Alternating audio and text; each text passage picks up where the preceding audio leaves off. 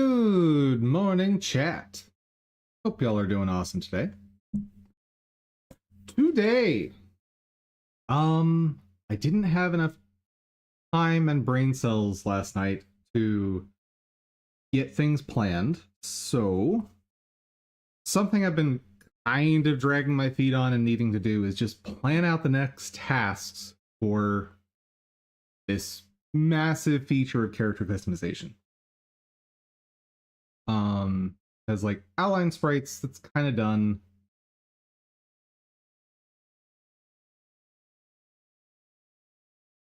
The layered sprite stuff, that doesn't really get completed until it's just all done. But cleaning up the wizard animations, done with that. Outlining the sprites, it's kinda done. Really until I have more assets together and I'm actually using the customized character, I'm probably not going to be happy with that. Let's see. And then figure out how to combine shadow pieces.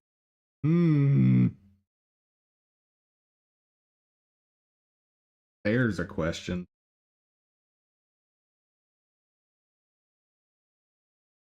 Yeah, that's definitely still an open task. I have put little to no thought into that one yet. So,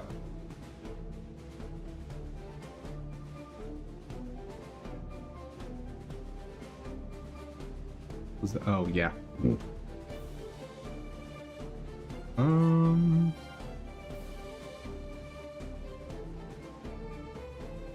So what is the final product here?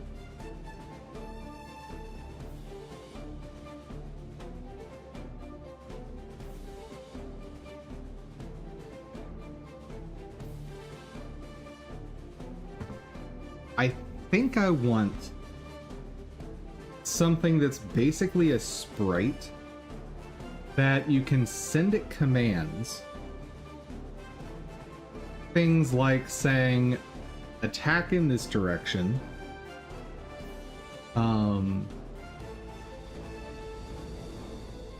Yeah, attack in a direction, walk in this direction, and then it figures out how to actually render that. So, for example, if I tell it to, for this sprite, shoot left, while walking up and to the right, it's going to need to figure out, okay, I need to play one animation for the top sprites, then pivot as necessary for the lower sprites based on what that sprite is currently doing. That's all self-contained. And then have it, in that case, probably do something like... Let's see. Probably something like the walk right animation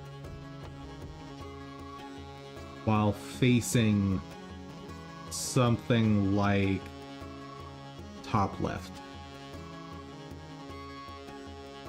Something along those lines.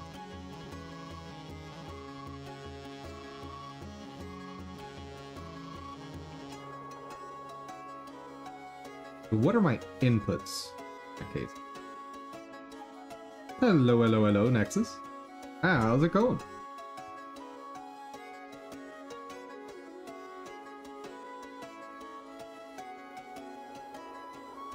Okay. Right. Inputs.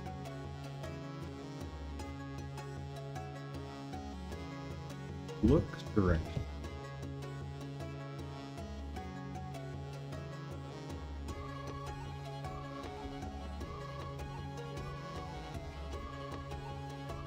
Walk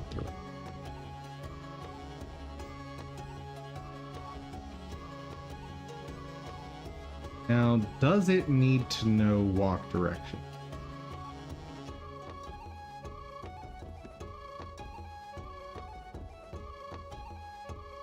You're struggling to pose your model in Blender?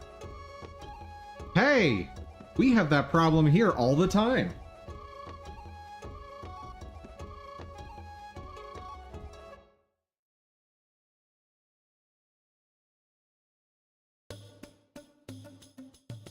And I've learned a couple tricks for that. So, do I need the walk direction? Or can I have the sprite just handle?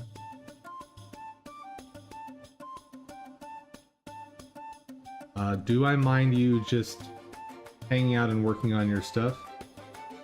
Yes, I mind so much. You gotta leave, because that's totally not what everyone does here.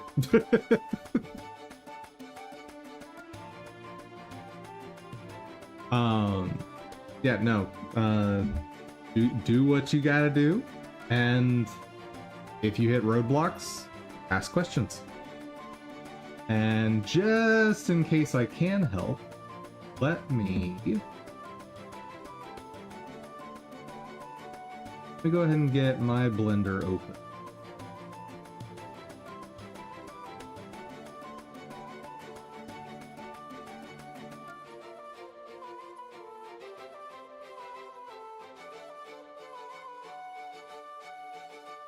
And I'll ask you one quick question.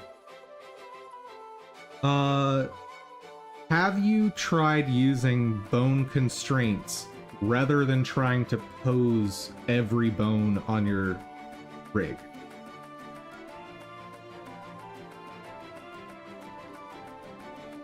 If not, I may have a trick for you that'll help you.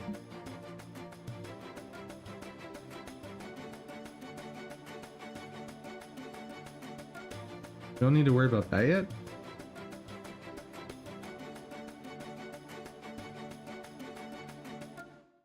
Oh, you're still rigging. Got it.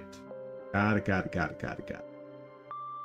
Yeah, rigging is something that I know so little about. Like, the most I've been able to do is, for this model, I added a bone, and I put weighting on some of the vertices for the new bone, and all of the posing for that new bone has been exclusively through bone constraints. That basically copies motion from some existing bones.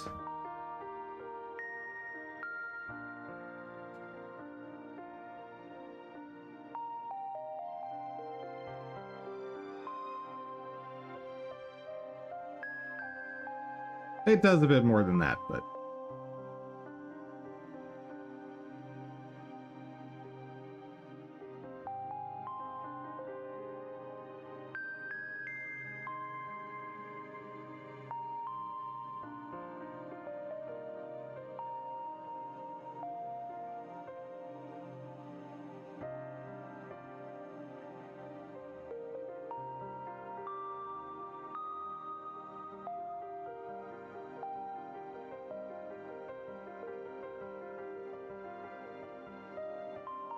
I don't think I need walk direction.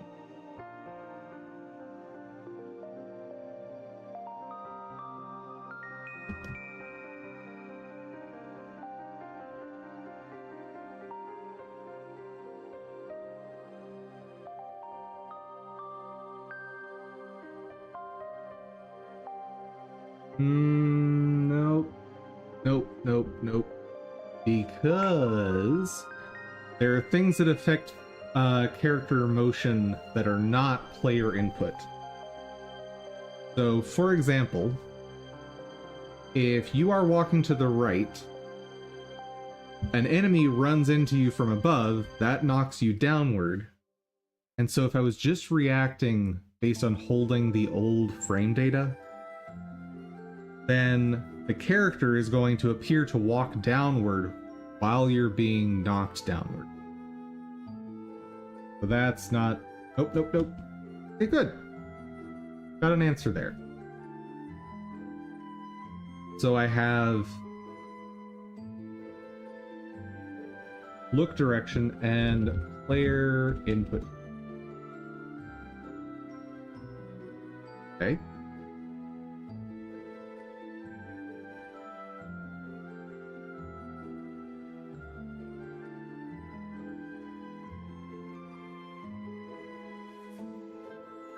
What else? What else? What else? What else?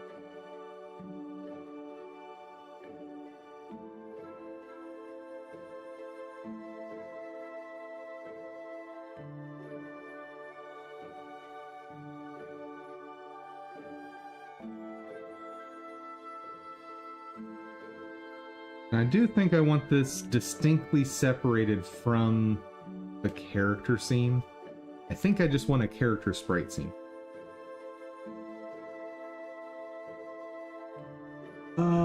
What is your current setup with the sprites? You have different parts separated. Do they all have separate sheets, or are you doing something like skeletal or other composite animation? They are all separate sheets. It is quite messy. Right, I don't actually have gloves for the current stuff I'm working on.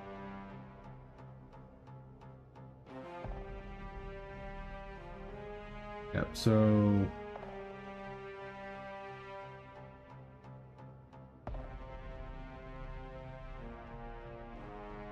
here's like the sprite sheet for the animation of the head of this character.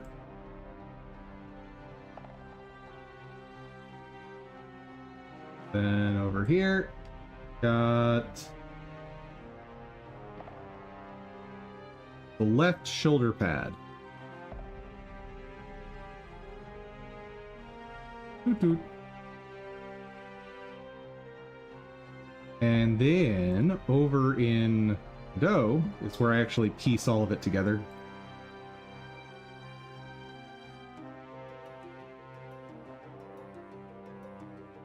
But no, there's no sort of skeletal arrangement. It is, you know, old school frame by frame sprite sheet animation. And they're just being layered on top of each other. And let's see.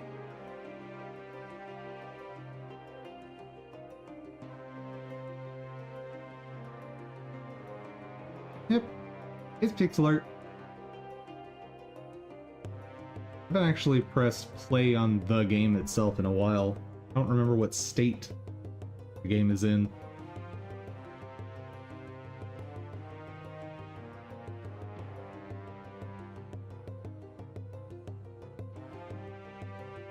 Definitely gonna have to figure out that loading time.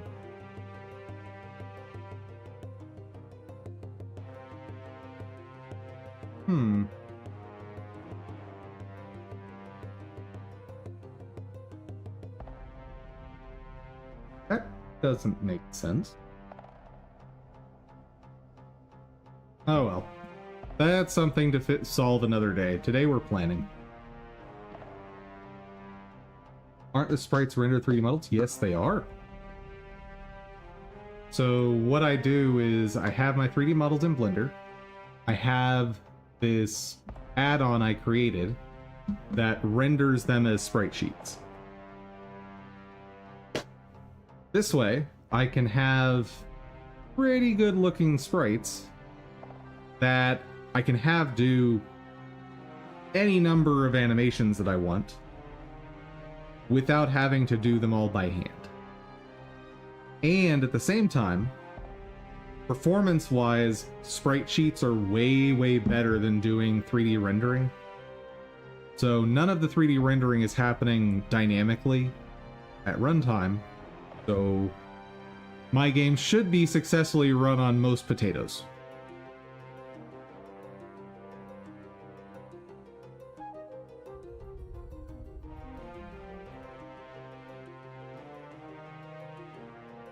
That's the goal anyway.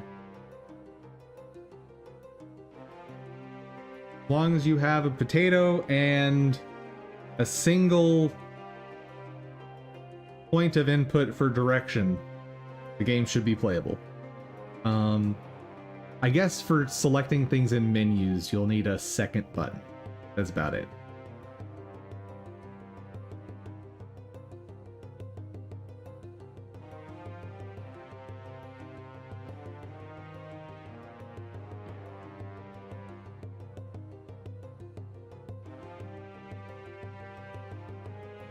I guess it's possible I won't allow player input in some instances, so I guess I do want walk direction.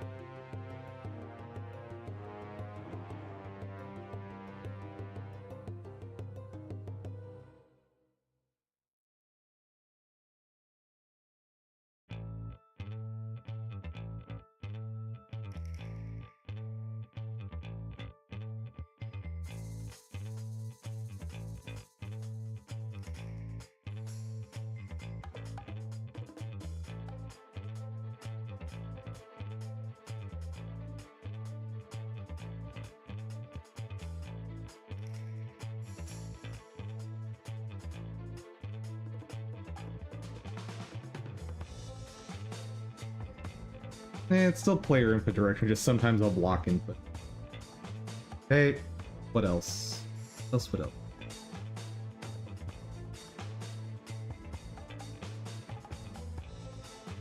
Go back to the old character scene.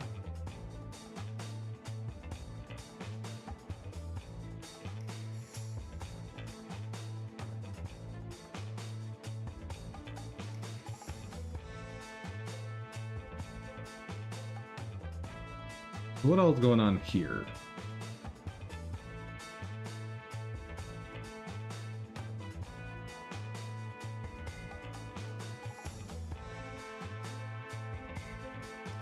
I've got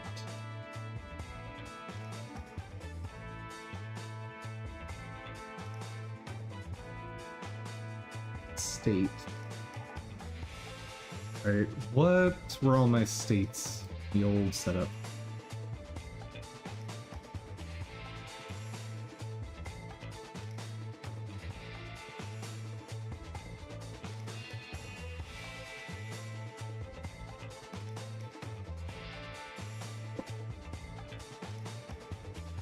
That's not very many.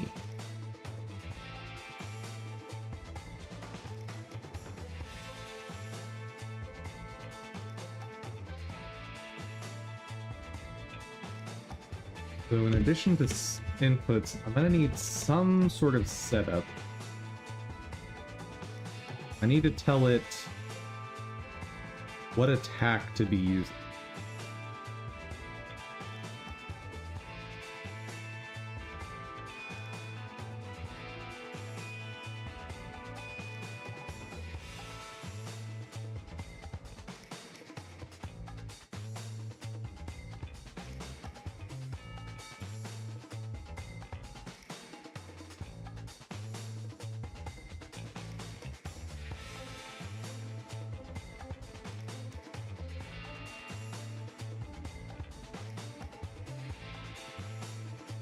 Maybe that information should actually come from the attack.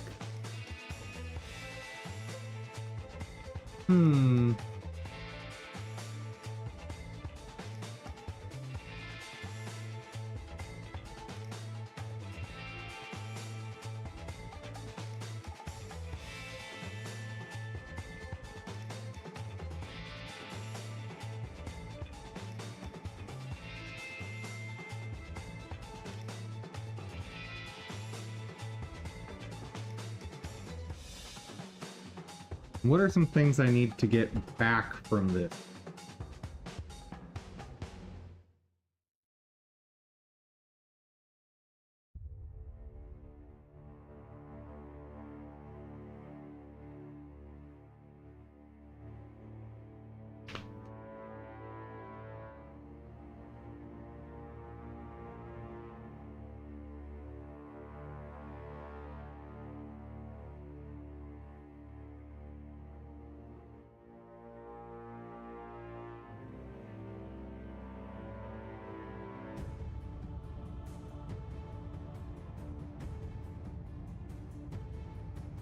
That's a set.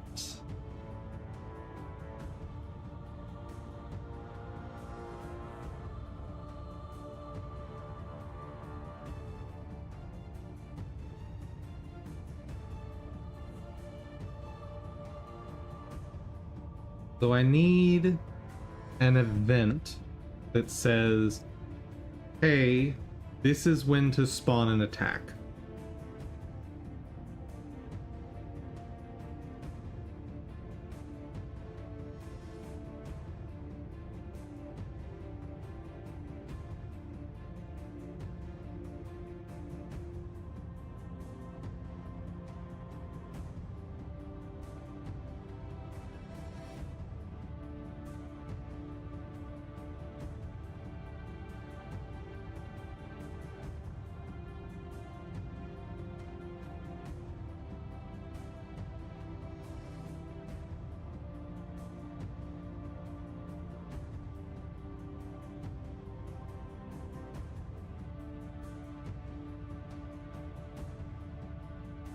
Oh, and the attack style, that's gonna still be up at the other character scene.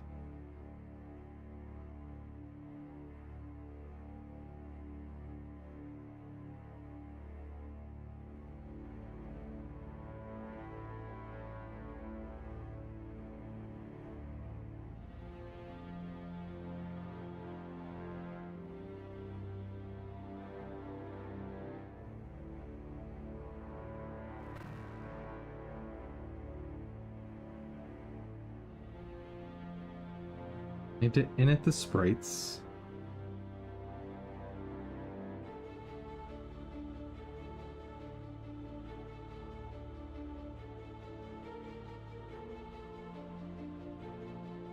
Oh.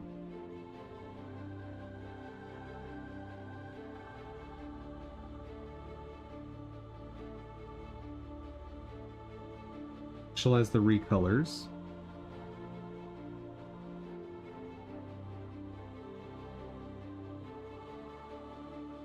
That can come later.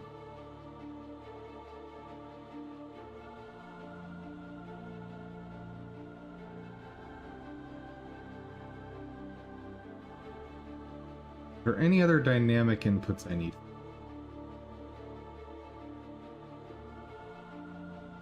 I don't think so, because I want this to be purely the visuals.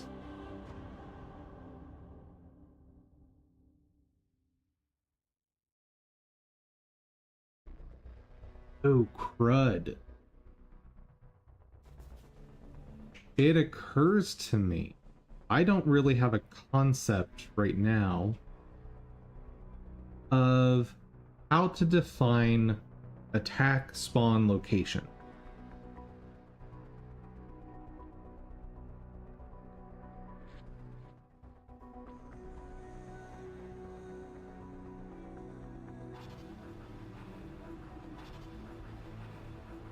So the way this was being done before is every character class was going to be its own separate scene with one sprite per class, and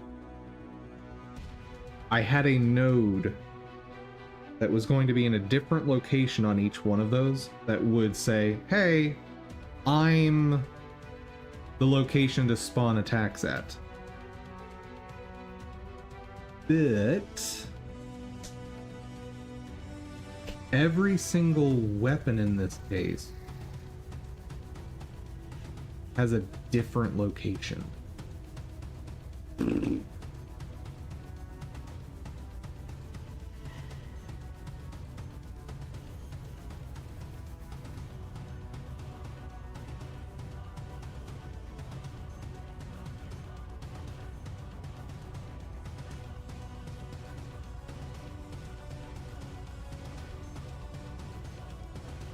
And not just every weapon. Every animation also has a separate location.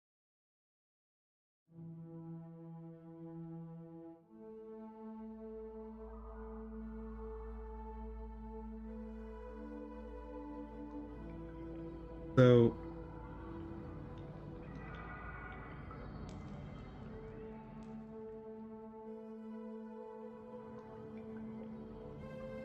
what are my options here?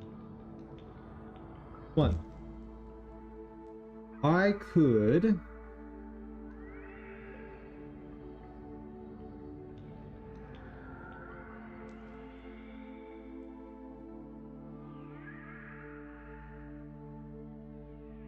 store locations for each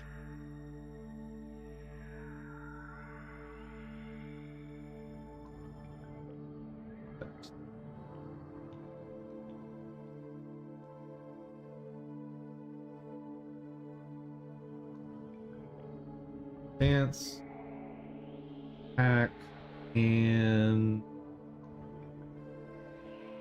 I think that's it.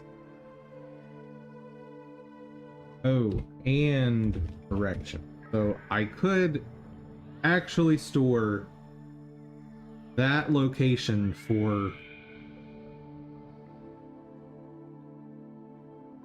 not quite, but almost every single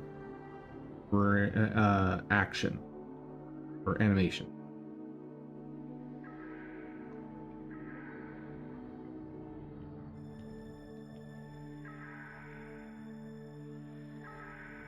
Okay. Option 2. That would be the maximum amount of information stored.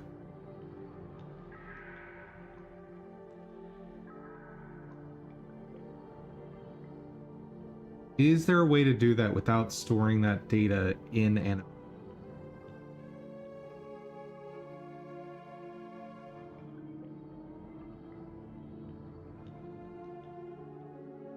Not really.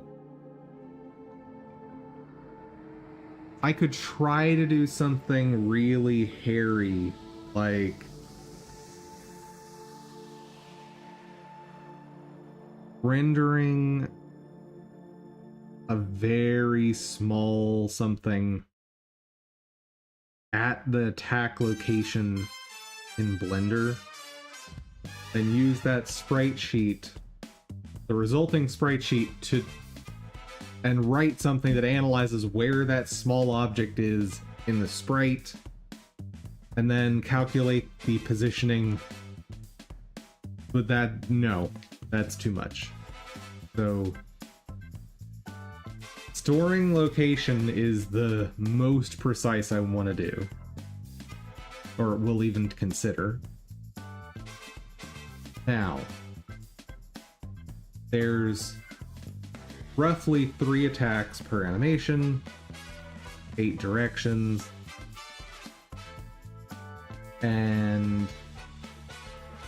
or 3 attacks per stance. And I have how many stances?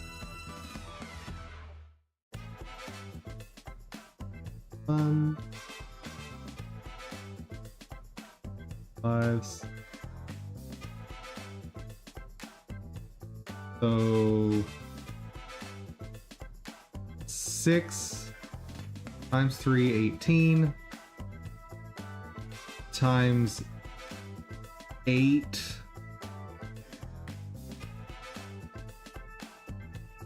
80 plus 48, 128.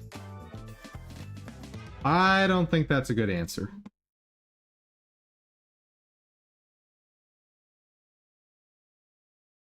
So, next option.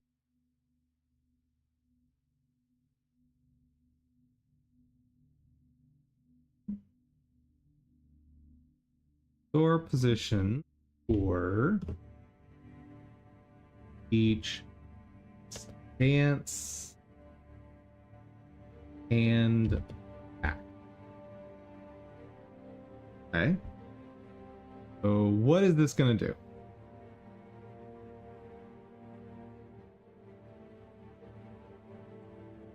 This will mean that I'll end up with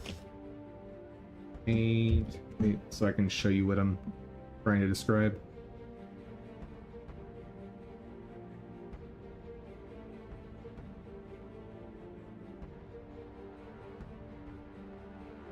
So you got your guy.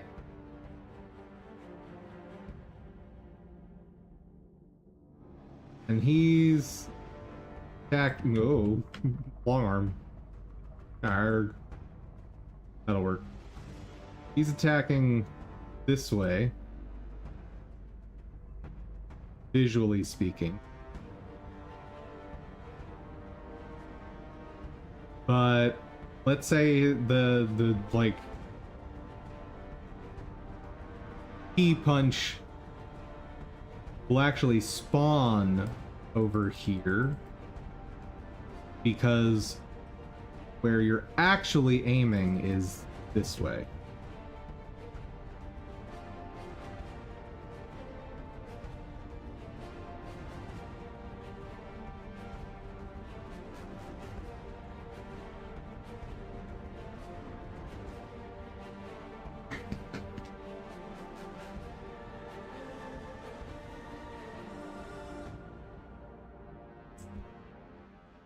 So that's this is option 2.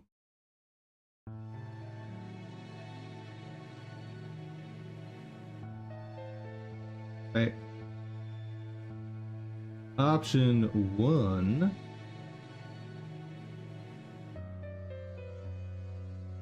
would be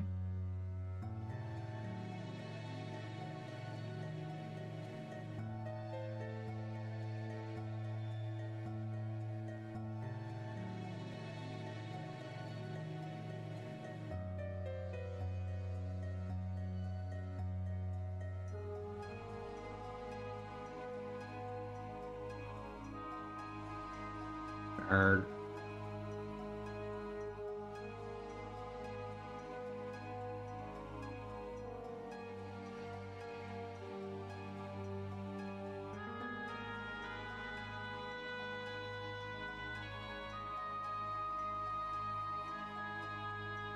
okay.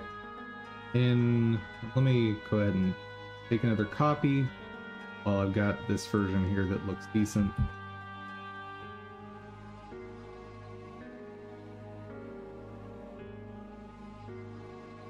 In every case, I'm just showing the different ways that this will look for punch forward or punch to the right, but aiming down and to the right.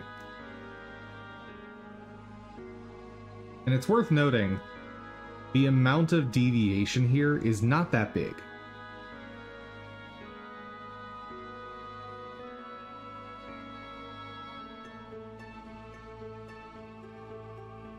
Because the moment this hits this angle, arrgh,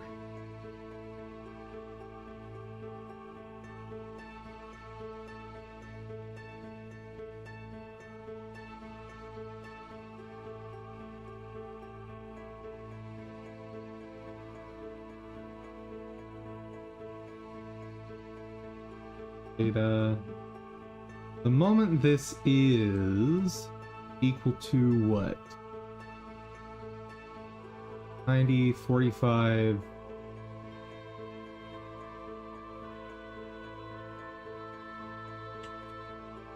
Half of 45, so 22.5.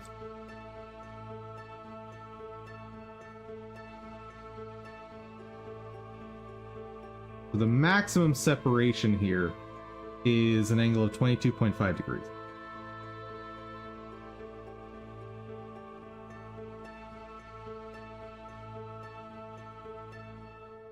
Now if I implement option 1,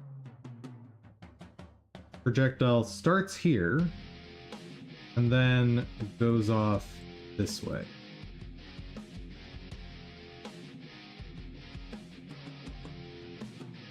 Okay.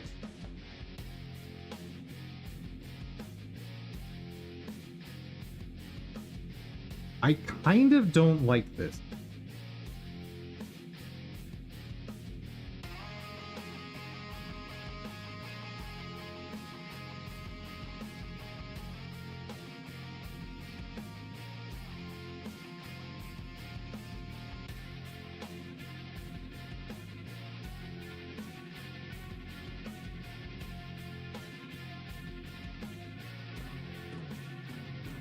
So, I should say, for some things I like it, for some things I don't.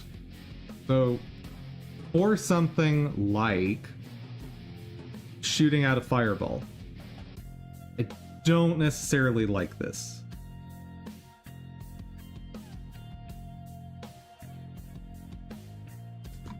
For something like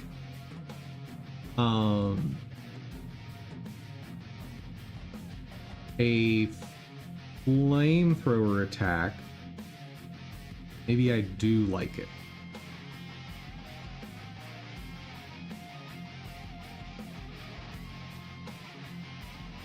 But let's say we do... So, the one where I like it, let's run through that scenario, okay? So what's going to happen? This is going to pivot along... Let's say we're moving in a circle with our aim. This is going to travel smoothly until it gets to some point here. Or let's go think through it going this way. So it hits that 22.5 degrees. Then the character... Oh. Now the character... now going to have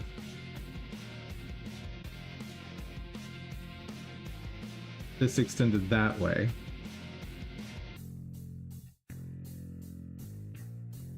But now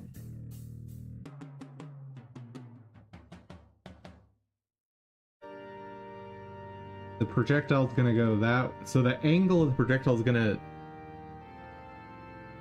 like swoop up. Yeah, I don't like that one.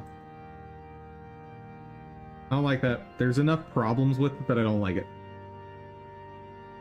Okay.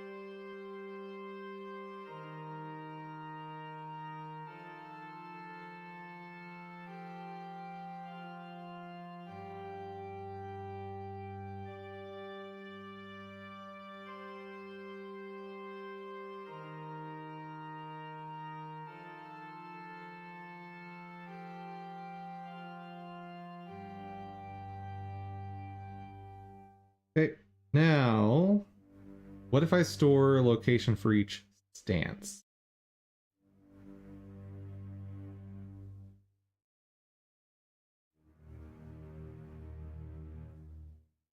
What I could end up with is something like... Ooh.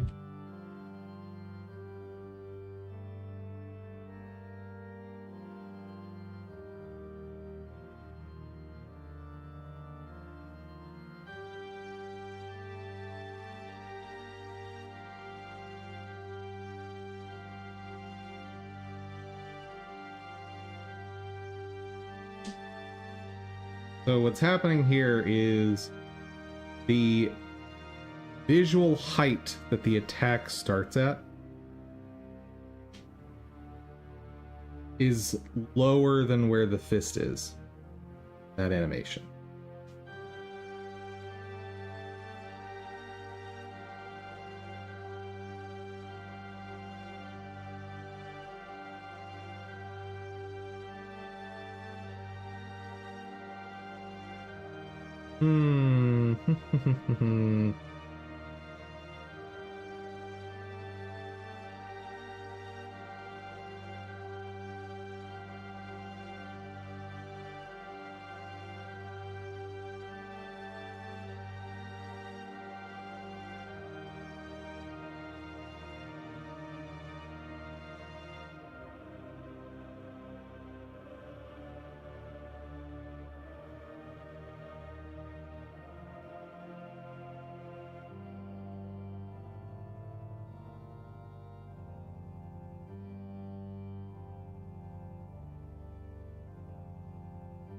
Probably worth noting.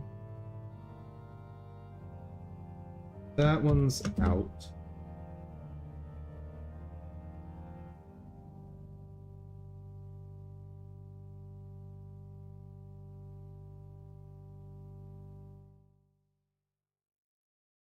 So this one does not need to be stored in animation player.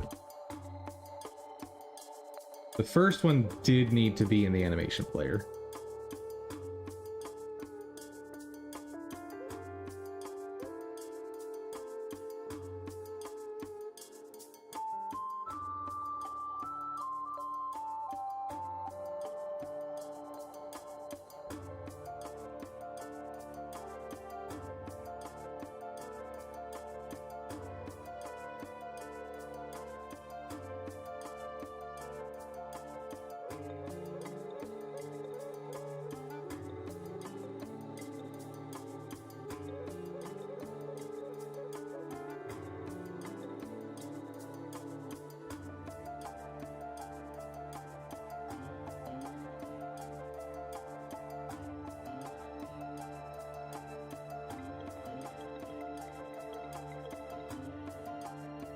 Then final option is your single city.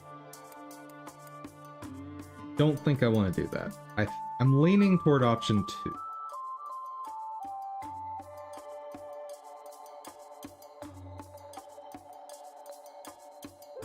So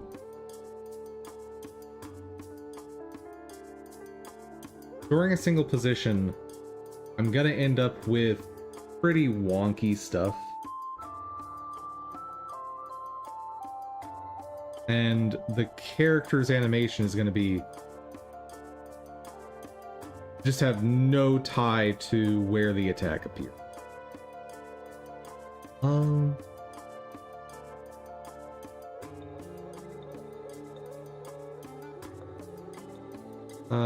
Time to learn making a rig from scratch. The Rigify one stinks and don't know any better to fix it. I'm not familiar with Rigify.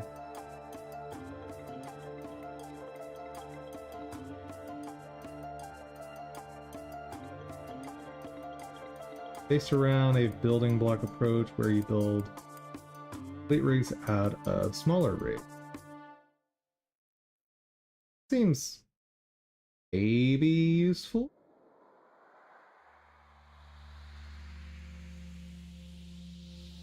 But I'll be real, all my models are purchased, and I only buy models that are already rigged.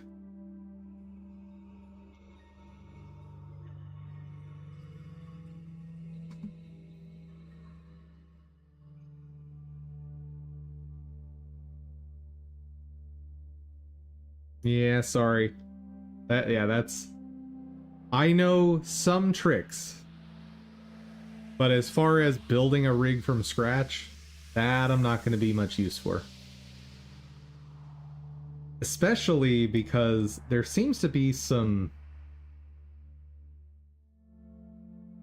different approaches to constructing skeletons that I don't really understand. Where is it?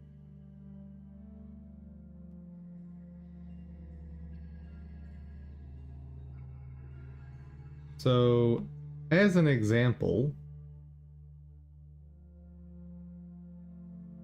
you'll notice on each of the limbs, the bones are facing opposite directions on opposite sides.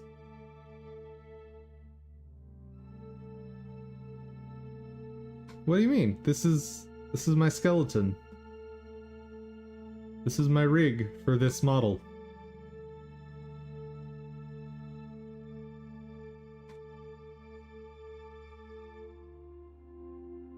I should be clear, I did not make this.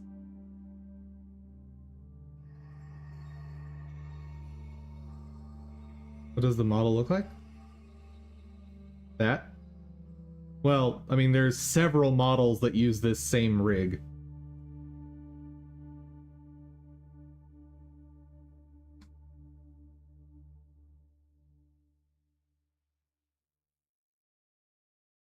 But the part that doesn't make a lot of sense to me is... Let me go into pose mode to show this. So, this is... Wait.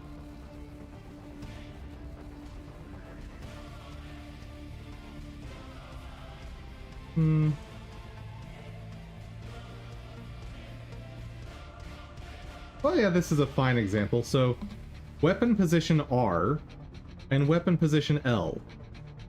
Both of the bones are back here pointing backward, right?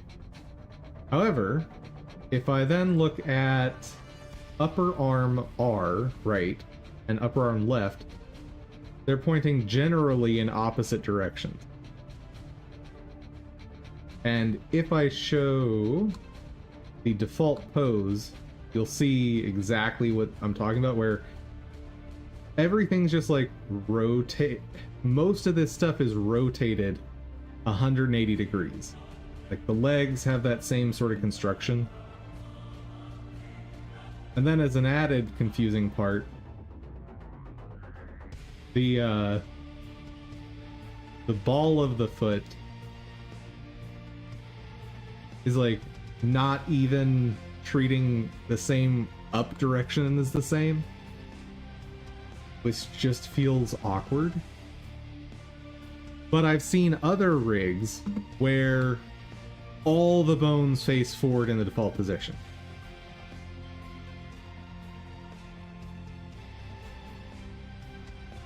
And it gets very confusing to me, like, going from this hand down into the fingers, because the fingers are all pointing where I would expect them to. Oh, nope, they're not. Never mind. They are also inverted.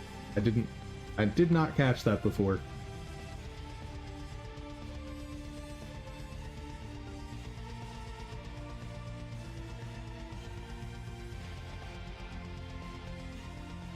Yeah, so for whatever reason, everything on the left side is inverted compared to the right side.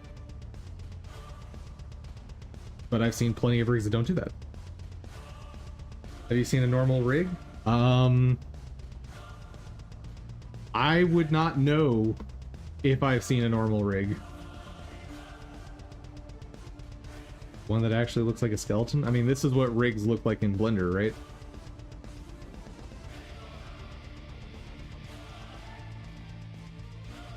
No?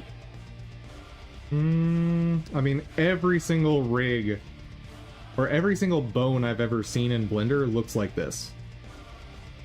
And I've used a dozen models now from different authors, and they all look exactly the same.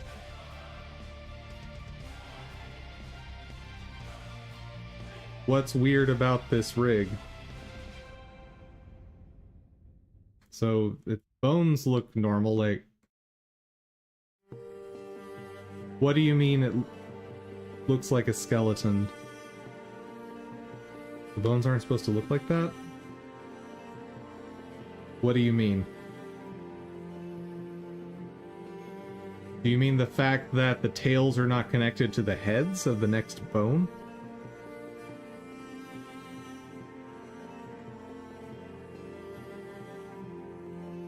Because in that case, I don't know that I've ever seen a rig that does that. And I've got quite a few models. Like, let's look at... Then again, I don't have a lot of humanoids. Fire Golem might be a good example.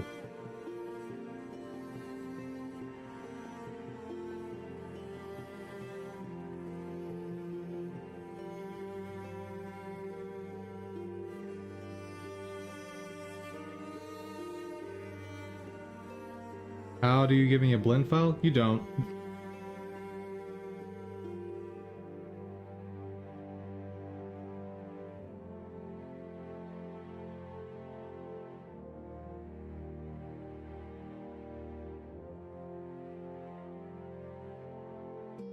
Oh, I guess this one the bones are connected. Somewhat.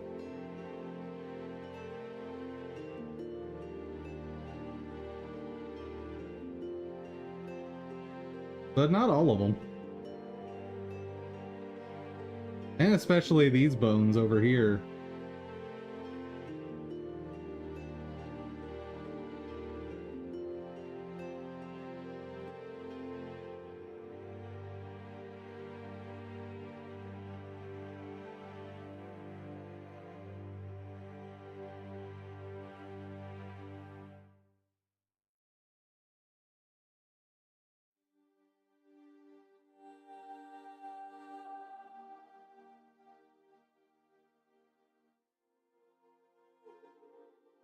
Bro, do not send just download links into chat. Don't don't do that.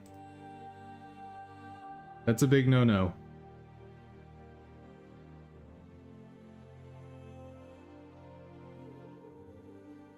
Like, at the very least, send a link to a web page where people can download.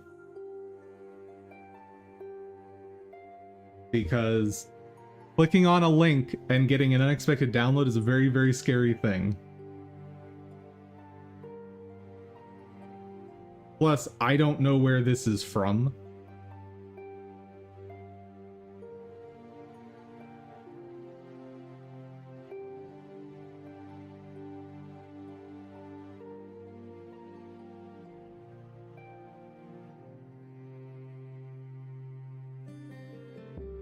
Like, what is this place?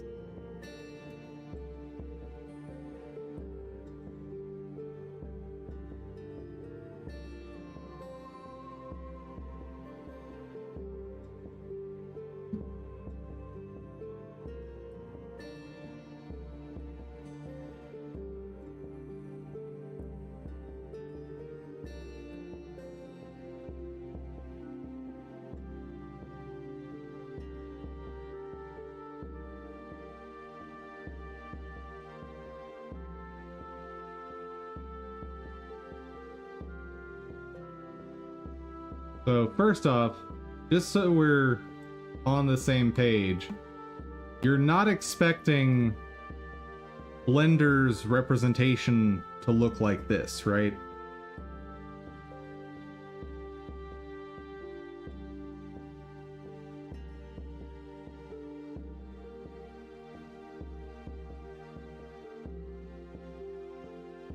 Well, it's definitely not going to look like this because this is Unreal Engine's way of doing models and rigs.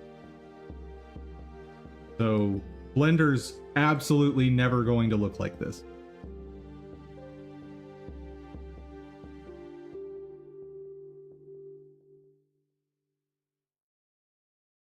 Does for you?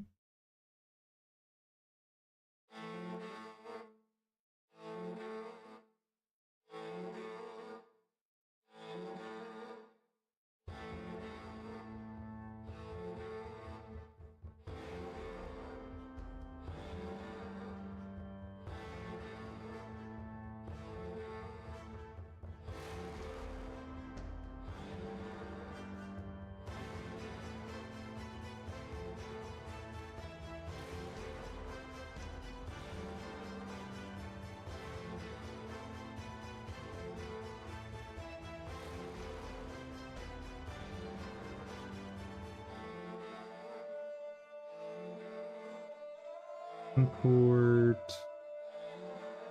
Yeah.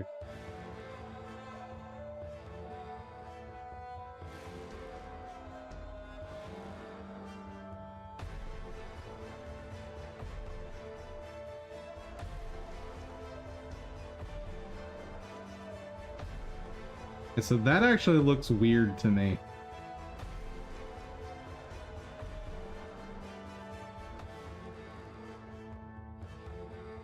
Yeah, that looks very weird to me.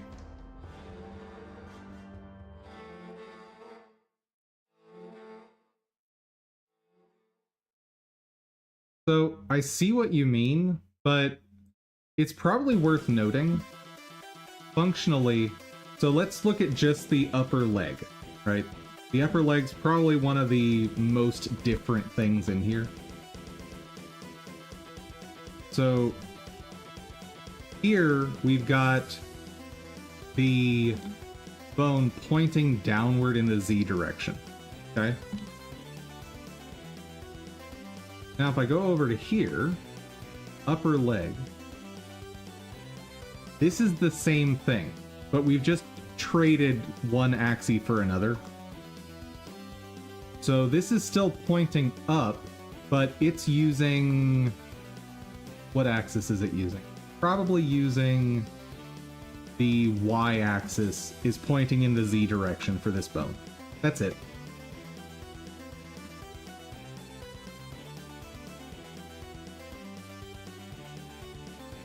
What this is where the software it was created in, it used probably Y is up. And so in this case, like the way this is going to behave in Blender is it's exactly the same. Like you have Y is up for this bone instead of Z being up.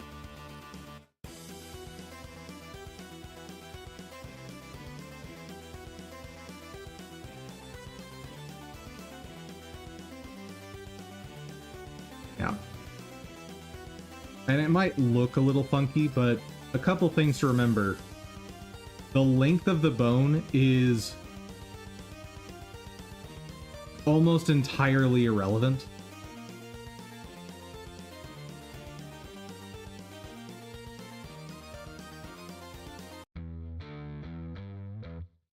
So, like, the fact that they chose to have this connected here, and my guess is this rig was probably made originally in Blender and then loaded into Unreal to show here.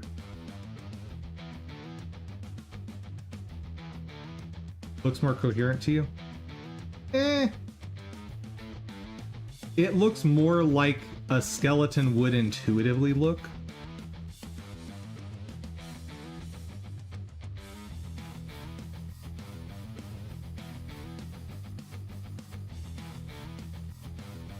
That said, I think it's important as like a 3D artist to have an understanding that the direction this arrow is pointing in is basically irrelevant, because you still have a Z-axis, it's just relative Y.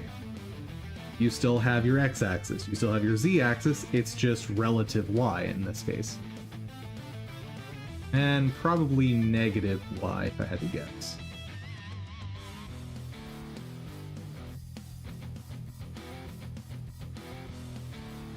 Yep, just a rotated coordinate system.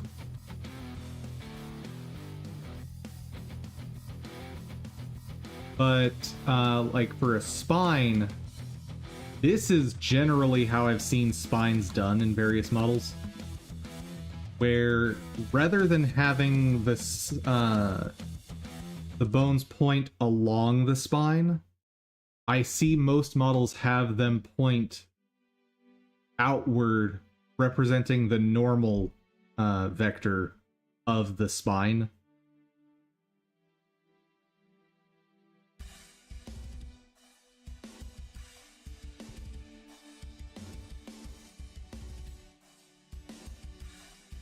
Yep. That's probably the best way to conceptualize the way these are pointing, is these are the normals for that part of the model.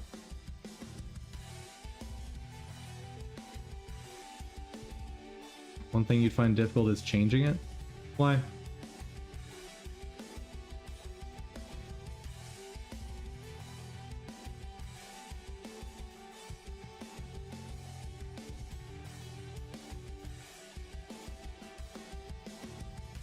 I mean, what kind of change would be a nightmare?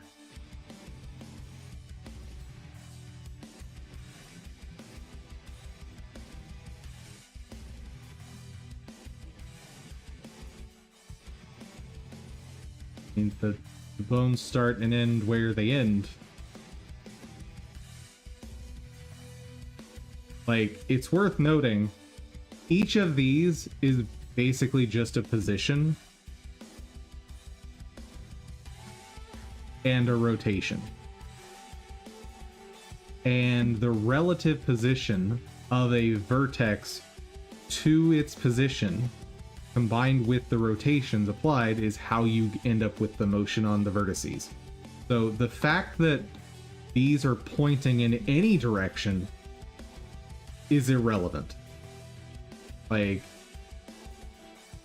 really, this could just be visually represented as dots with little, well, I mean, that's what they are. It's dots with little arrows pointing off of them to just represent a rotation.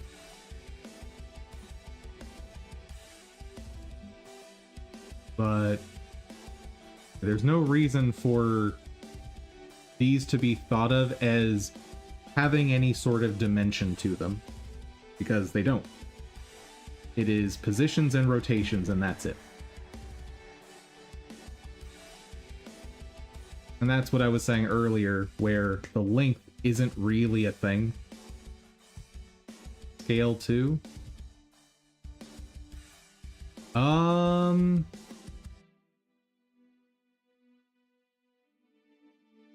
Yes.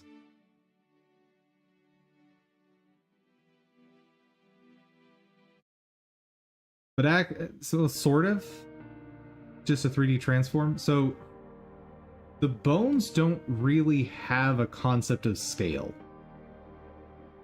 because like this length is irrelevant. As far as I could tell in modifying this thing, the length doesn't mean anything. At least it doesn't mean anything to me. You can apply a scale in your animations to a bone, and then that affects vertices, sure.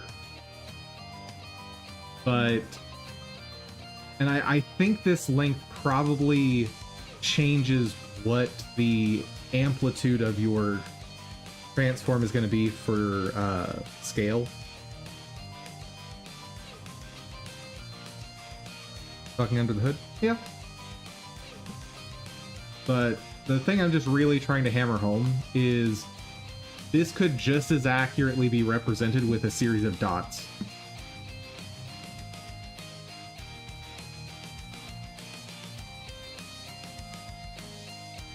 And honestly, the fact that there is a bone represented here with some sort of directionality makes this less apparent what's going on. Because like this tail having this dotted line connected to this head doesn't actually, it's not actually how this thing operates. Because this, it's all relative rotations when you're posing. And so the rotation that this head inherits is actually this the rotation from this head, not from this tail.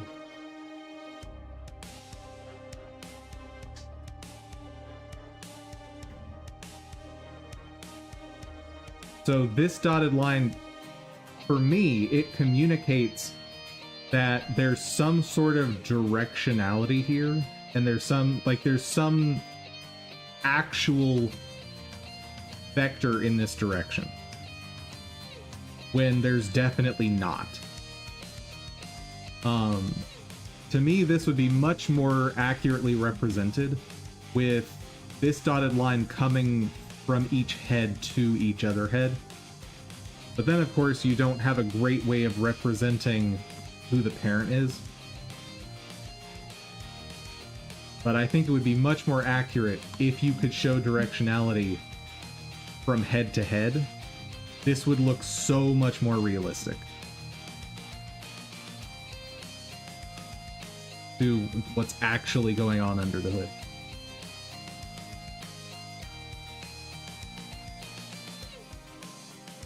Yep.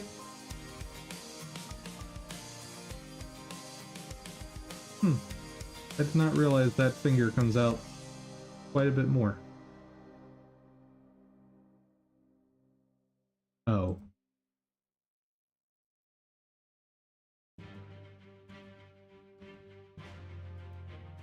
Hmm.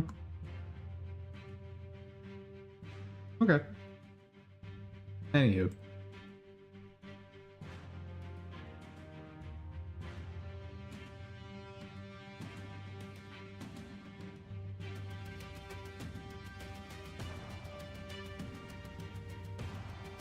A very weird position for, or weird angle for that bone.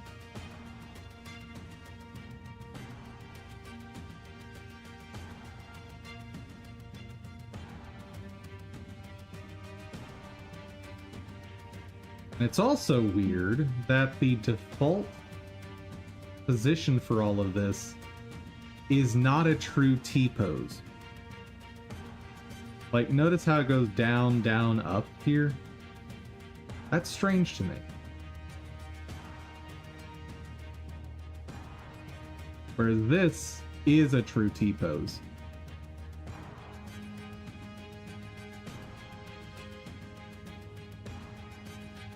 Where these are all in line or very, very close to it. And certainly in line in the Z direction. Anywho. Okay. Where was I?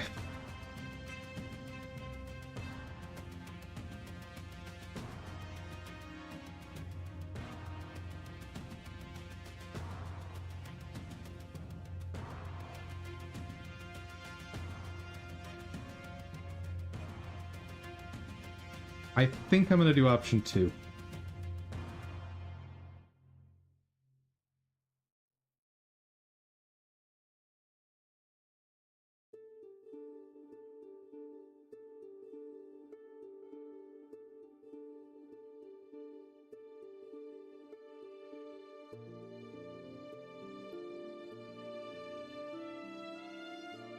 Create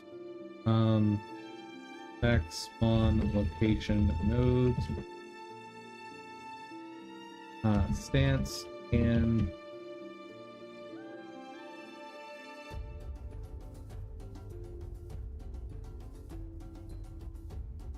yeah, that's gonna be less than 50, so that's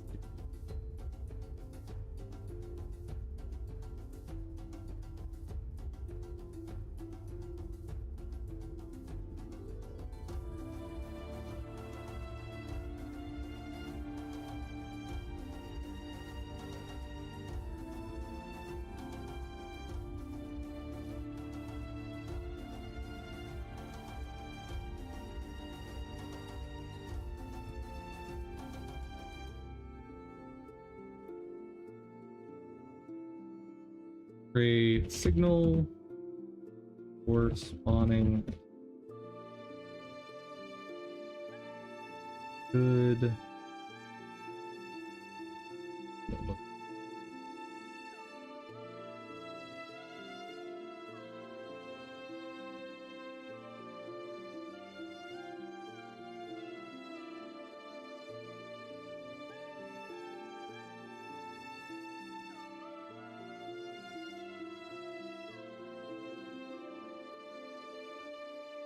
This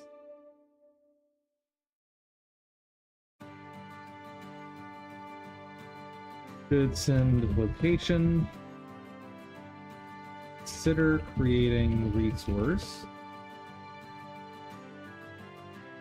that has X, Y, and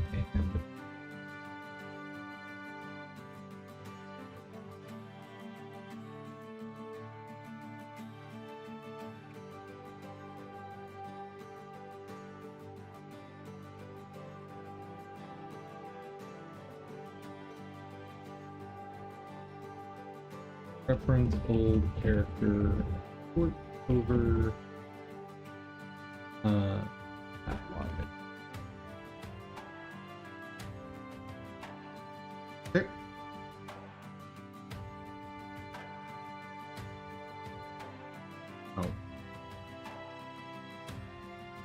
Oh. Hello?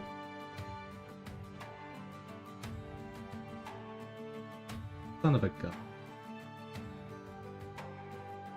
Dang it, Trello!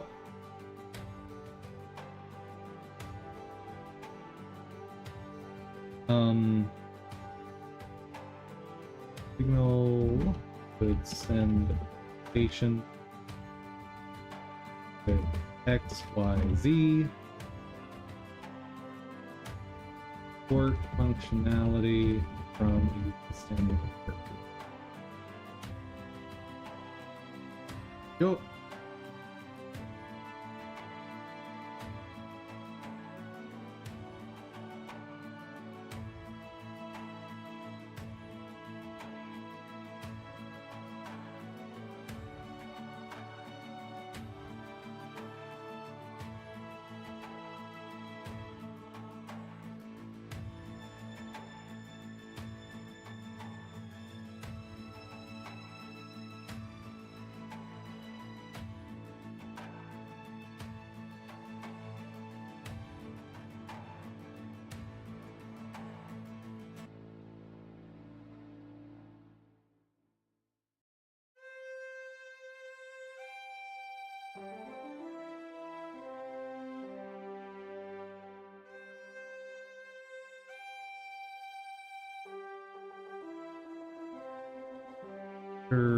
One sample of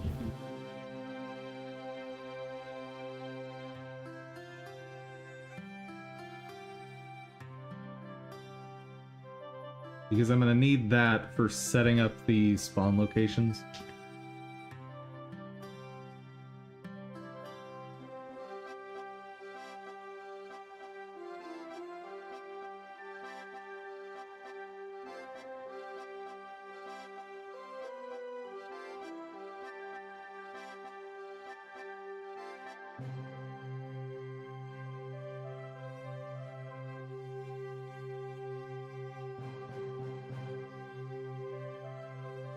Now, state should be a concept at the character level,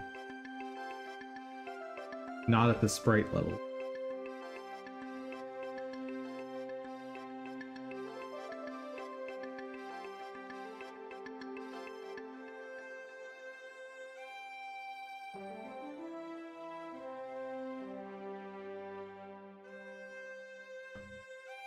Okay.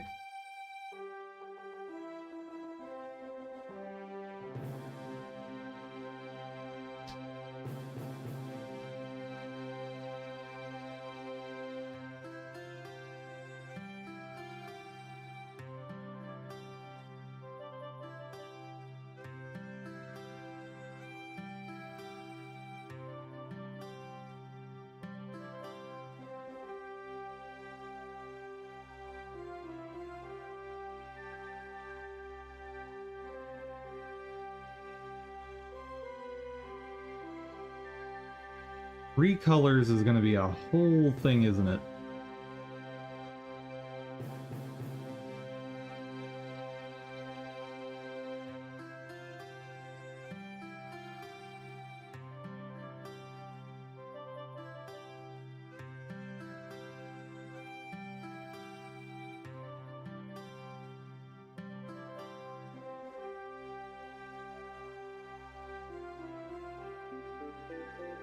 Right now, we're just going to say plan how to do that.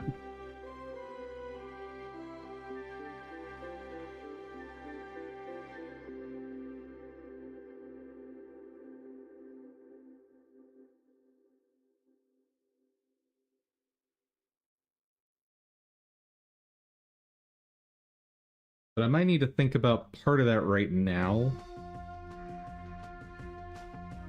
Because right now, what I'm thinking of doing, what I've been doing, is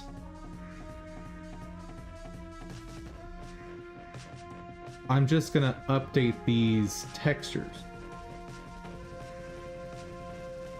But that doesn't work, does it?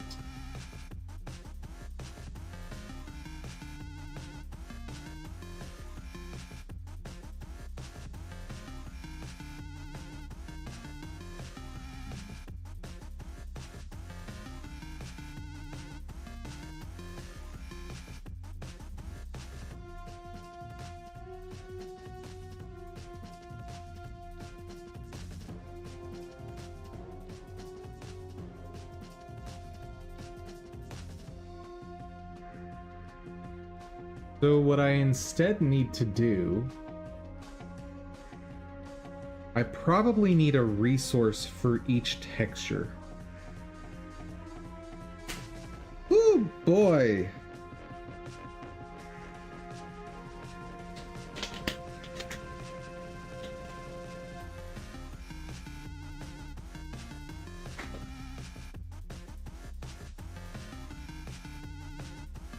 Or do I just make a separate scene for each of these?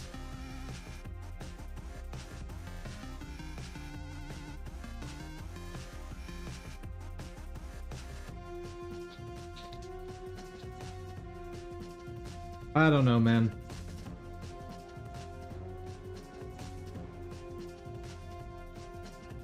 But I do need that answer soon.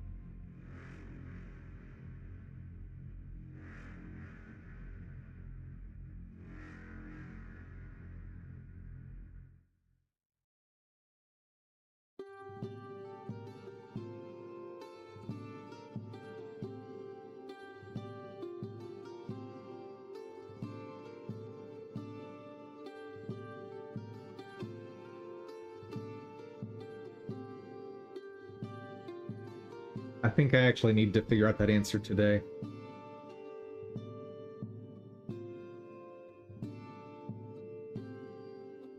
So...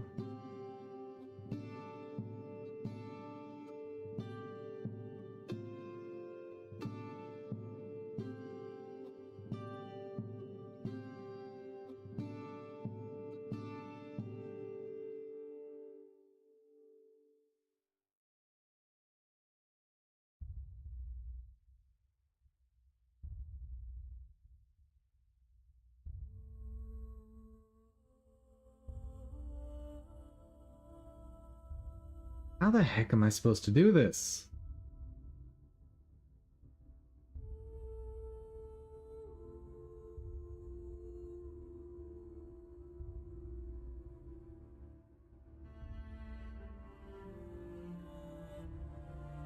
I think I don't have enough brain today for this, unfortunately.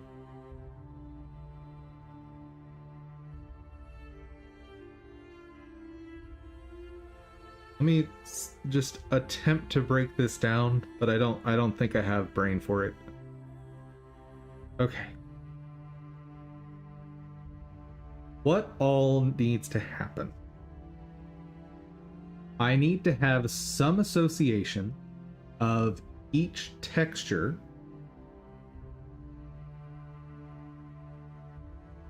to a set of colors. Okay.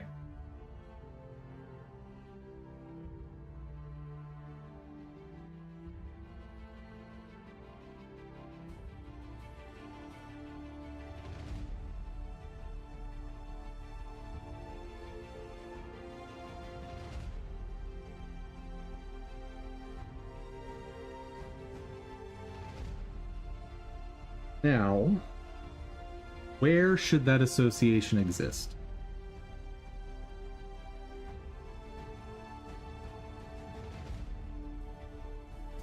Let's ask the internet.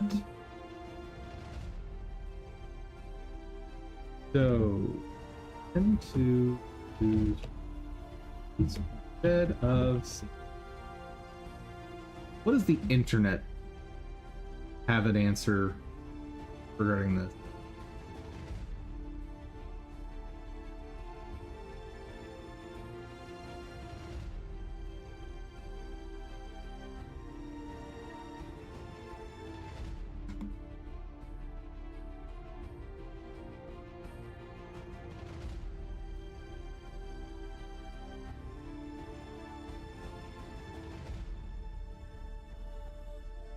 Read the docs and watch a number of tutorials, but can't quite get this to click.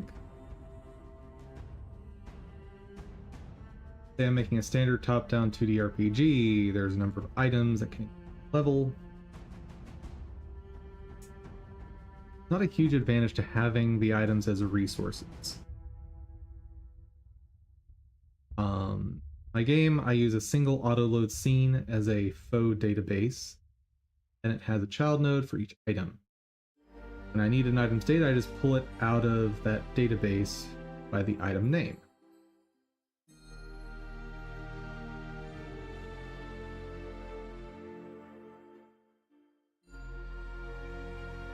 I mean, you're basically using resources through this faux database. Trade-off is that they are kept in memory all the time. The objects are so small and very likely scenario that I will want them all in memory anyway. Not a big deal.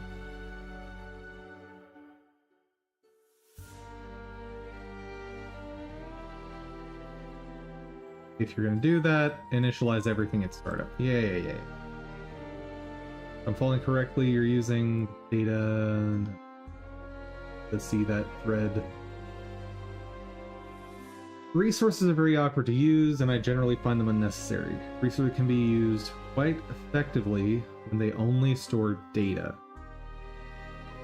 Any logic a custom resource might contain should only be strictly related to data within it. Do not place game logic inside a resource. So would I put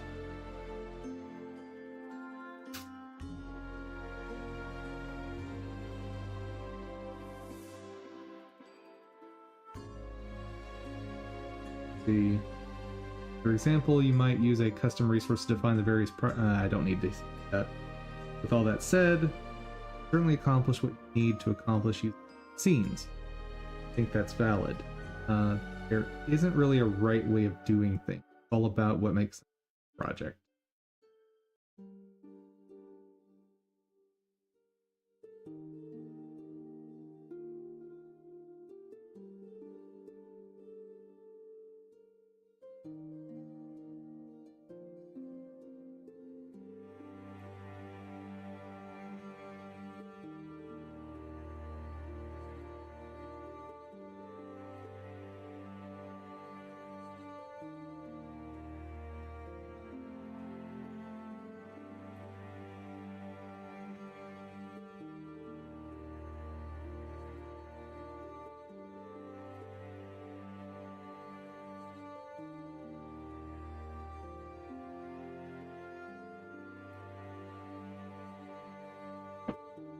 So if I try to associate that data with the textures themselves, I'm essentially going to have a lookup database.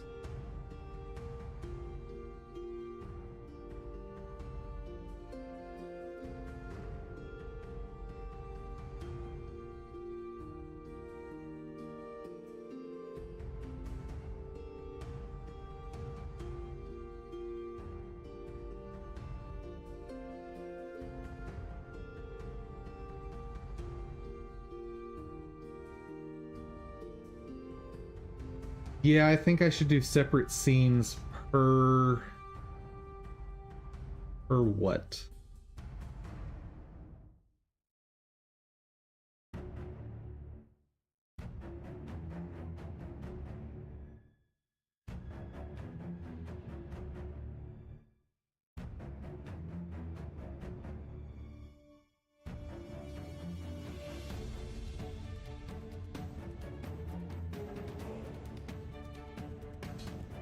I could create my own version of Sprite 2D that has a concept of the stances.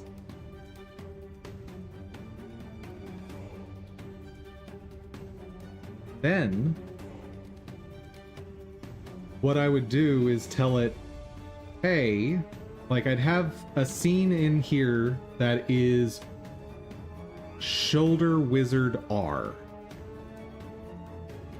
And it would actually contain 6 different sprite sheets, 6 different textures that it could load.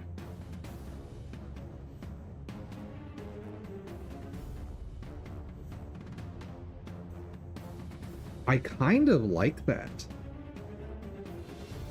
Especially because then I could just say, hey, you are using two-handed sword stance.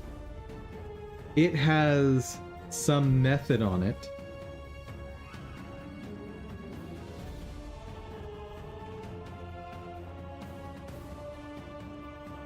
That says, hey, if I'm two-handed, set my V-frames to 56. If I'm bow, set my V-frames to 48. That's not a bad idea.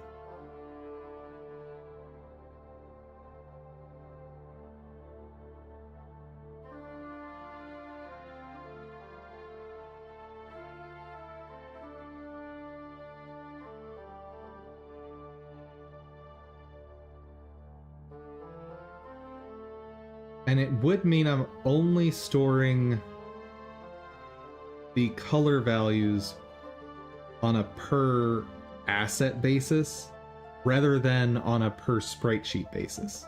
I like that. Okay. Okay.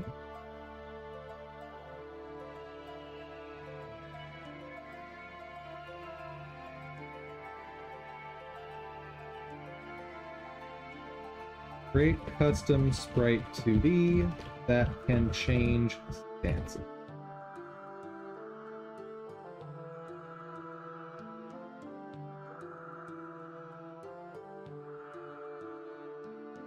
Create scene library of assets.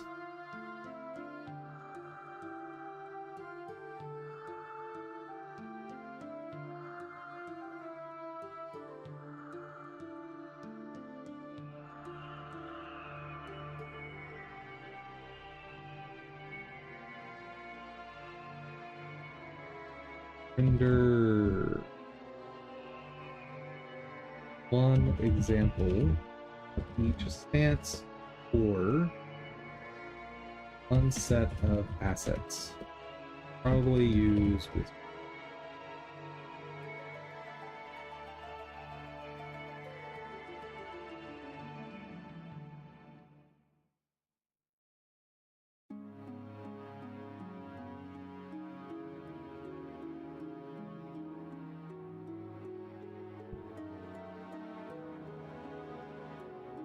I think I might have stretched my brain cells to their limit today, though. So, I've got my individual asset scenes. How are those going to get into this scene? Is the question.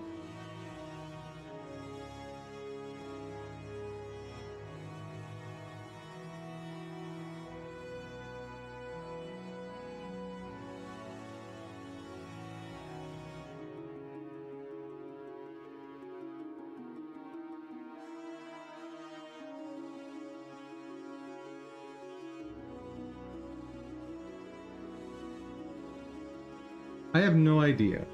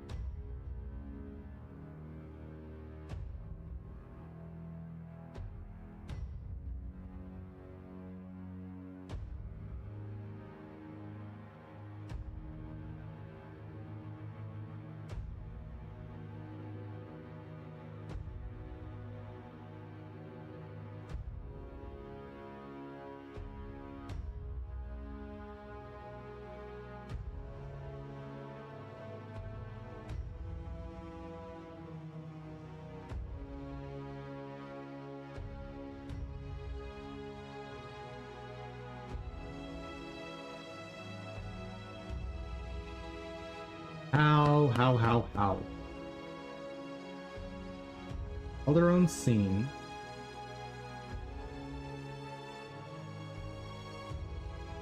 That are gonna be Sprite 2D. Alternatively, what if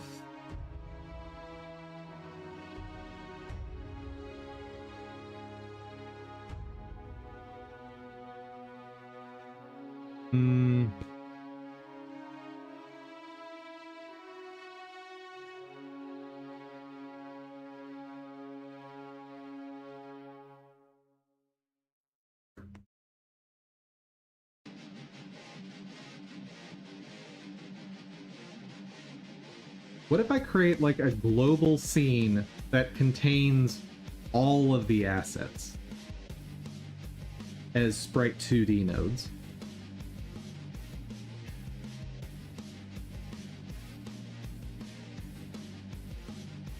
And then when I'm trying to generate the character, I just duplicate stuff from there over to here.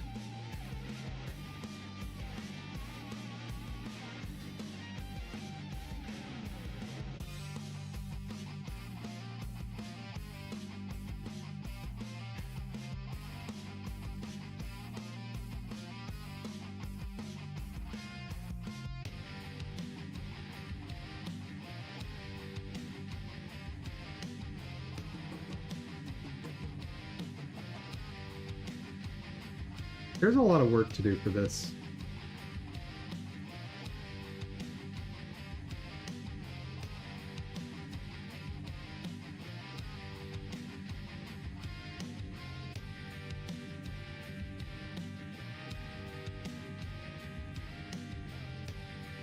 Come on, dum-dum. You can figure this out. But not today. Not today, guys. That's enough. My brain just gave out completely. So let's update Twitch and Assault and Sanctuary.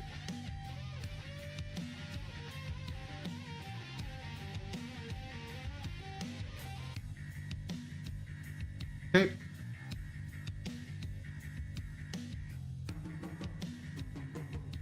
Don't really need that. Oop. Oop. And oh. Yep, I wanted to get a little more planned out, but I just cannot brain today.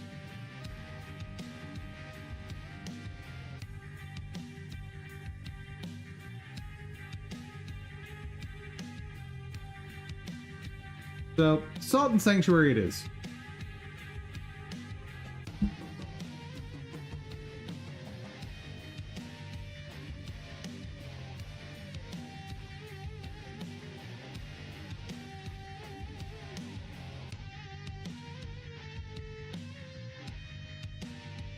But I am very, very, very much learning why no one has ever done what I'm doing right now.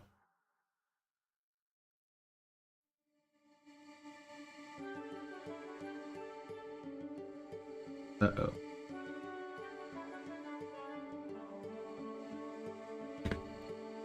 So this whole layered sprite thing with character customization for each body part, as far as I could find, no one has ever done this before, and I'm learning why, because this is awful.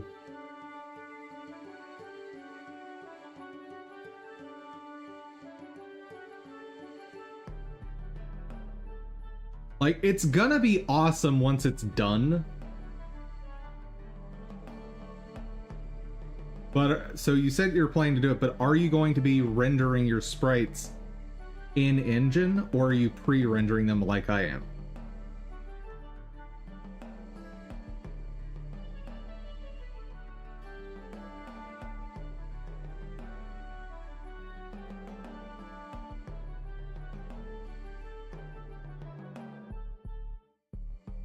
You're working in 3D, you don't have to do that? Right. So you're not doing the same thing as me.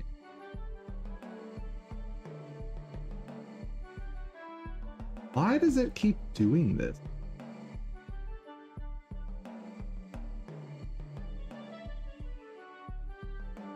So weird.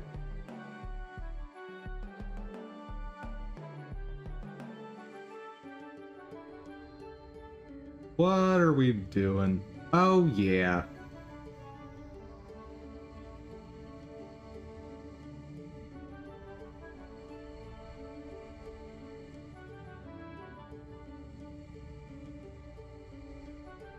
Okay.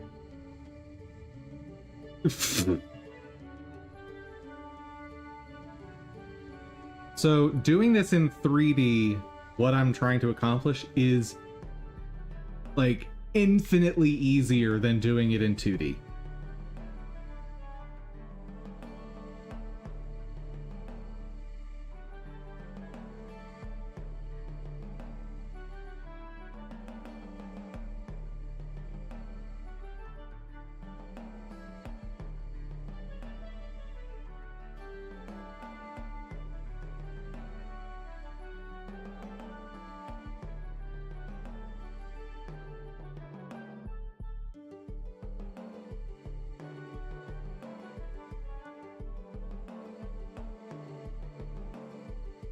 Hold on a second. How so? Are you using a shader to render your stuff down to 2D? No, I'm not. Like I said, I'm pre-rendering my sprites. I'm not doing it in Engine. If I were doing it in Engine, all of this complexity with having to store the different sprites the way I am, that goes away because you can literally just swap in the new model.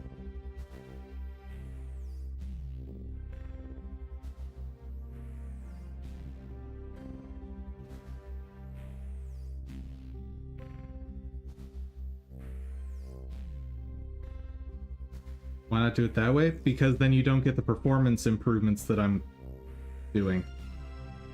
So doing that rendering in Engine costs a lot of processing power.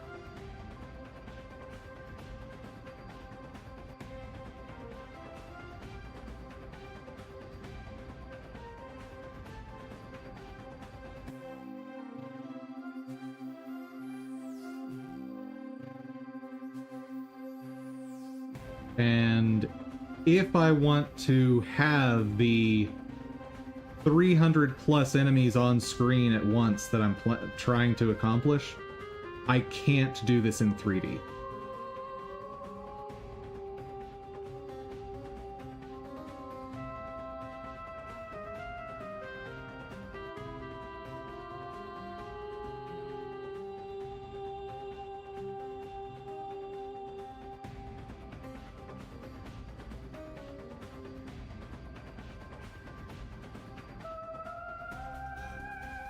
Okay.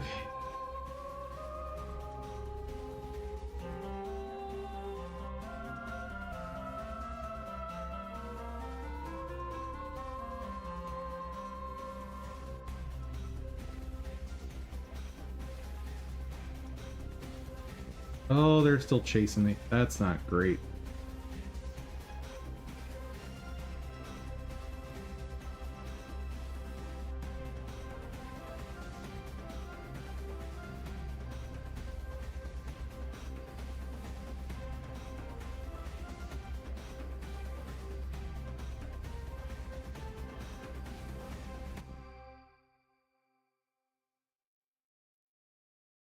Oh, right. Hold on. I forgot. I forgot.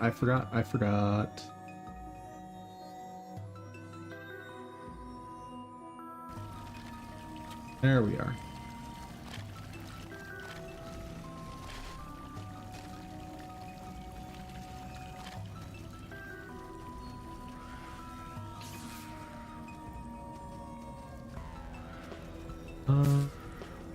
See, we're creating a sprite with all the sprite first and then using that to display enemies. player character in this case. The enemies are a lot simpler. But yes. Yeah, with a 3D model, you can just tell the shoulder, hey, go do this animation. With sprites, well, you need separate frame data for that.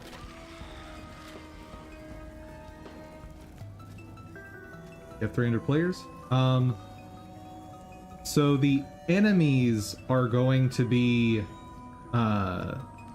what there's a bunch of on screen. And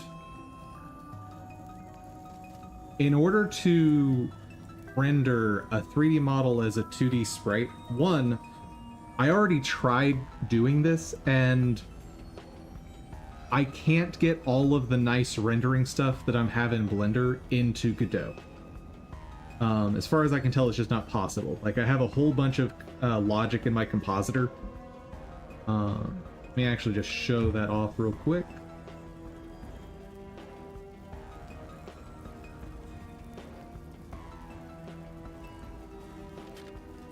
Don't come over here. Leave me alone. I'm trying to show people stuff.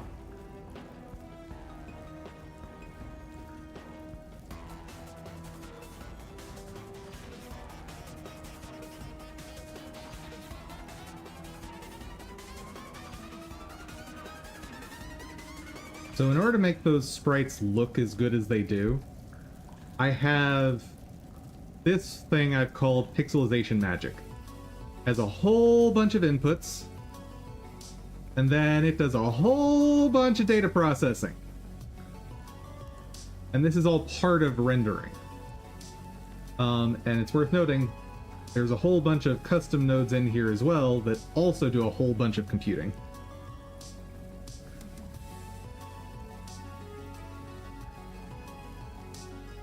Give me a moment, what do you mean? Point being, there's a whole bunch of logic in the compositor.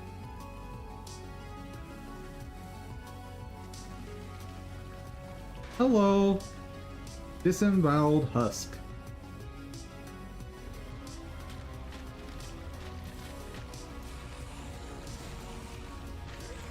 Oh god.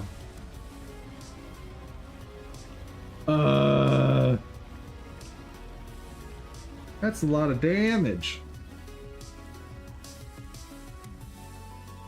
I mean, this could have something to do with the fact that I've completely neglected leveling armor.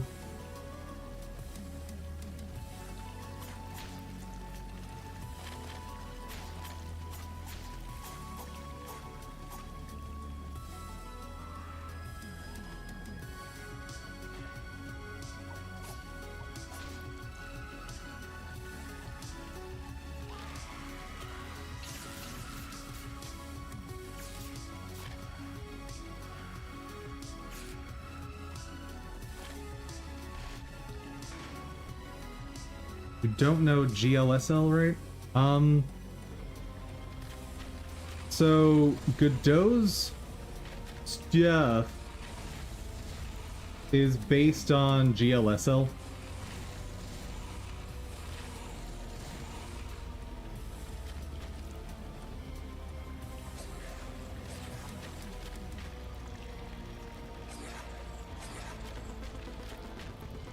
Like, it's shader languages, basically just GLSL.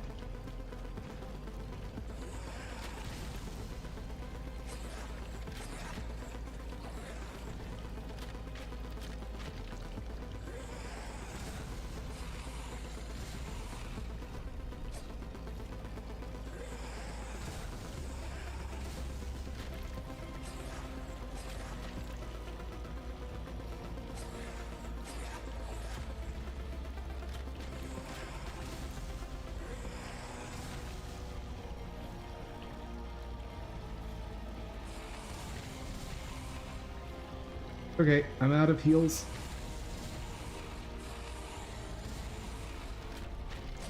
Oh god.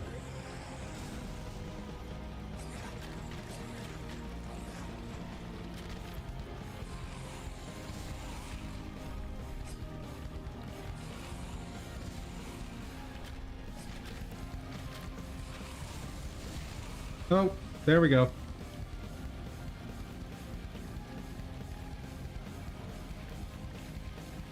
So would it be possible to recreate all of that with a shader? Yes. Is it going to be worth it? Probably not. Like, the amount of complexity to generate a shader like that is way beyond my skills with shaders.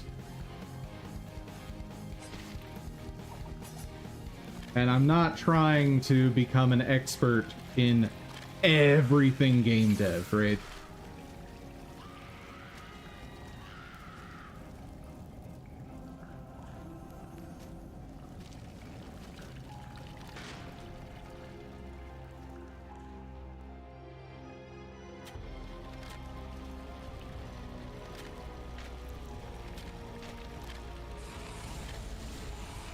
Wait, what?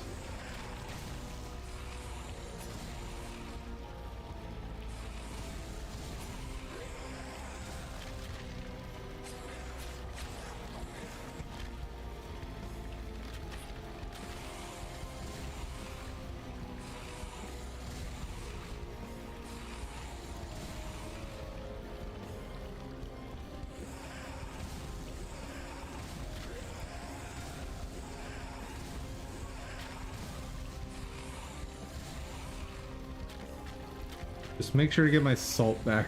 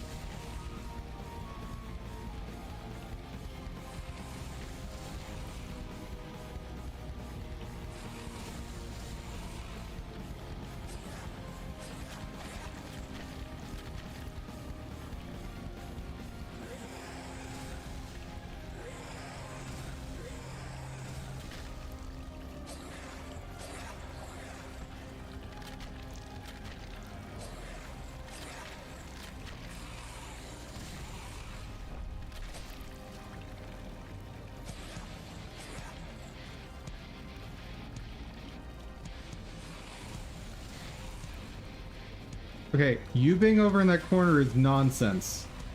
That's bull, dude. That was absolute bull. Just staying in the corner so, like, I can't dodge around those attacks. Garbage. And this tells me I do need to kill those archers.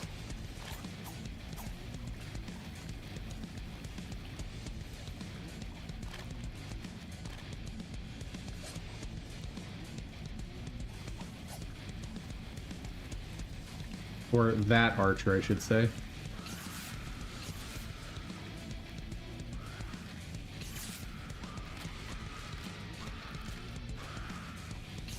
And probably these two.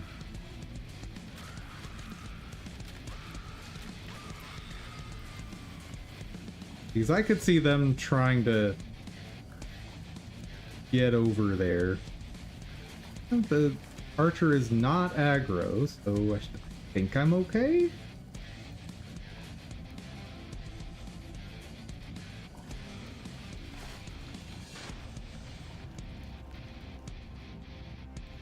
Murder in my Christian stream? I don't think so.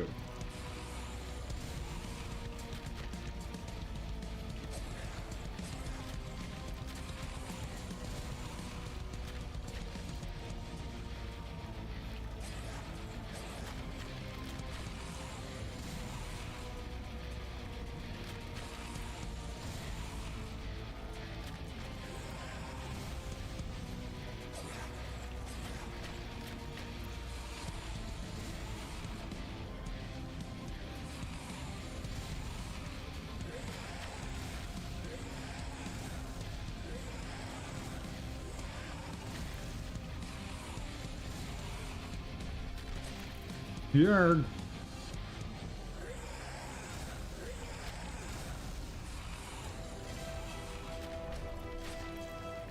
Uh-oh. No gun, no gun.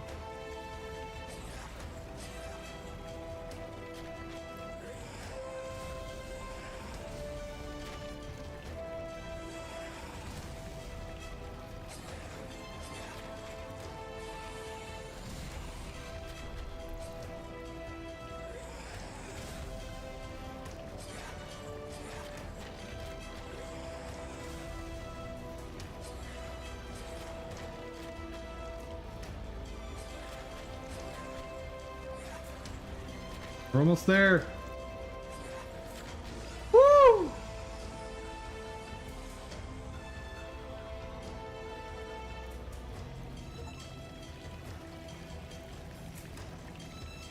Hooray! I got Spike Key, and I have no idea what that opens. You model a character before learning best practices. Now you gotta fix all the issues. That is the pain. Dude, I've done so many reworks for my game. And my models, and my animations, and my renders, and...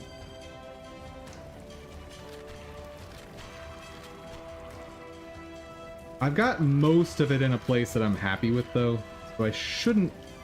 I'm not even gonna say it. I was about to say I shouldn't have a ton of re-renders to do, but... Or I shouldn't have a ton of rework to do, but... That's a lie.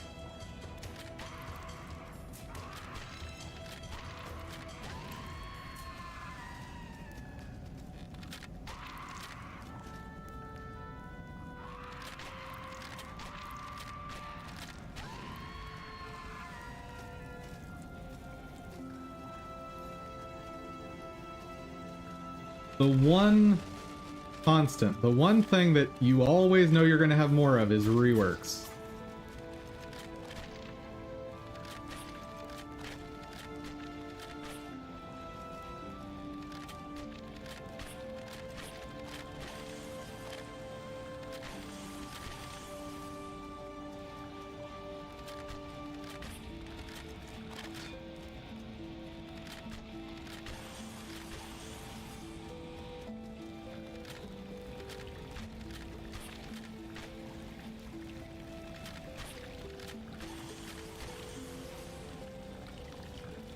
Assuming Spike Key goes here. Yes? Hooray! What's that?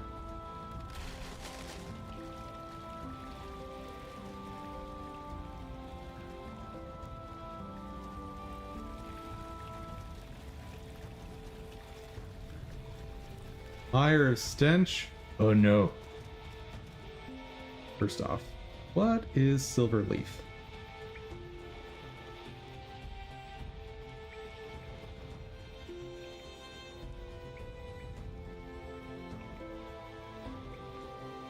Oh, it's an upgrade material.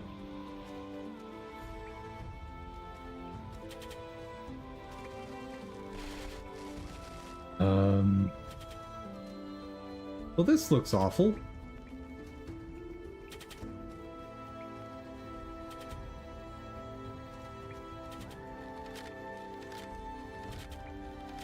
Oh, I can't break that. Lovely.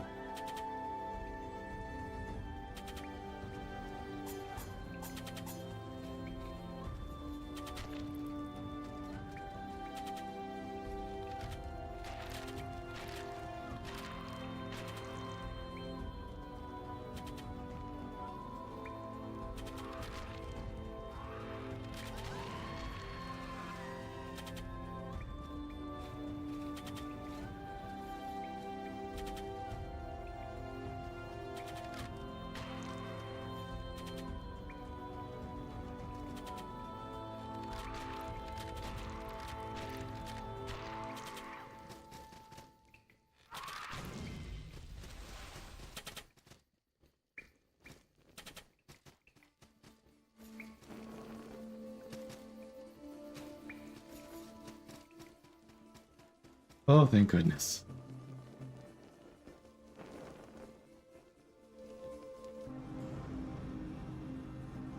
So I'm thinking maybe I should put some points toward armor.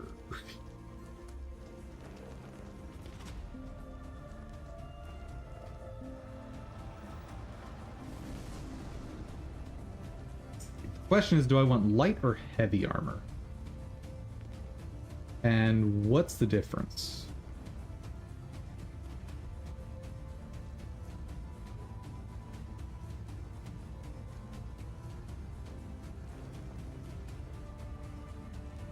Let's ask the internet. Salt and sand and sanctuary. Light versus heavy armor.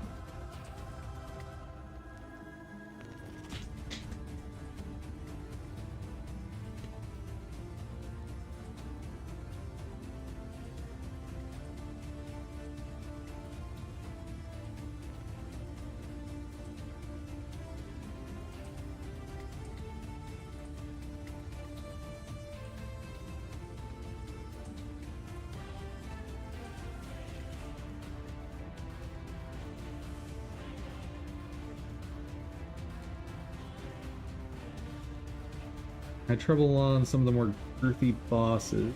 My weight was over 50%, and my dodge didn't get me all through them. It's really good in New Game Plus, but not really in the first run. Very usable.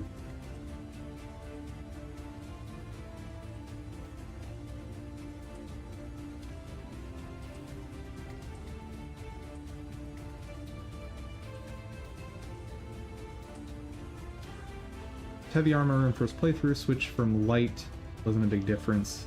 More important is the roll speed.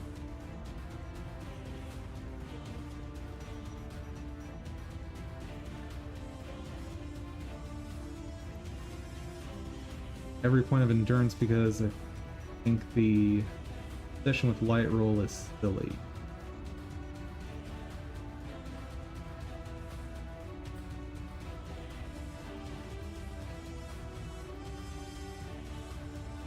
Good. I mean, if the main reason is the poise, then that's going to be irrelevant for bosses, right?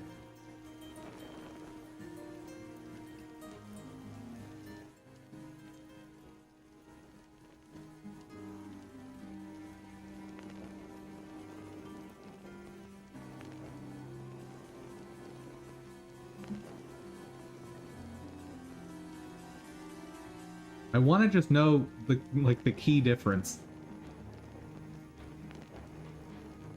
Roll isn't too bad, it's 75.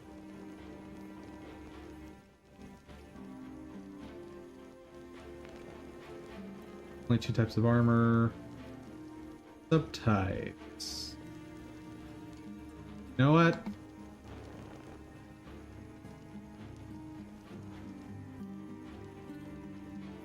This hasn't answered my question. Internet.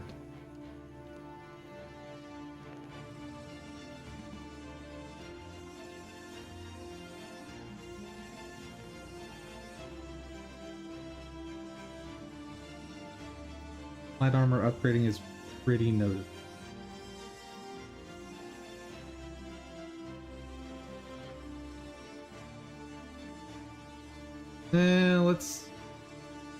Let's just pick. We'll do light armor so I can focus on damage more. So I don't have to do a bunch of so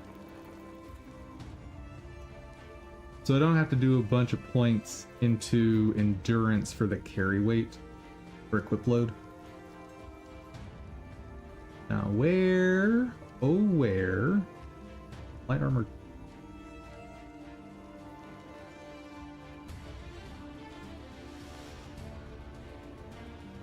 So I either get a point of dexterity or willpower. Willpower is... Honestly, I probably want the stamina.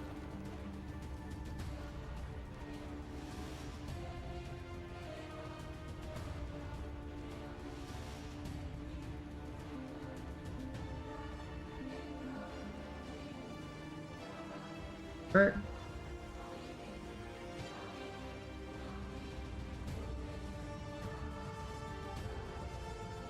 So far away.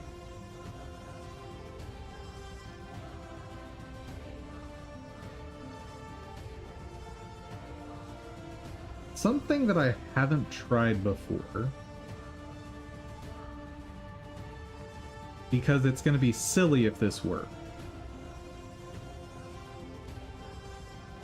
Wait, I can just remove points from the middle of a chain, and the game doesn't mind.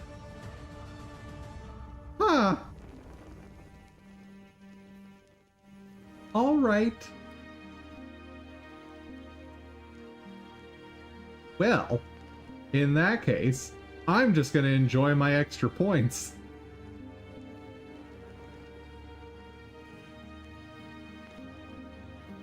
That's so silly.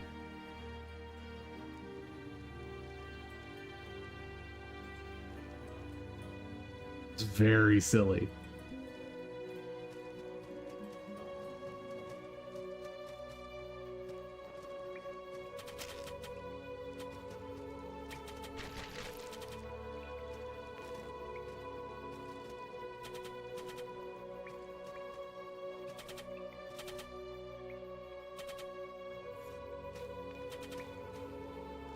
Well, that's not good.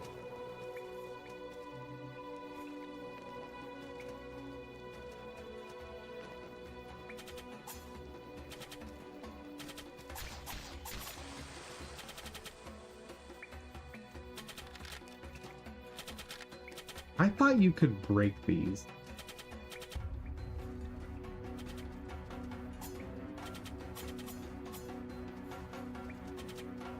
But I guess not.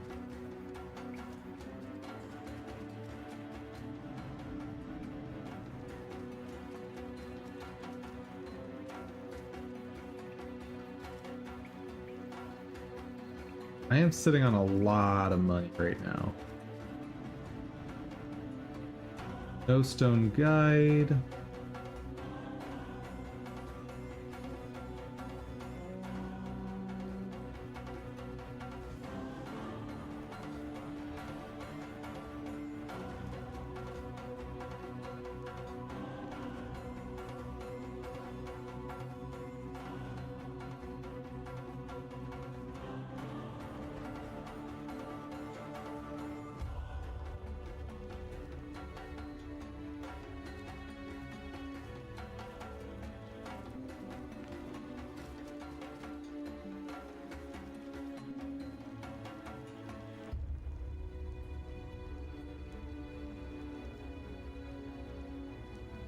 All these things you learn about the human anatomy? Yep. I think I might want to take Page of Light.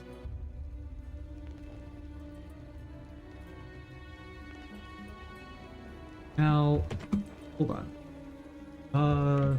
Salt and Sanctuary reset.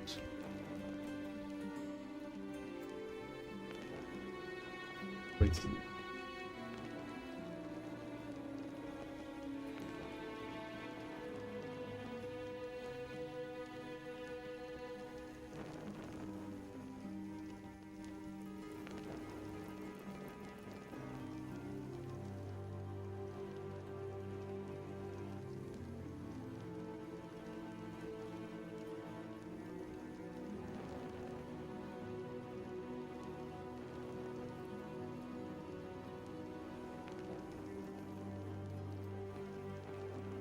I potentially want to reset to 0.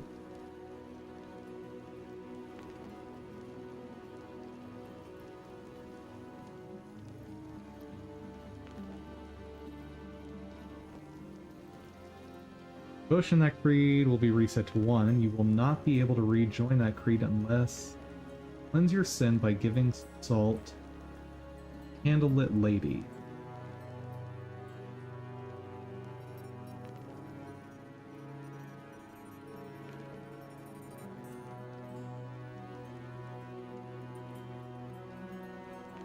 Hostility.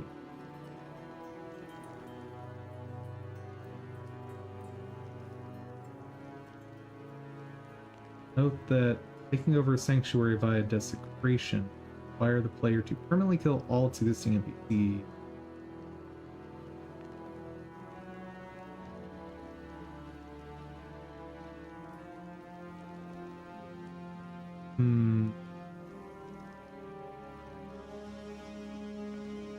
I think I might want to reset it.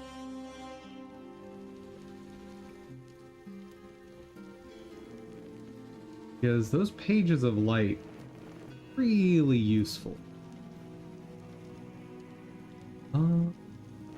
There should be a way to redo this, right?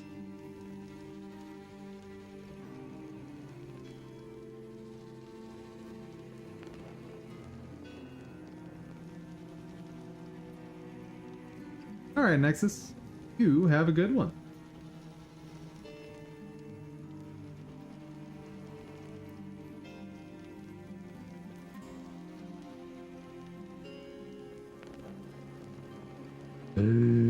Where...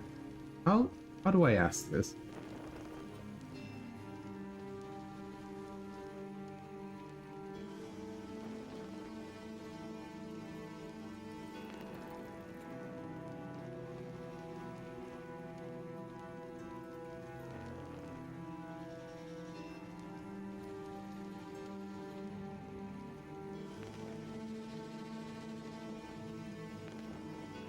Leave your creed.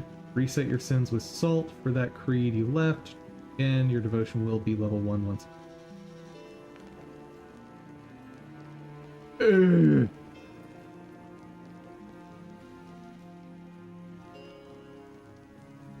Okay. We're doing this. We're doing this. We're doing this. Doing this. I don't like it.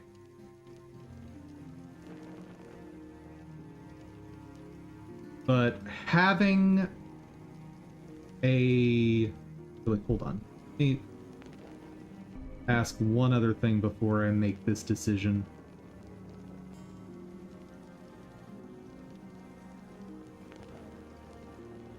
Age of Light. What does it do? That's not what it... Here's the search.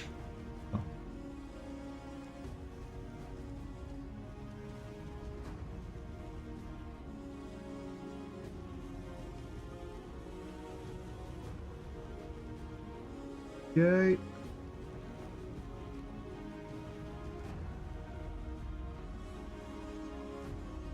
Adds fully equal to base damage. Oh, that doesn't scale. Okay, so the thing I actually want is a way to extend the duration of my buffs, because 30 seconds is really short.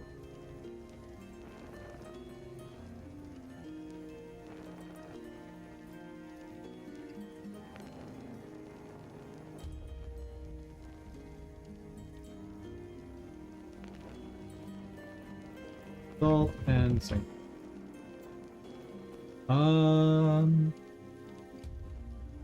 Make buffs last.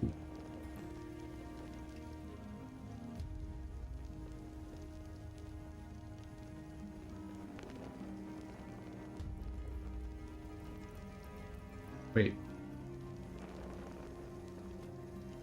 I think AI is wrong there.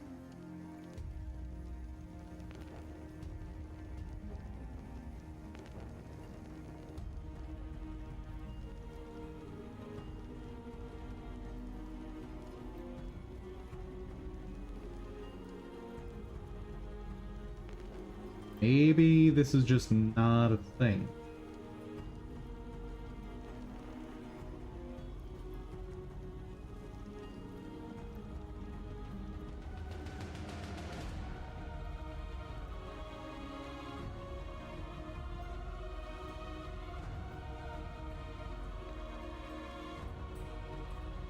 Yeah, fine. We're just not...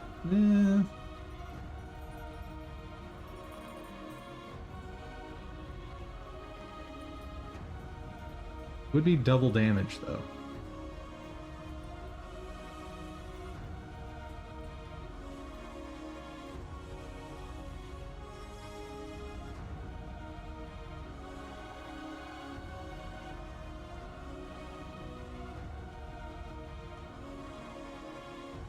Yeah, we're doing this. I'm resetting. This may be stupid, but I'm resetting.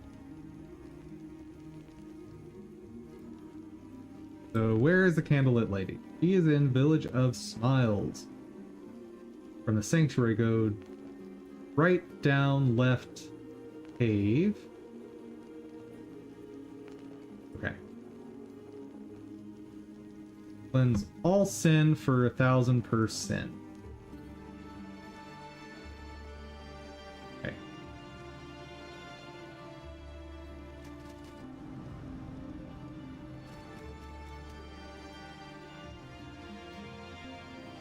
Travel. Oh, good. There's already a new faction at this one. So...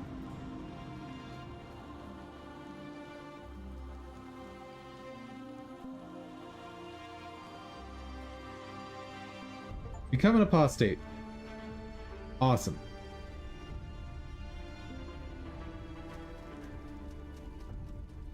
Right. Down, left. I think I remember from here where to go.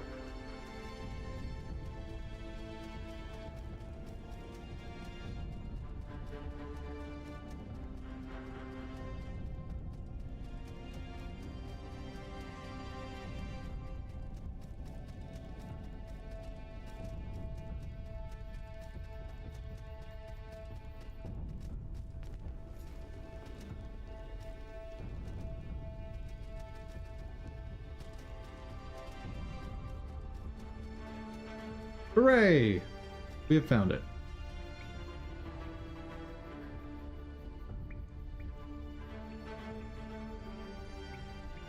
Forgive sin. Yes! You have no sin. Hooray! Not corrupted. Ooh, level 3 light armor. You know what? I have a bunch of extra money.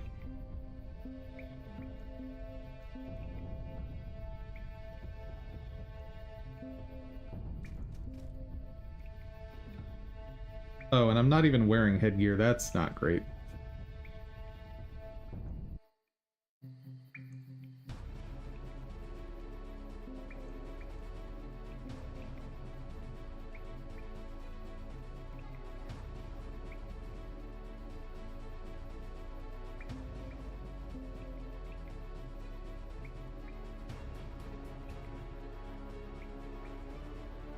They're just better in almost every regard.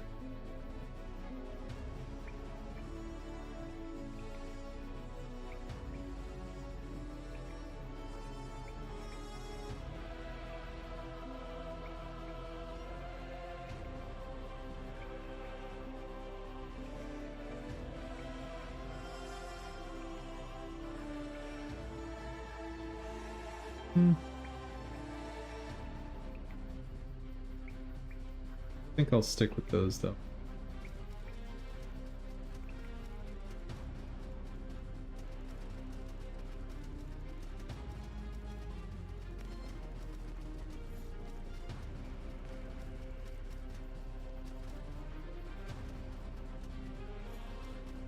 Ooh.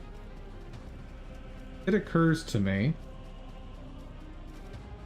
I can no longer teleport to where I need to go.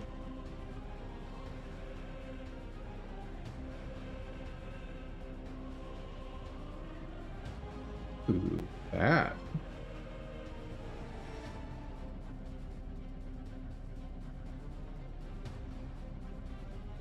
Wow.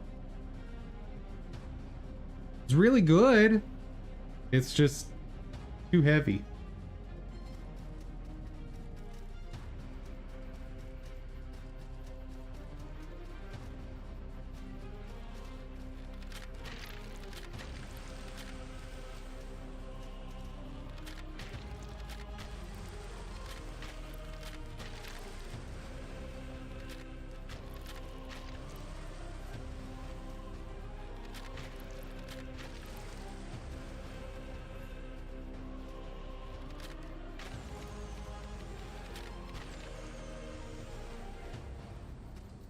Okay. I should be able to get to where I need to go from here, so I can rejoin the faction.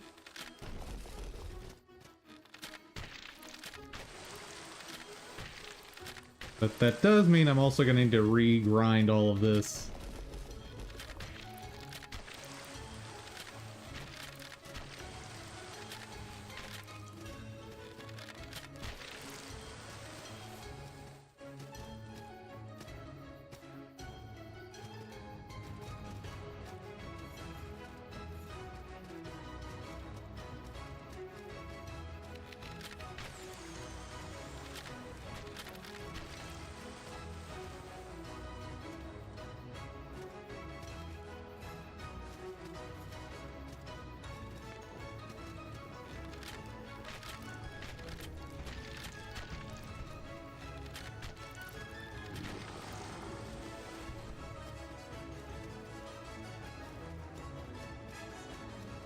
Oh.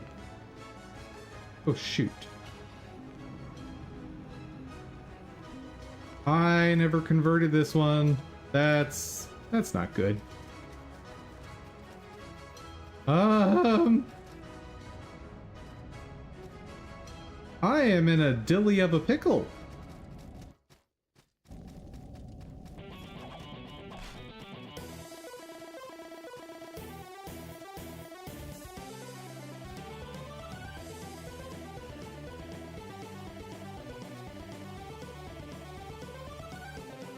Watching woods. Nope. That is not where I want to be.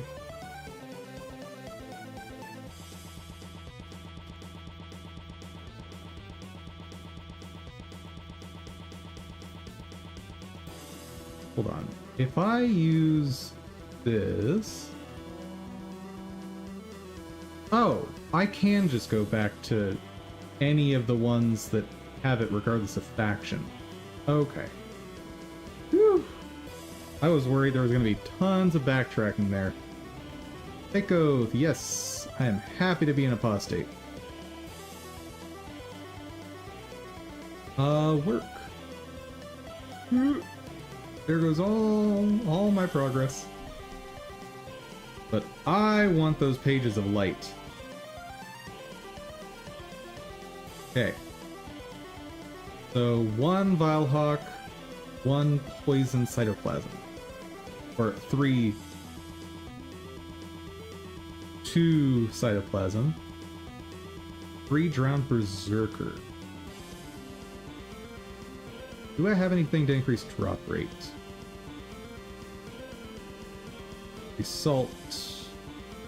Wounding. Increase roll speed.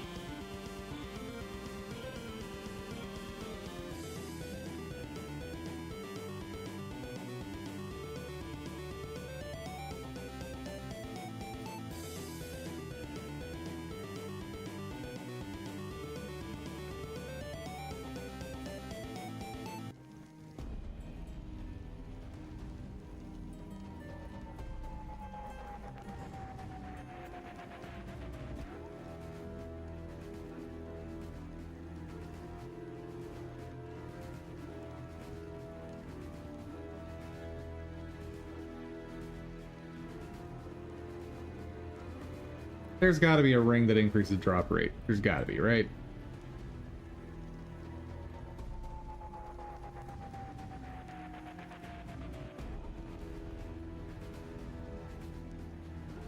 Hidden doorway after the shortcut from Shivering Shore. Village of Smiles.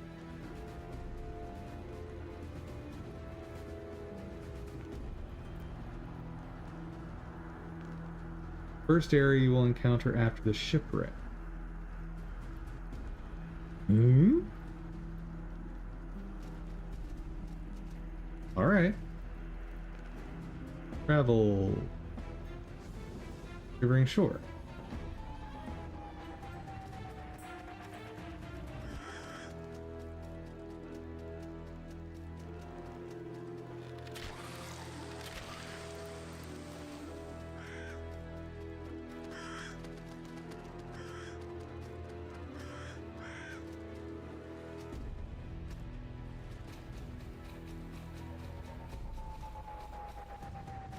That's useful.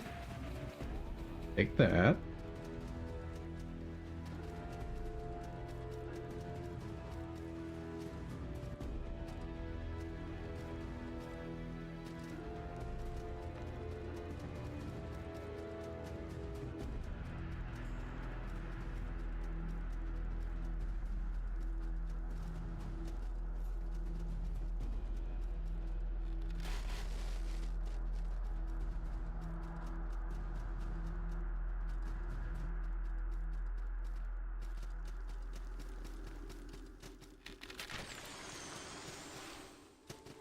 Oh.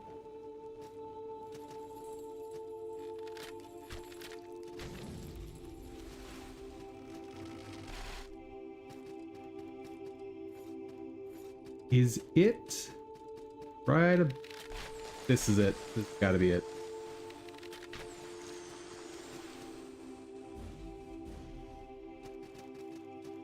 No.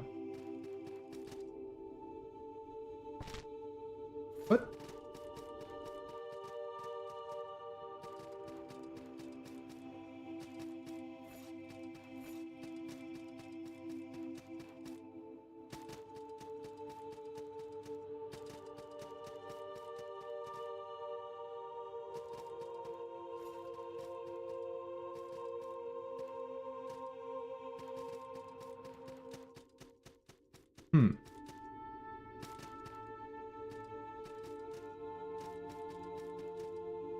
Where the heck is that thing? That's not what I wanted.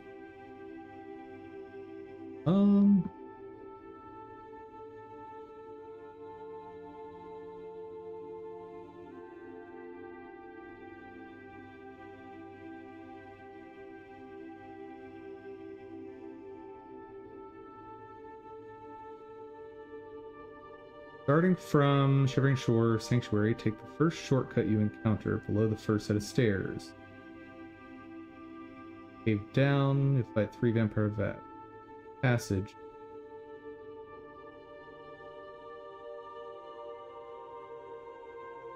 Ooh?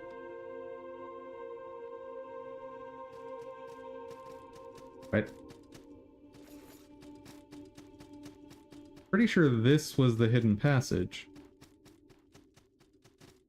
But I can't go that way.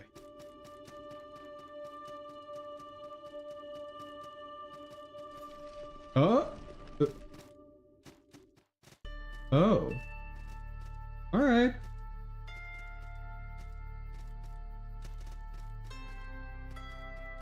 Lightning bolt. Not gonna help me. Well, I need your drop anyway.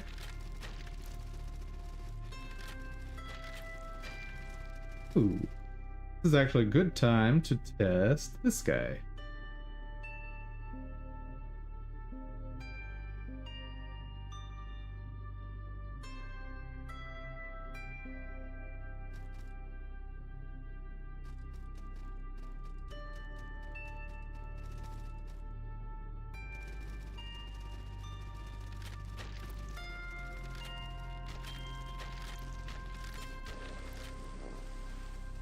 Yeah, okay, that's useful. Wait.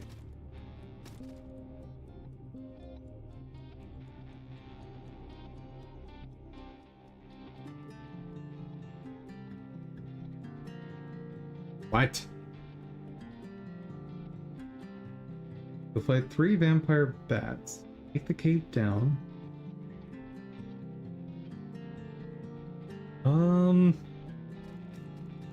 How many hidden passages are there?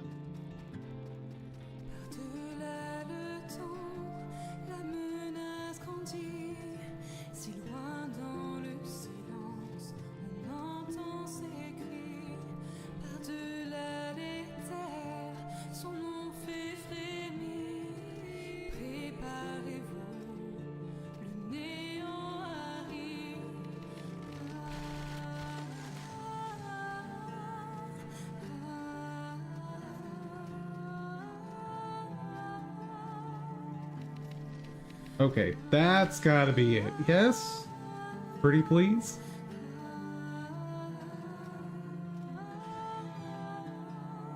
Oh, thank goodness.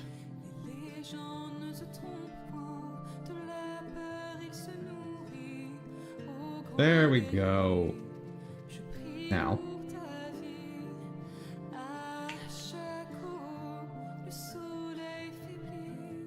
Get me out of here.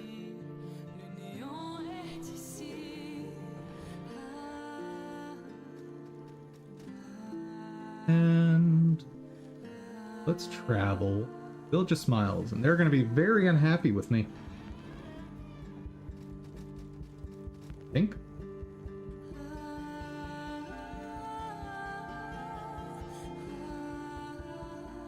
Well, so long.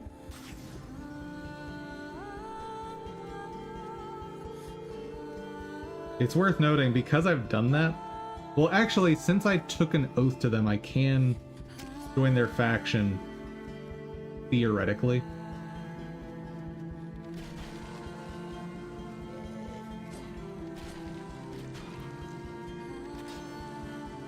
But it would be quite a bit of work. Let me reorganize this a bit.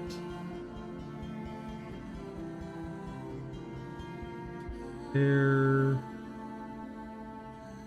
And Earth Investment. There we go.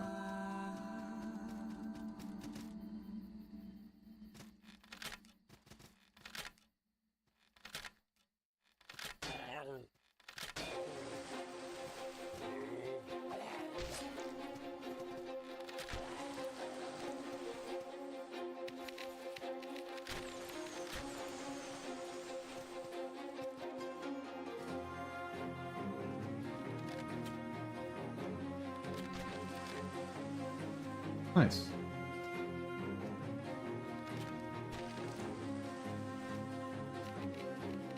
Oh, we're done.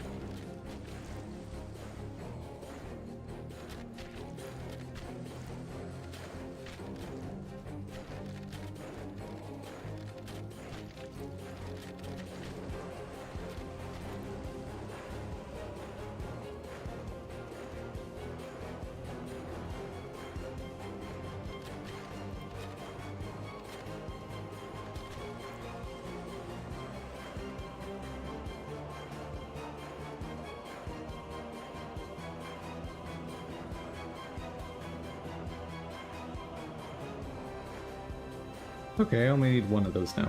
Good.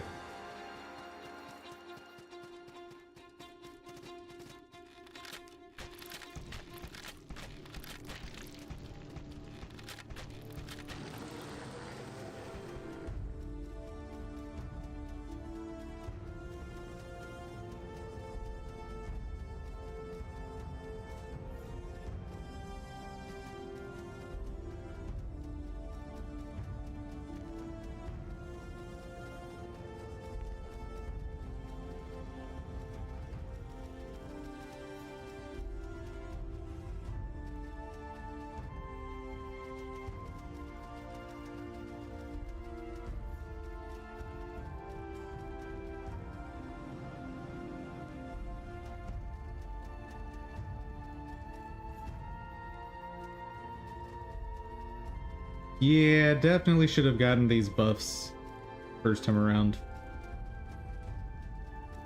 It would have made the game so much easier up to this point. Well, the more you know.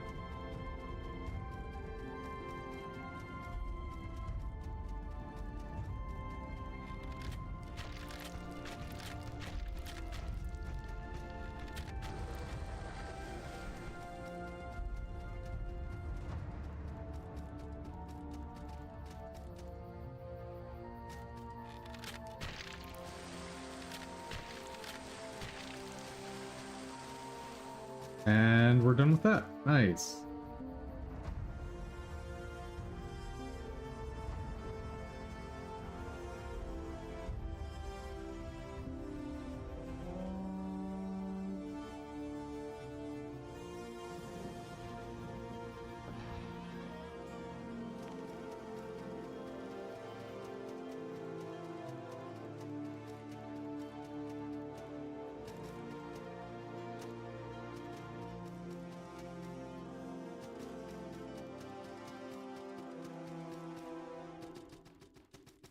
Now, closest berserker right here.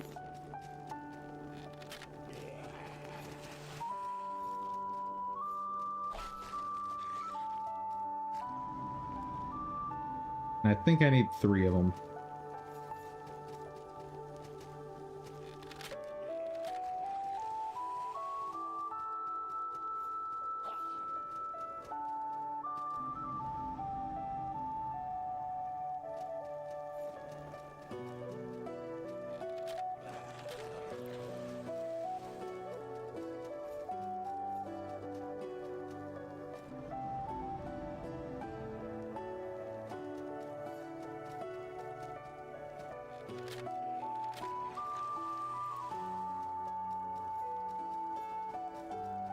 I'd go for 1 at the moment, though. That'd be great.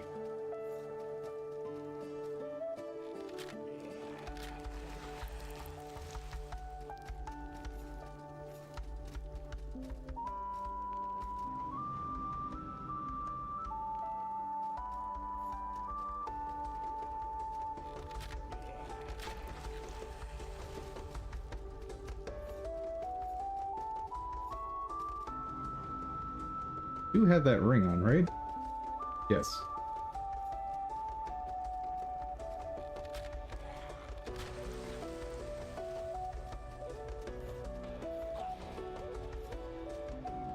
Maybe there's somewhere I can just buy it.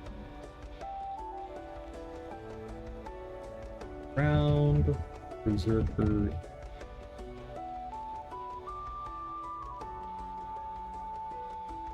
Oh. Well,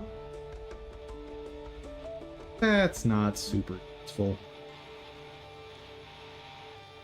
And the location in the Village of Smiles is awful.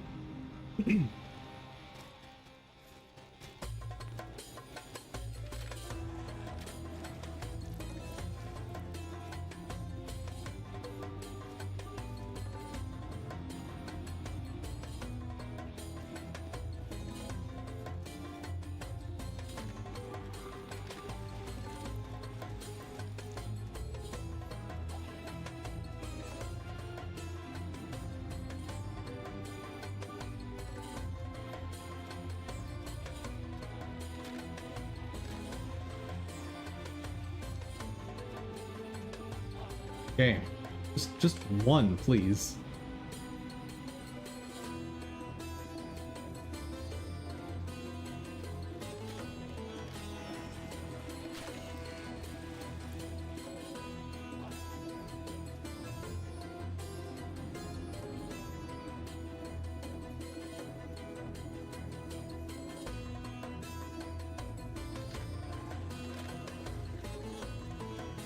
Okay, we got 1. Let me just double check, make sure this is one that I need 3 of and not 1 of. Guevara.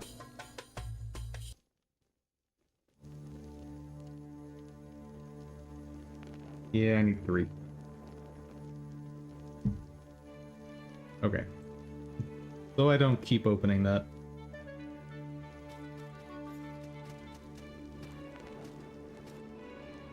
Oh, oops.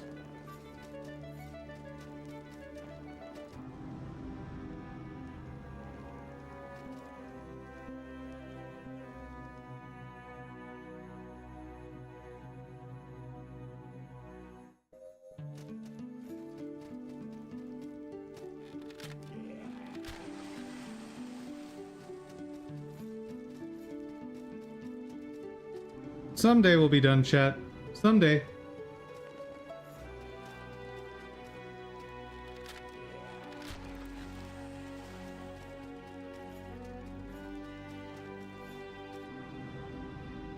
Yep, and I should have realized I didn't want to go for this reward anyway, because you can get health potions from level ups.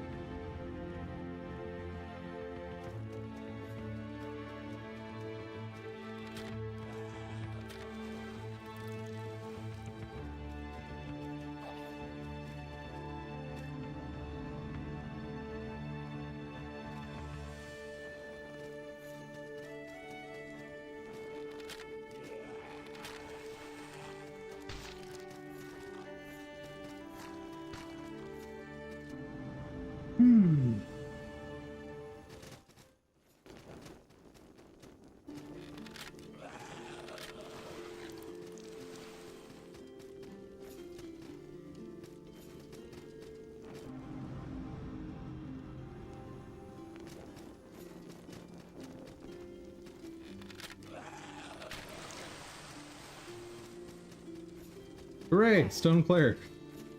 Don't need that.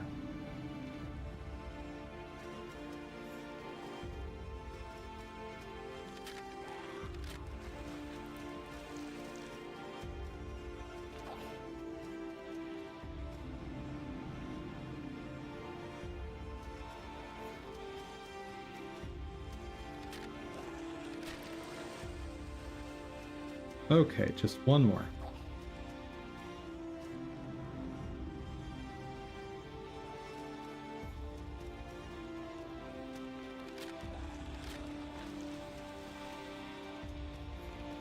I may not have the ear I need, but I have potatoes.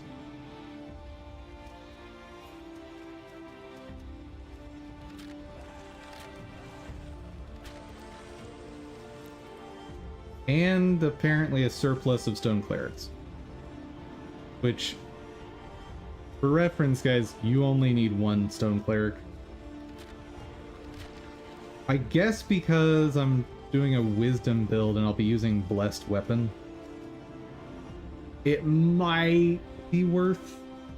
Then again, I don't know if the buff from the stone clerics applies to blessed weapon.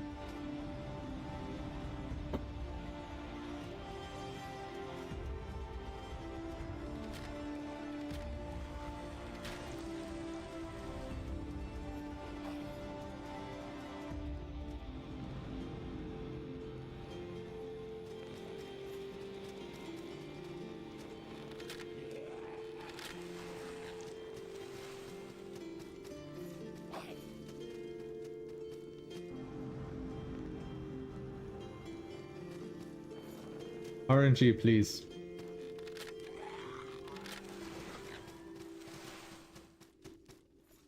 Well, if I ever decide to upgrade anything that needs endless fangs,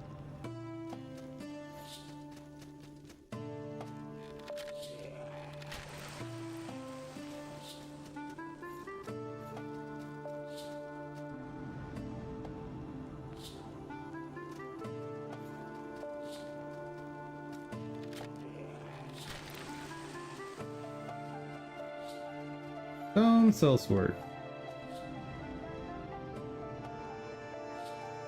The most useless thing for me in this playthrough.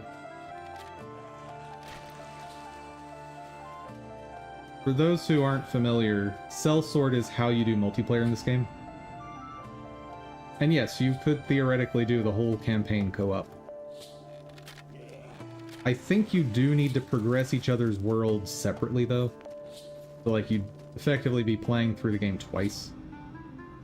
Couldn't even say effectively. You would be playing through the game twice.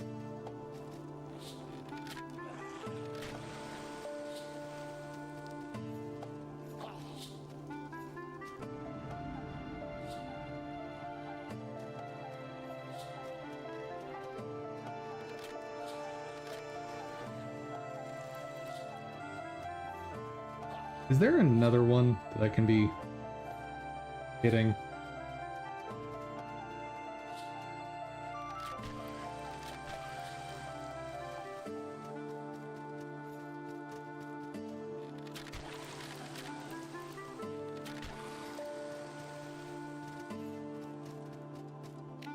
think there is, but it's not in a convenient spot.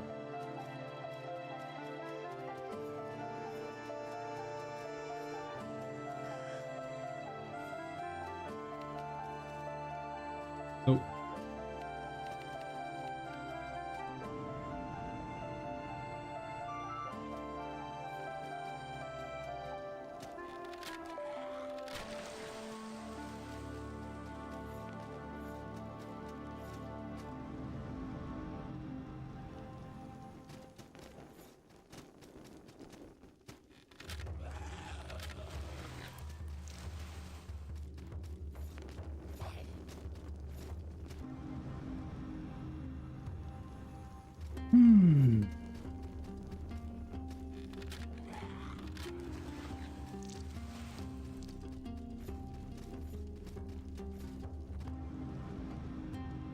Game. Please. I have proven my mastery over this enemy.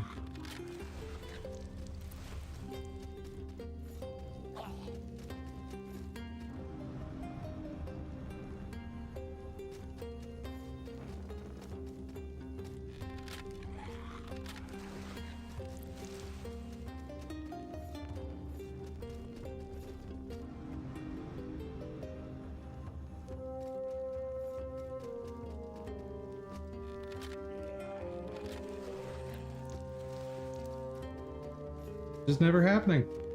We're never getting that last ear.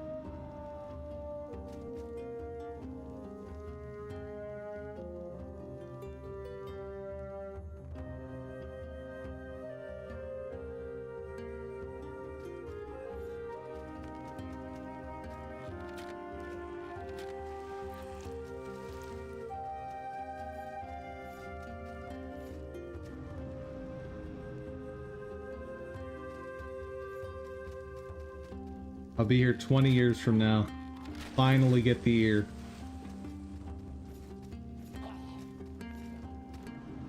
You know, back in my day, RNG was a lot nicer. That's not true.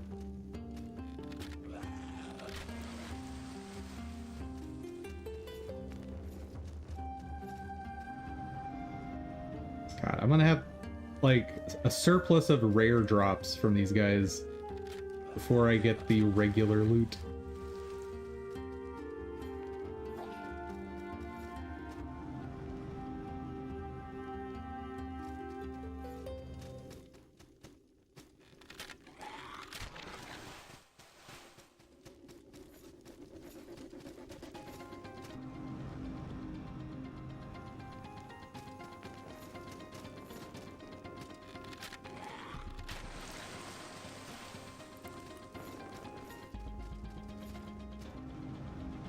Okay, come on.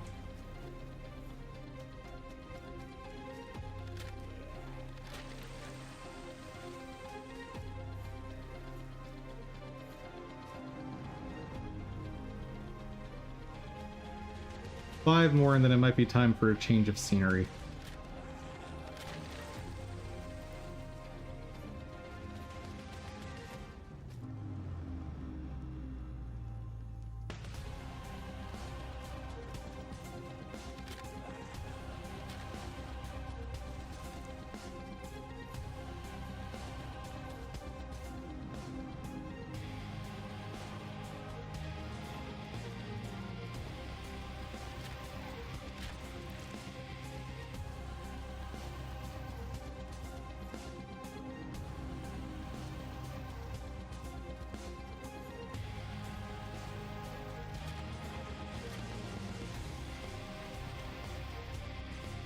One more game, please, just this last one before I rage quit this spot. Okay, we're rage quitting this spot.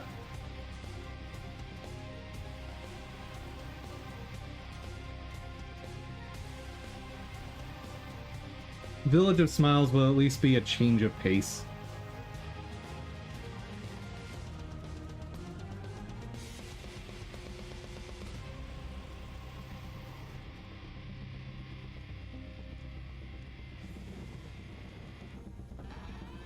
I'll have to figure out where they are here. But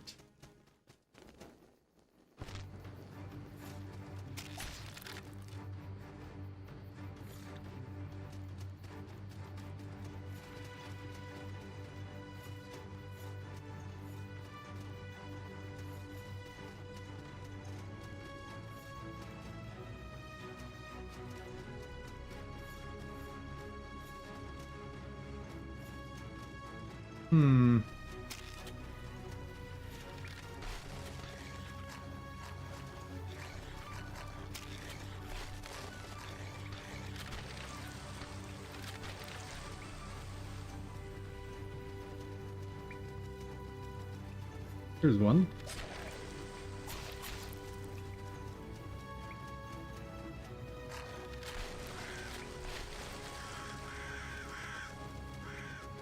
Only one.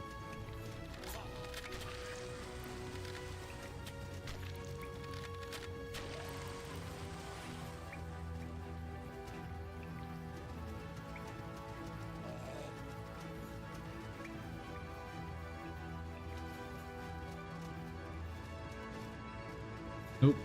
There will not be one that way.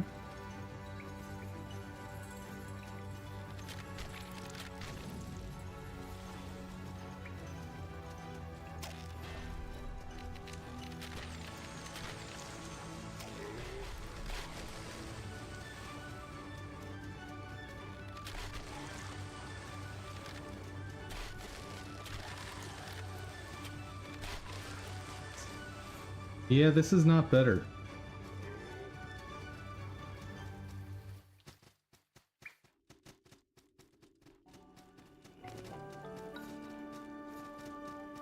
Unfortunately.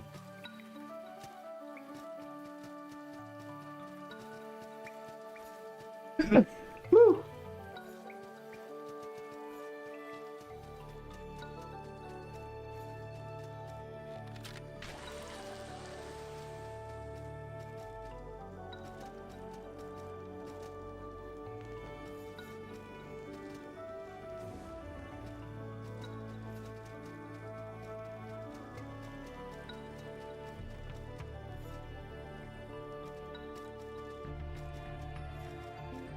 Yeah, no, this place is garbage for this.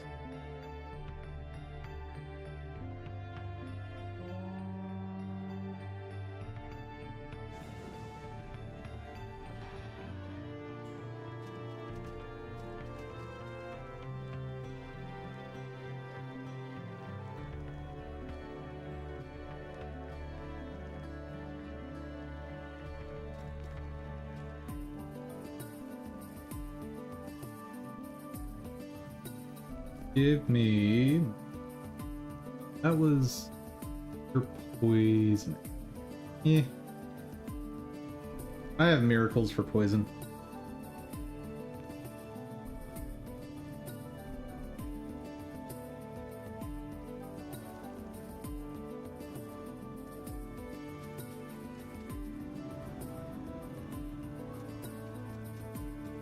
Or prayers, I should say.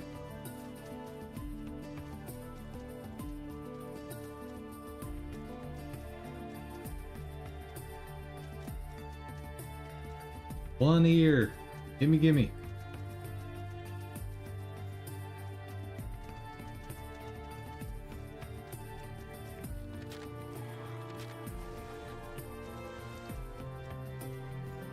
All the feral beast teeth.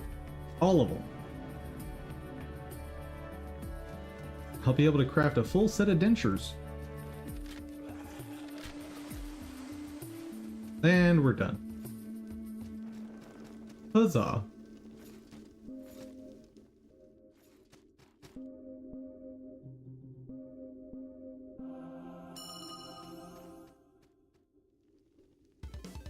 Oh, right.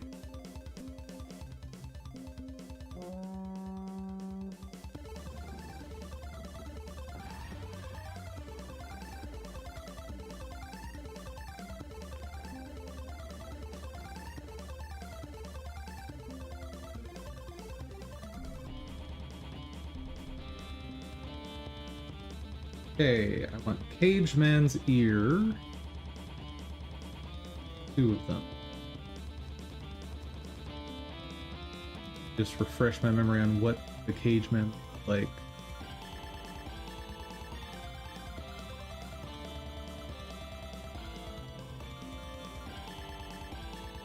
That is the one that throws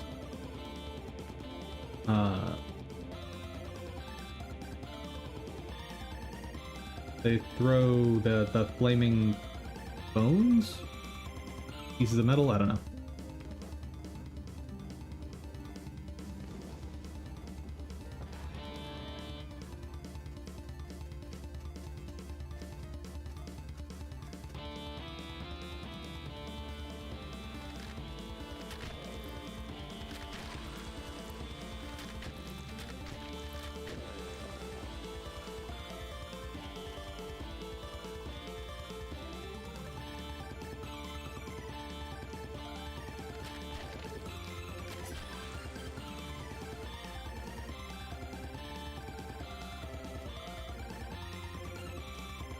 That's not exactly close.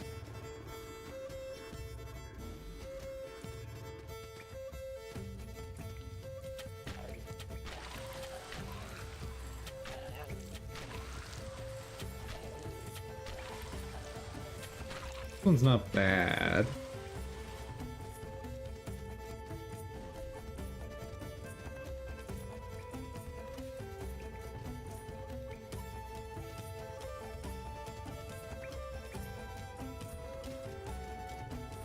Okay, what about down here?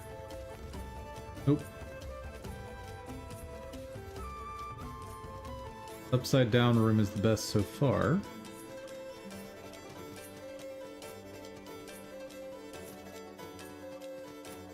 Upside down room it is.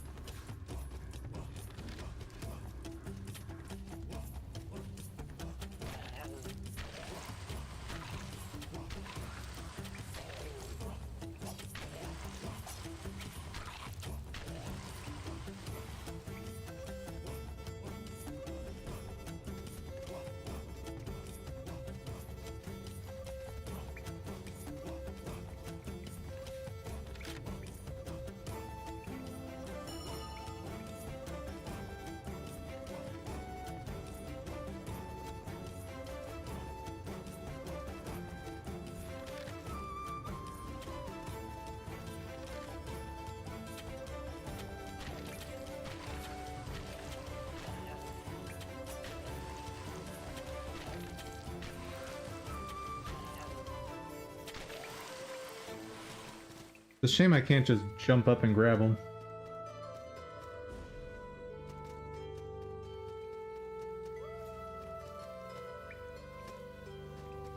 I'm curious about something very silly, though.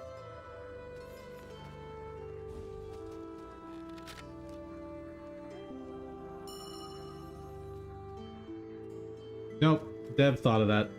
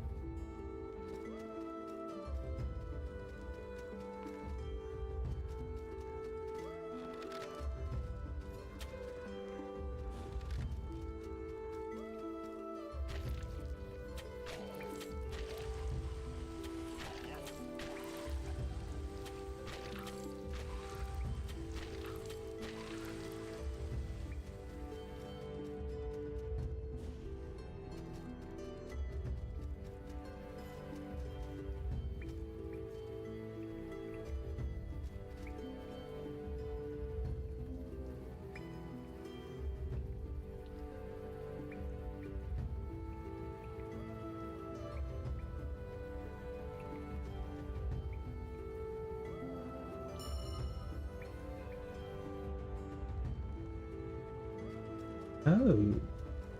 Here's a thought. Will I be one-shotting these guys if I do this?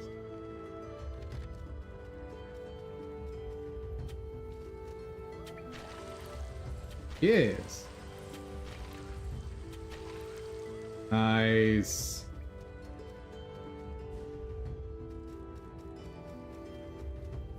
I guess it makes sense because it is just double damage.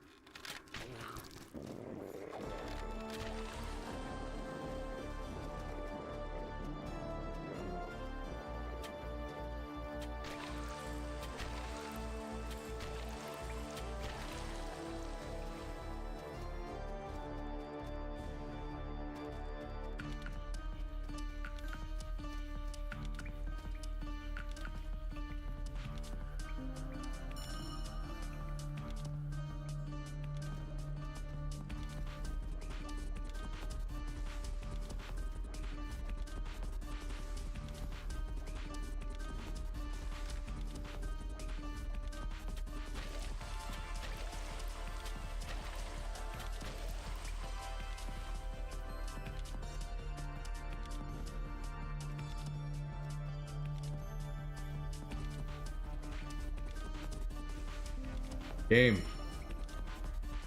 Please. Then again, I'm gonna need a drop from the Chitin Knight as well, so...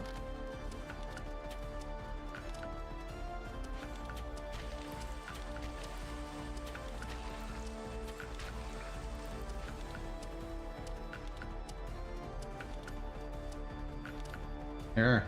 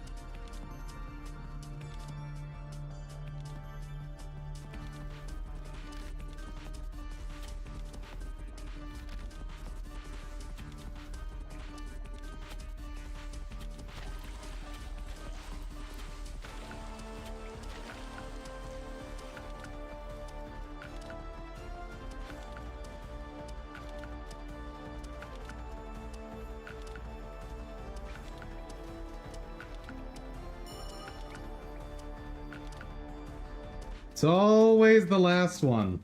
Always.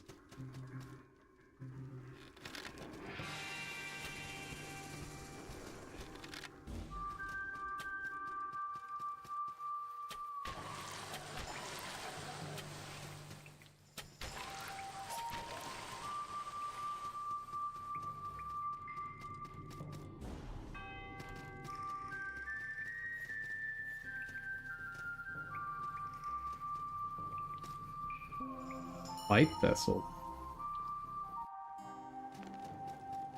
Still don't know what that does.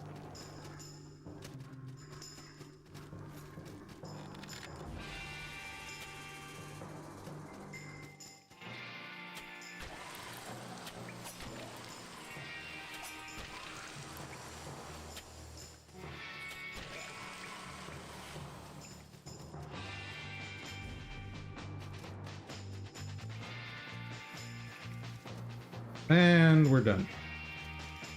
Awesome.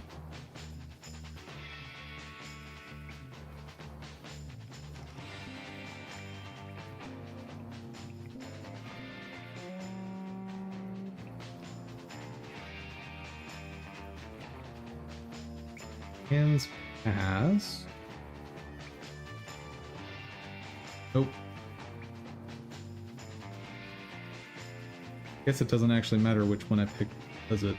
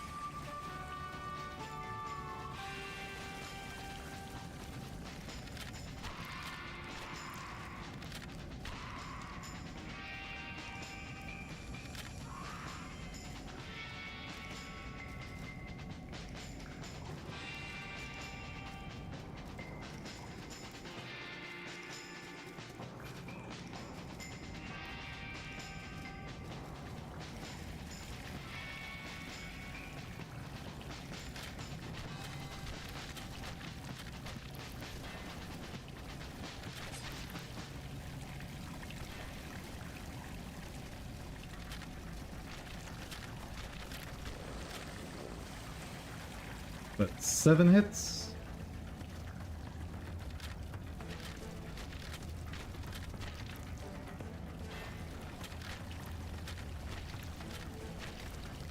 Oh, 8.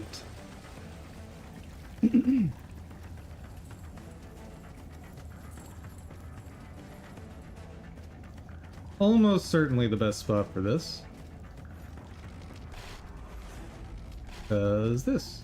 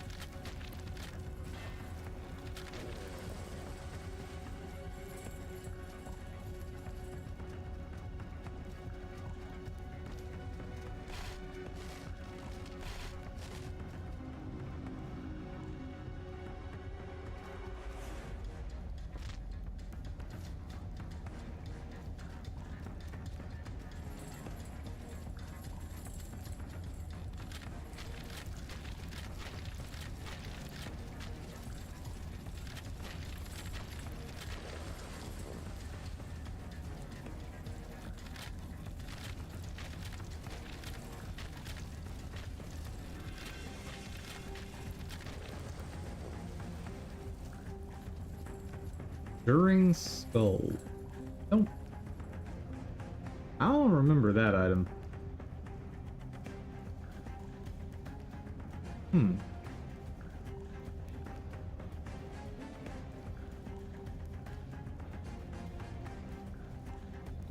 Kind of item it.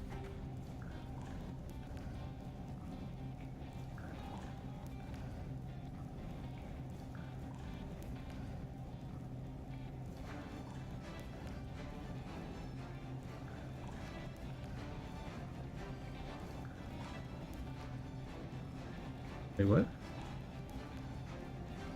Oh. For upgrading something, I guess.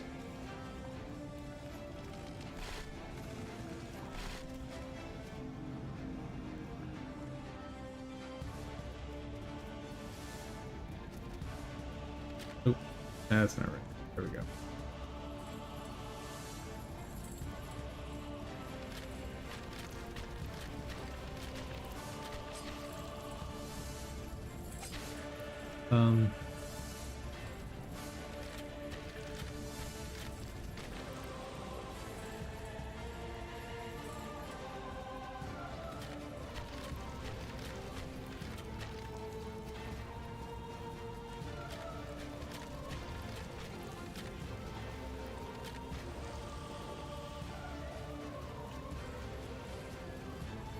Well, given I only need one, we knew this wasn't going to be an easy drop to get.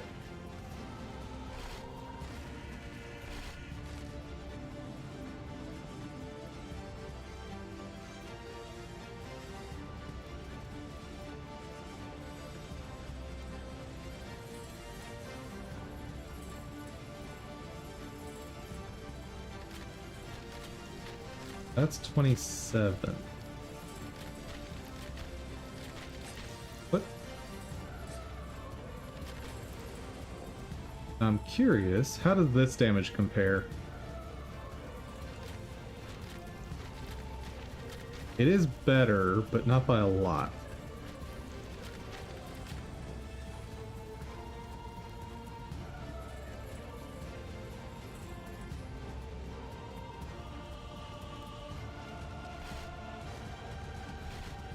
But I might as well use it. Saves me one hit.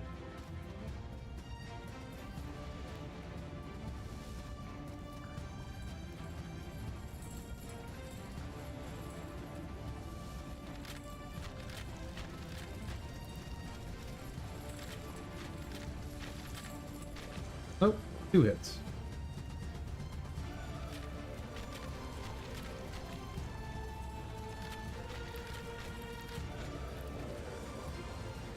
And we got the item. Nice. So where am I going? Is the big question.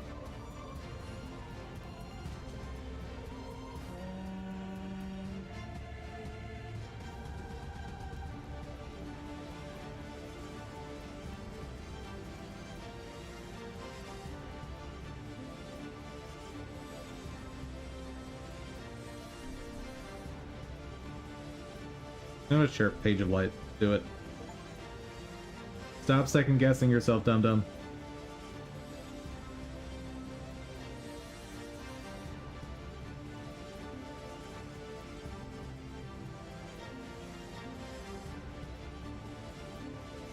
All right.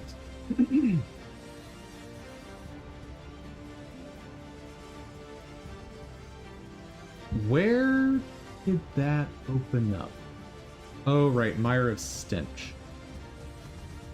Thing is, I'm not sure Mire of Stench is required right now to get to where I'm trying to go.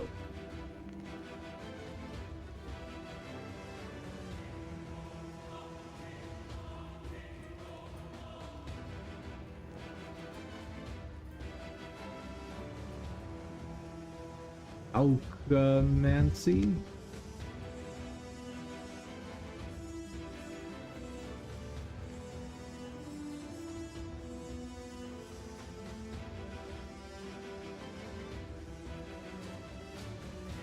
Just tell me the high-level area progression, please.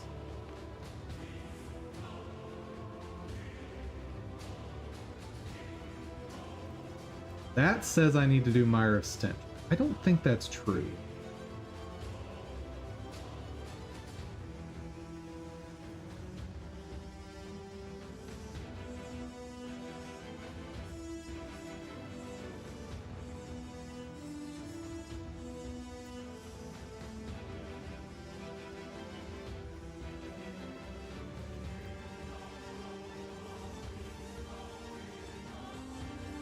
Ruined Temple, Ziggurat of Dust.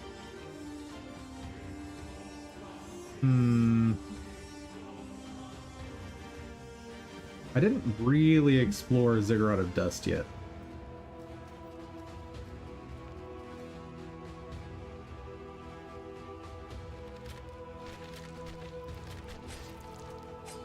Ow.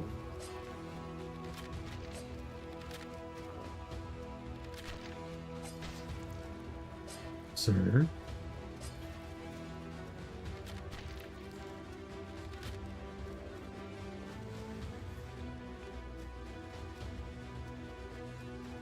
Oh, good. Oh.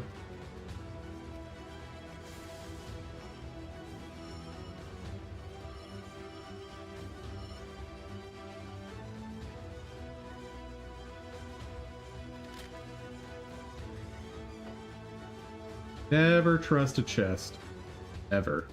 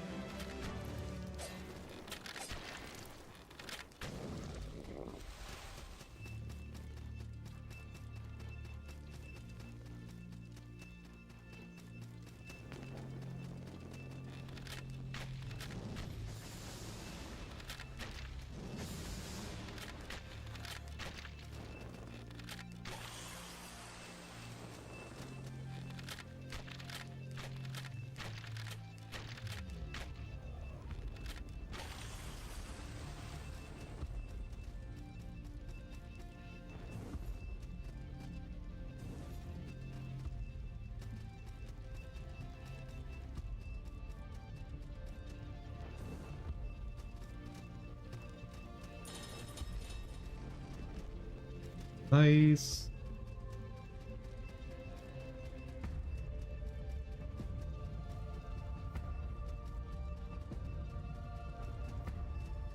Oh, can't actually reach up there, can I? Nope. Then perhaps that's the way back.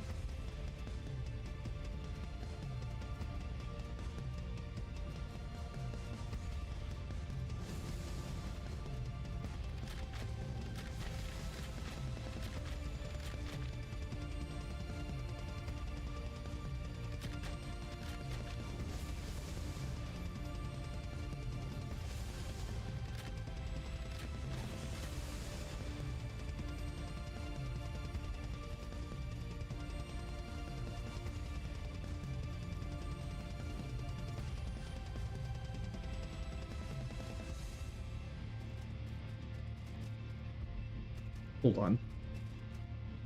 There's clearly a platform there. Grab it.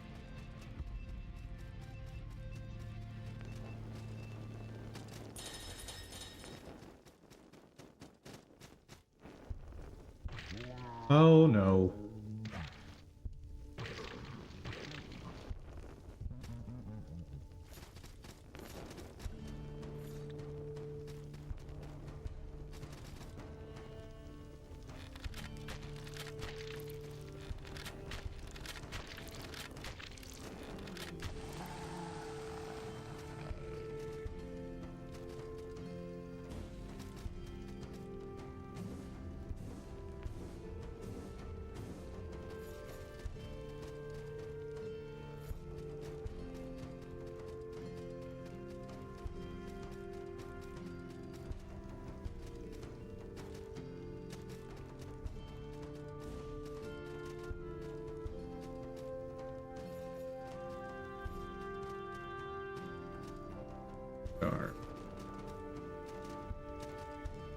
Are there any charms that might actually be used? Oh no.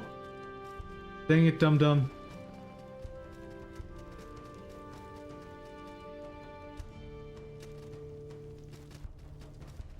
Gotta do it again.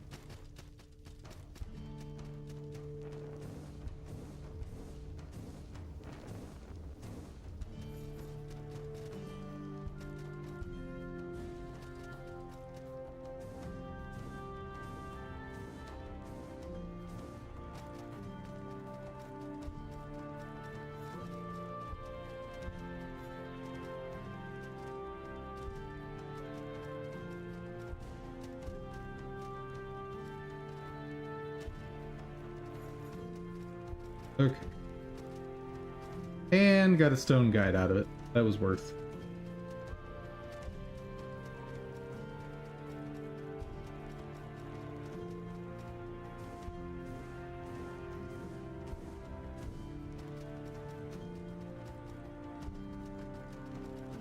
Annoying, but it was worth.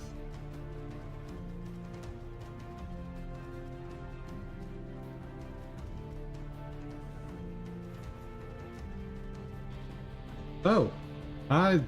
Okay. Hello, Dried King.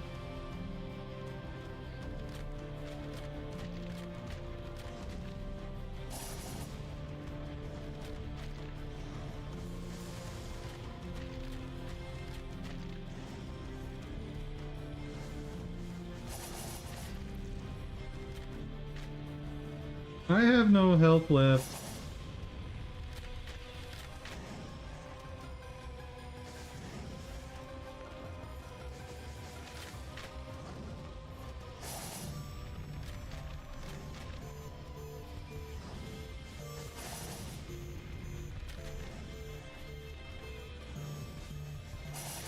Yep. Bye. That's quite the run back. Ooh. Maybe it's not as bad as I think.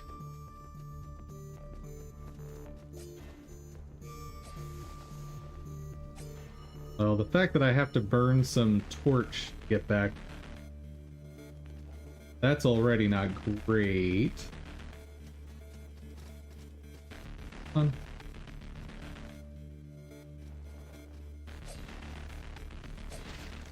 Oh god.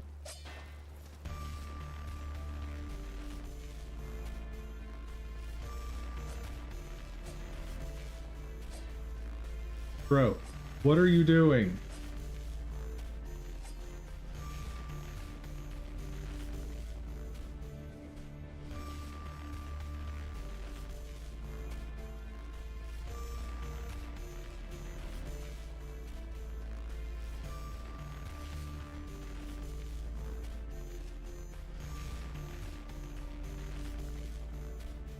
Yeah, this is gonna be a pain.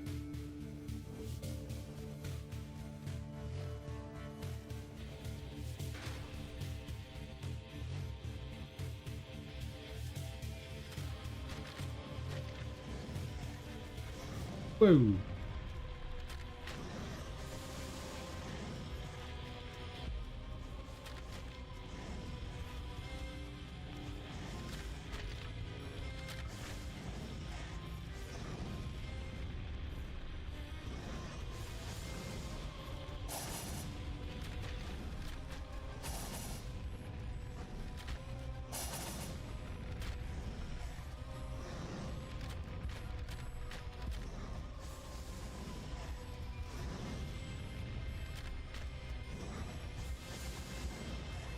Oh, I messed up. I messed up.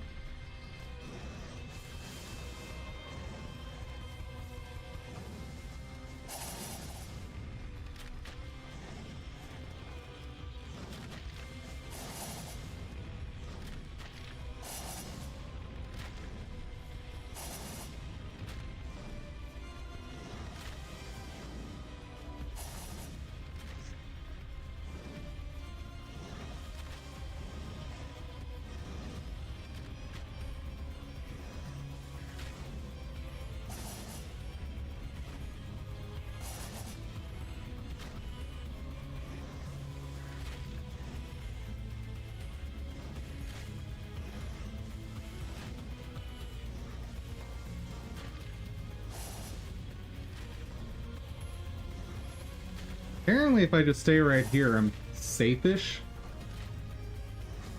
Oh, well, not if I play dumb.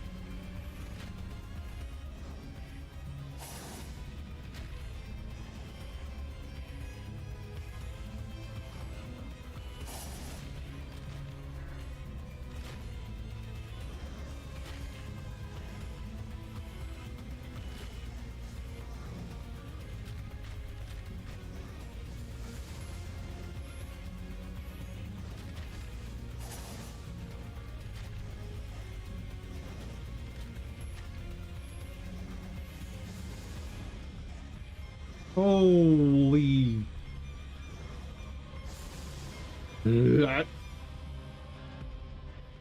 Okay, that's a whole lot of awful. And not because I think it's necessarily difficult. I think that's just going to be really annoying. Is there anything else I can do to... more damage? Poisoning... not using damaging prayers...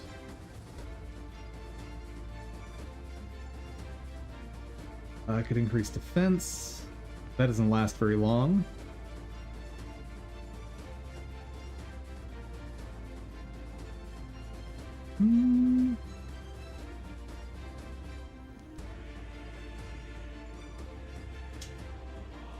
No.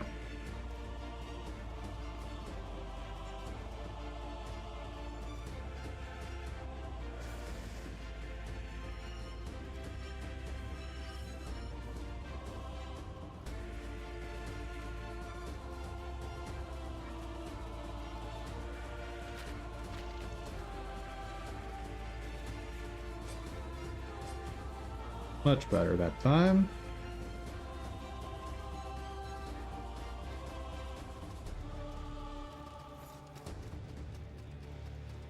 Now, of course, I'm wishing I had more heals. But, long run, this will be better.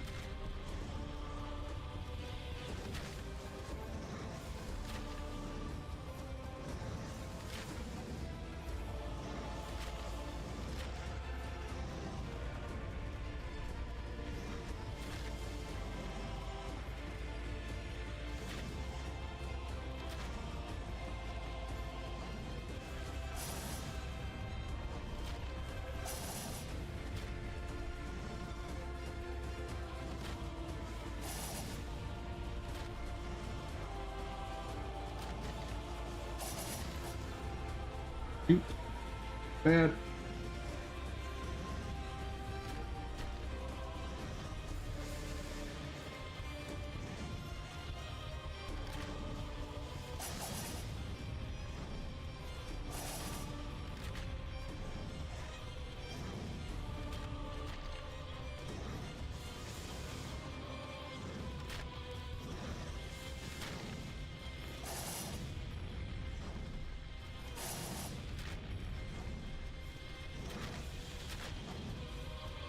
I feel like I'm just doing no damage to this guy.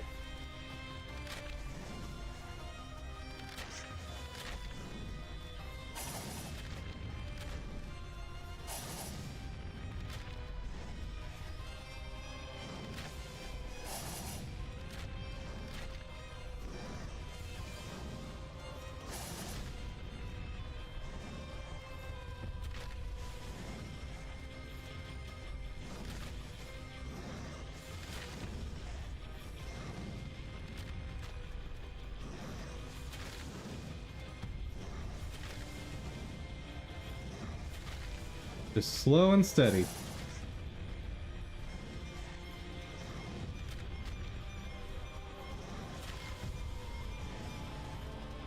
Oh, woo! That was a lot. No, no, no!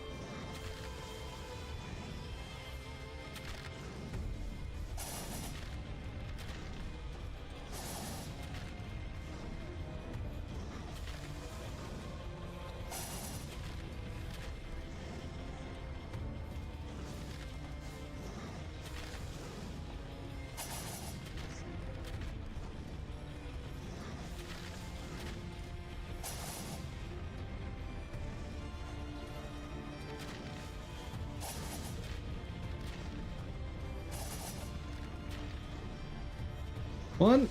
Yes. Goodbye, Drat King. Been fun.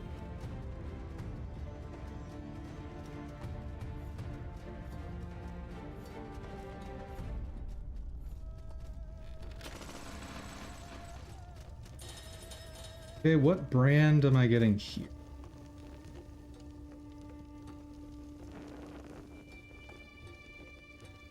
Give me the brand.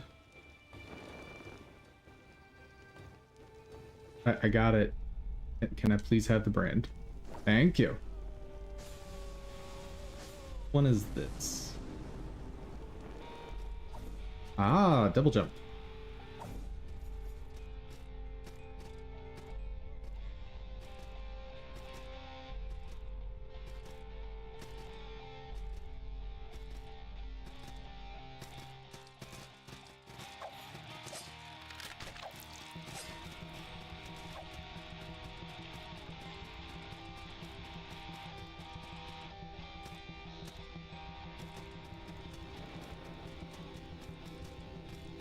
Cannot use that yet.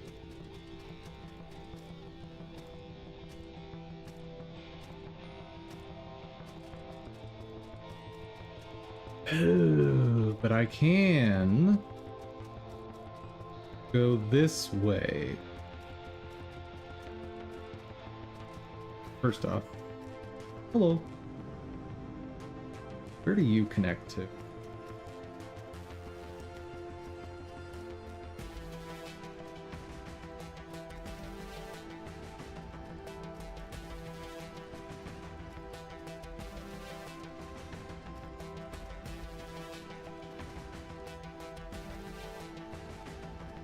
Next to nowhere.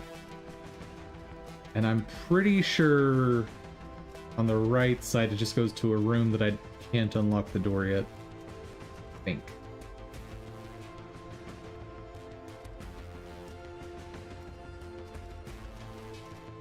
Nope, this is not what I thought it was. Oh.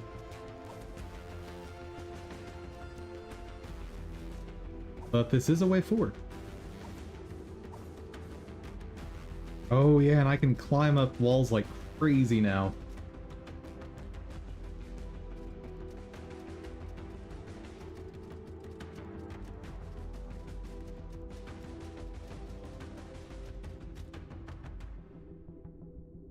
Hmm.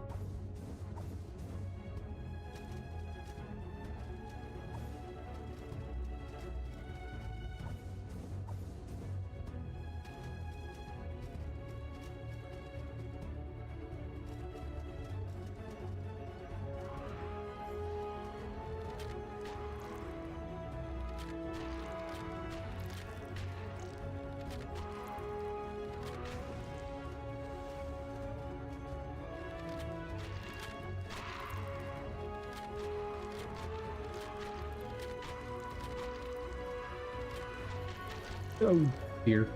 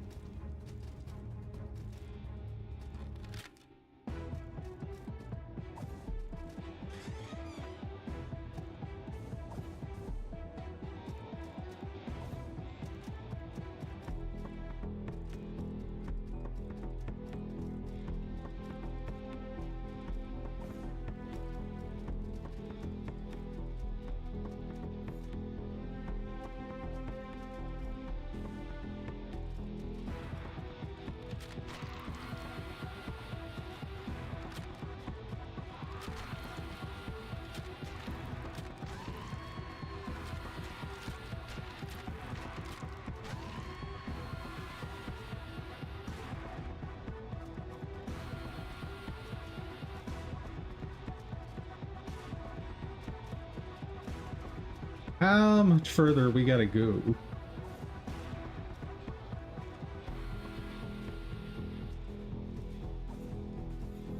Ooh.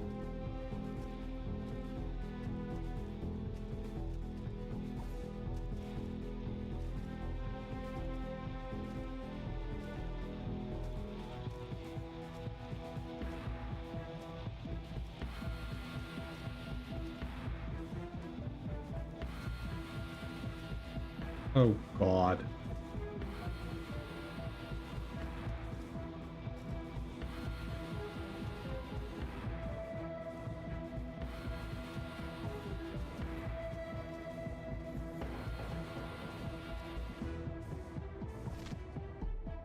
I survived. That's all that matters right now.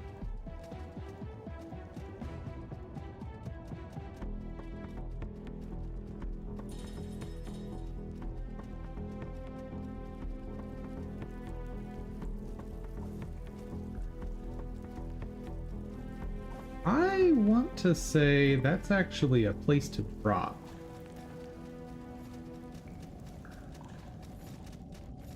But I am not testing that until I find a safe spot.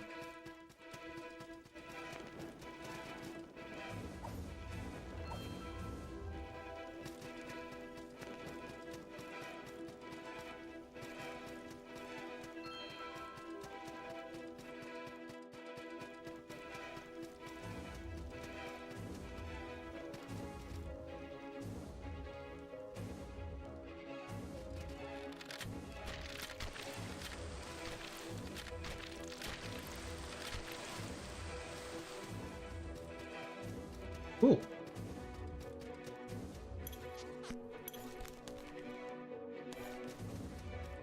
Very serious villain. Oh, I'm in the ruined temple now. Ooh. But can I find... Oh. What?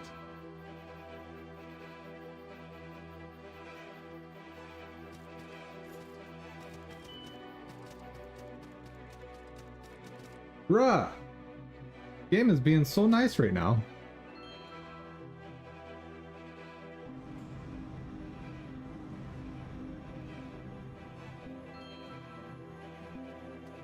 Eric. Urchin. Do you have no prayers for me? 5? That's gonna be so useful in a single player game.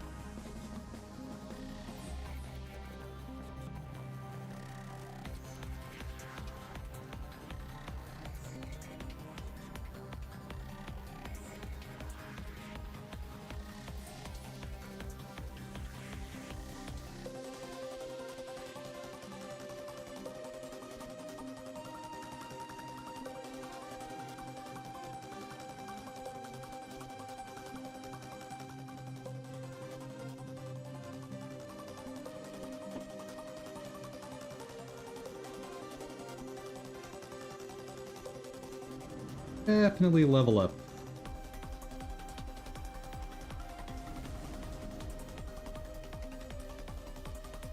Okay, I should definitely try to pick up at least 2 heal.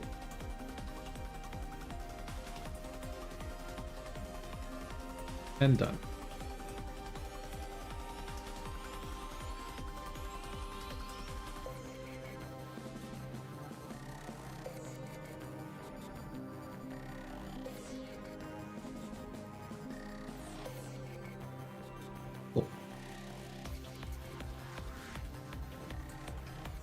Now,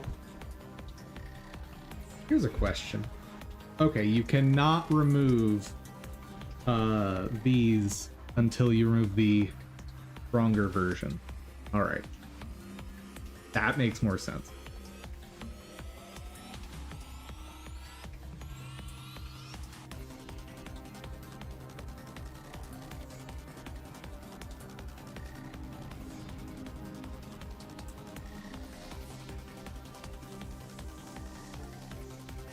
It was...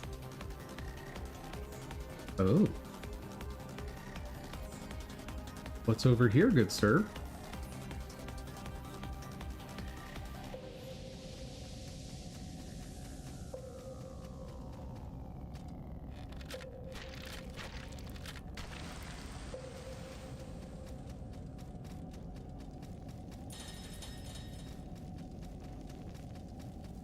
Oh. I was right.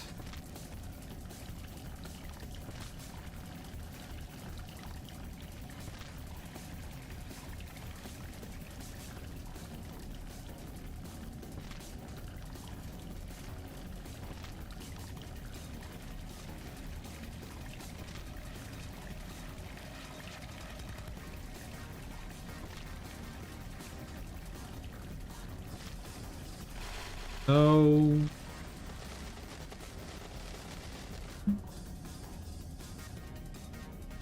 Yeah, I don't think I'm going to remember which one that is.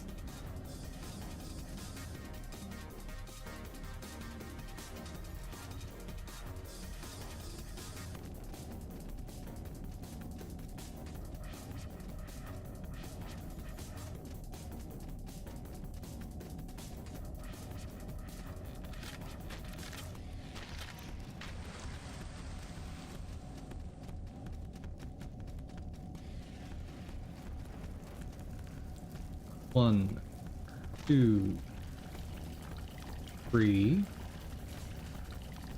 four, five, six, seven. It's gotta be this one, right?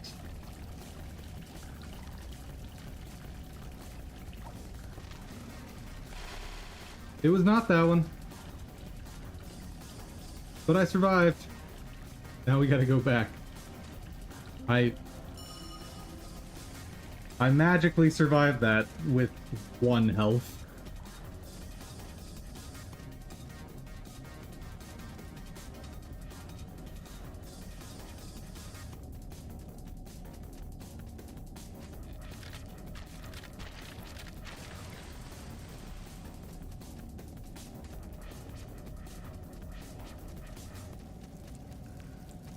One, three,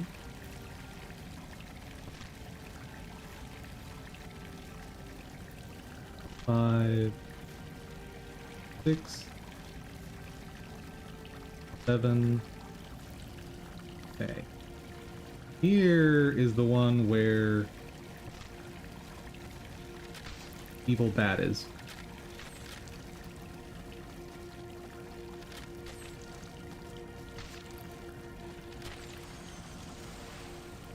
Okay.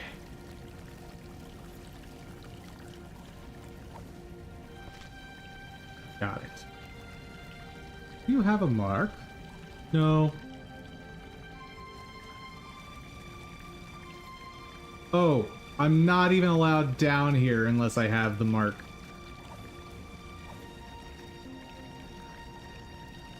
Oh, garbage.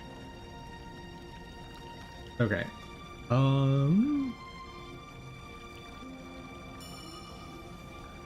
But I know how to get one.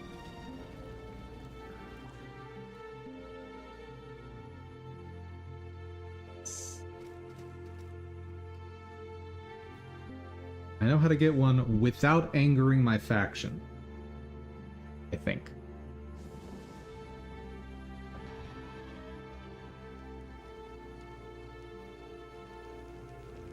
Wait, but is that gonna force me to change factions, I wonder? Well, we'll find out.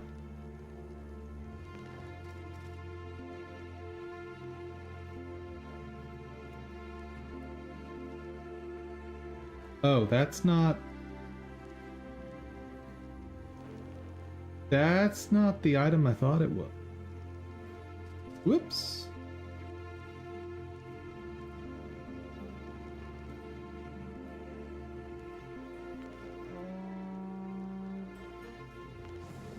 Never mind. Forget I said anything.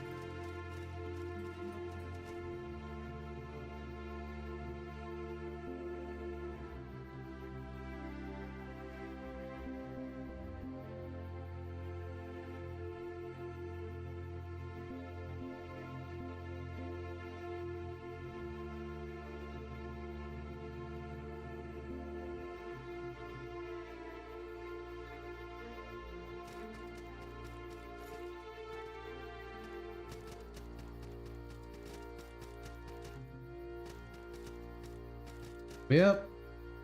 Wish me luck.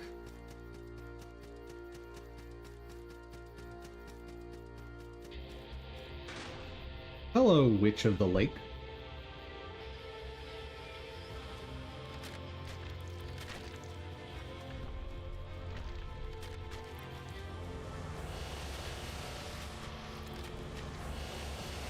I do like how much damage you're taking.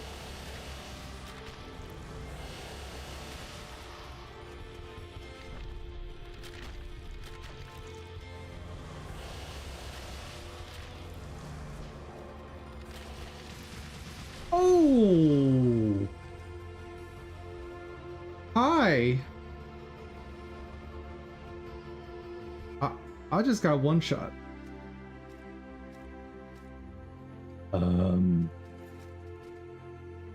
Okay, hold on. Do I have any armor that better protects against whatever damage type that was? I'm pretty sure that's arcane.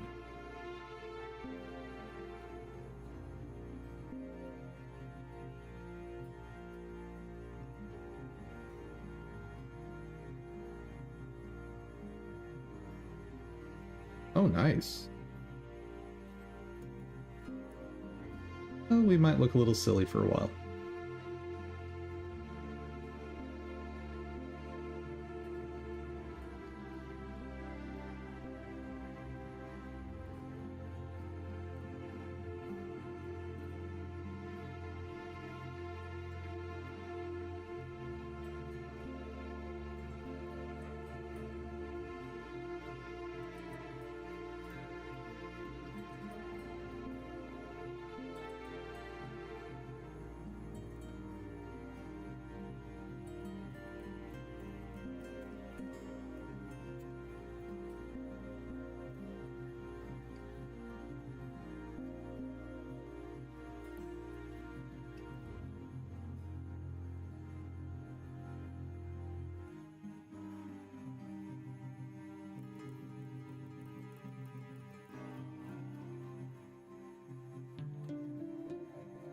All right. Way better defense now. So hopefully those won't one-shot me if I mess up like that again.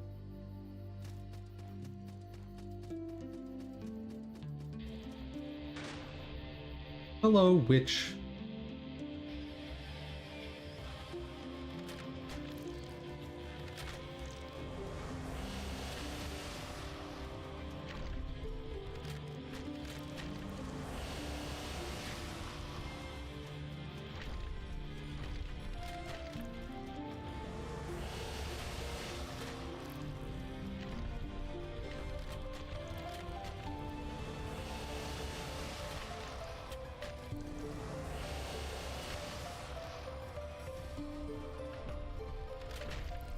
Yeah, that was dumb.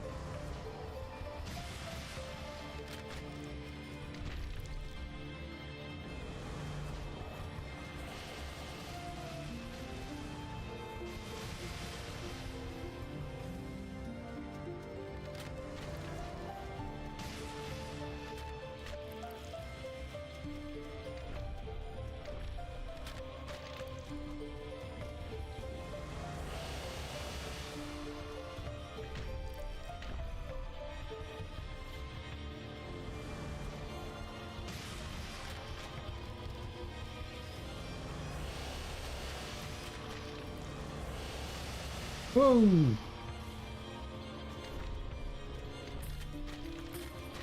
What's happening?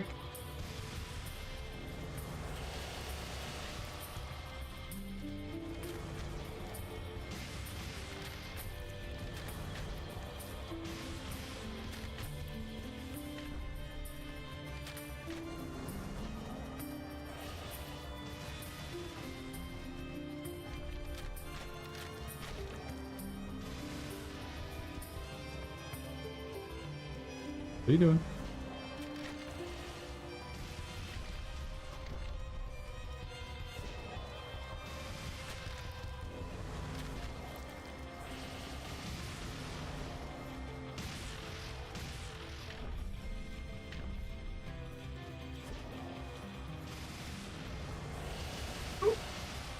Son of a feasting.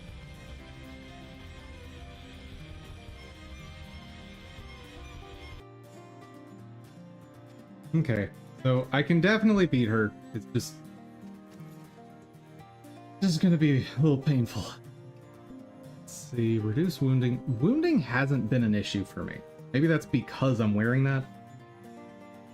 But... oh. Push your defense to arcane damage. Oh. 25% more damage reduction. Like, I'm pretty sure it's flat, but like, for right now, it's pretty hefty.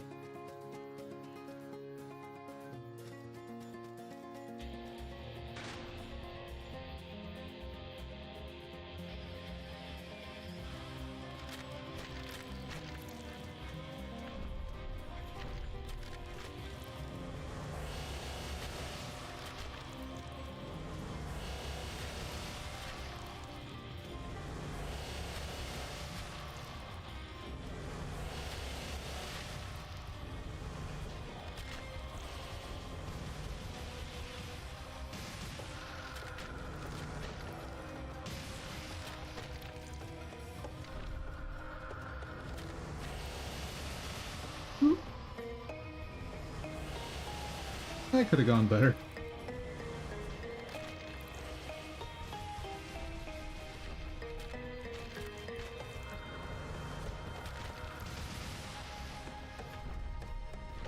That's illegal.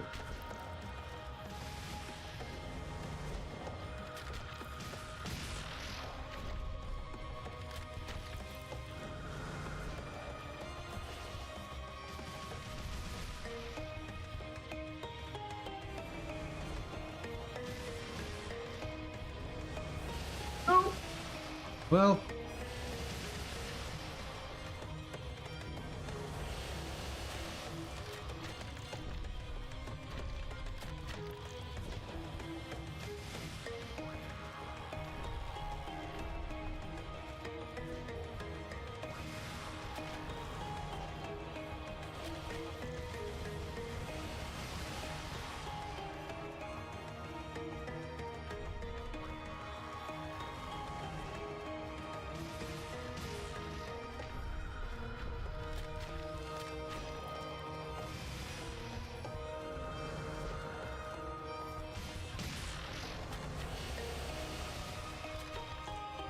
We're almost there. Just don't die.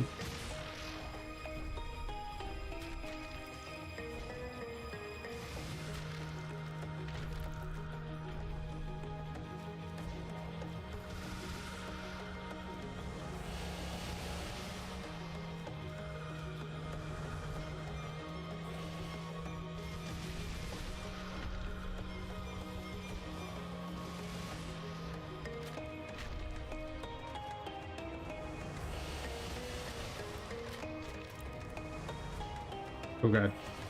Nope.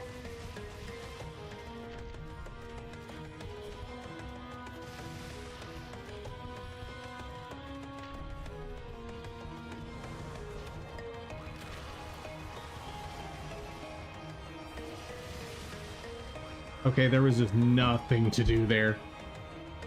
Like, if she decides to do that back to back, I'm done. Okay, how can I eke out some more damage or some more survivability? Okay, extra salt is not going to be super relevant right now, and Ring of Brilliance is definitely not relevant. Stamina fatigue.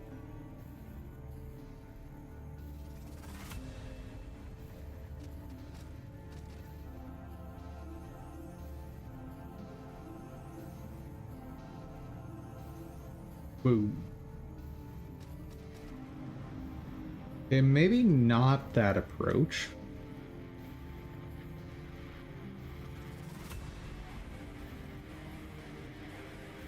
Charity.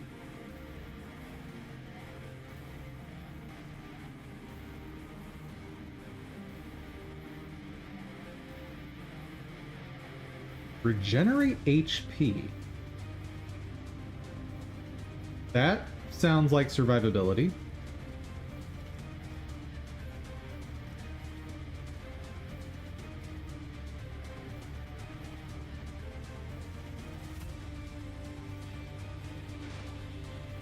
Hello, witch. I'm back.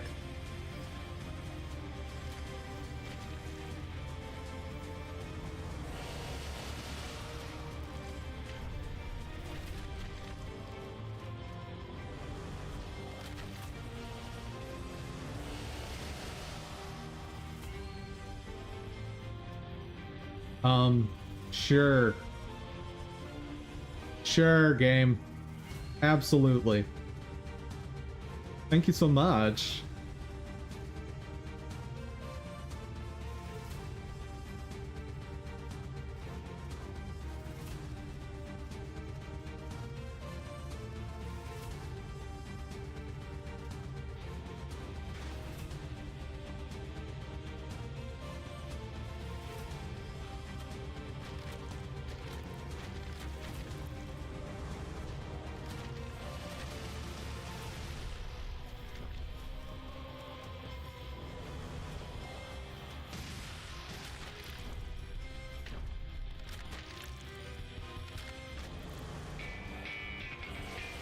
Well,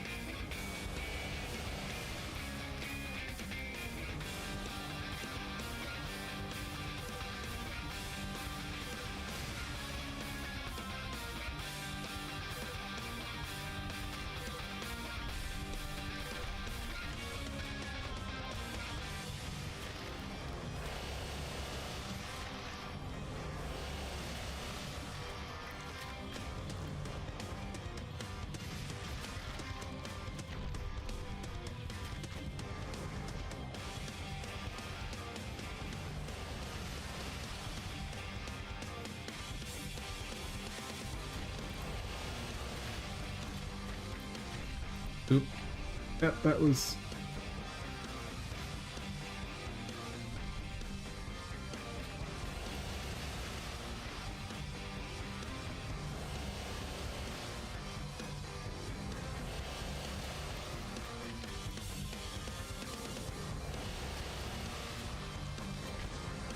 Oh, thank goodness.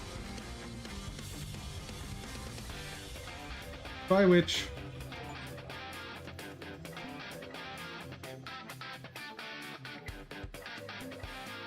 Oh, I still had the increased salt thing. Well, hooray for bonus salt.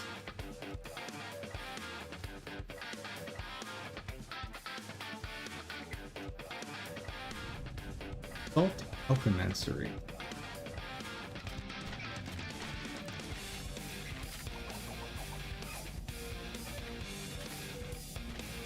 Spooky.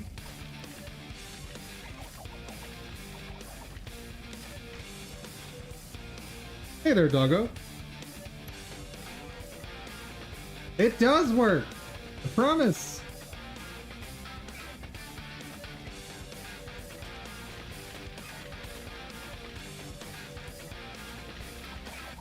Oh god.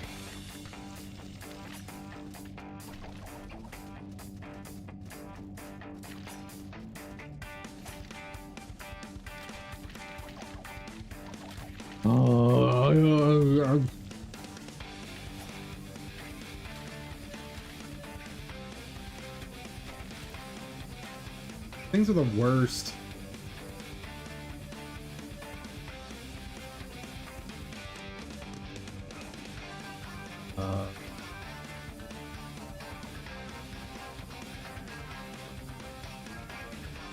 Oh god.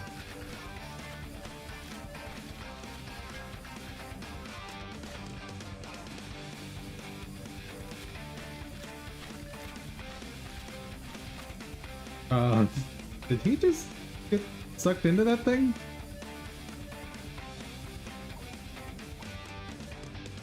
Yes, he did.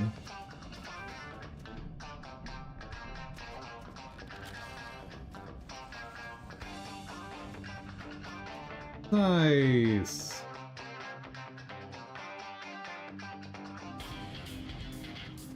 Oh, right. Spend all the level up juice, so I don't lose it.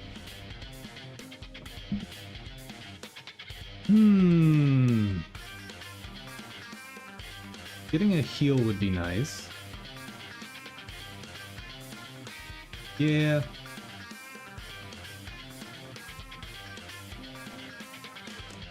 Since it's right there.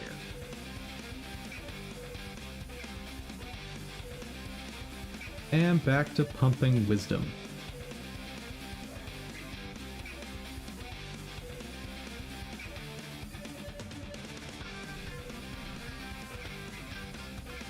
But I don't want to go this way.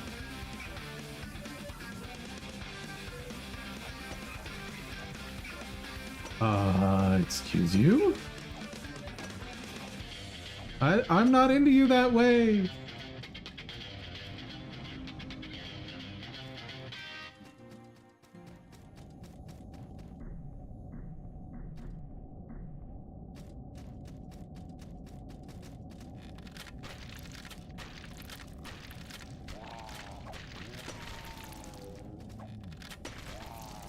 Okay.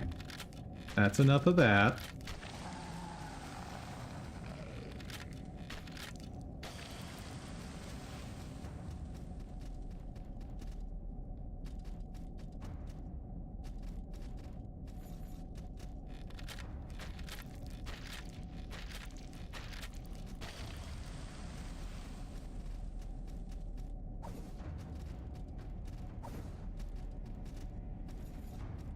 All right.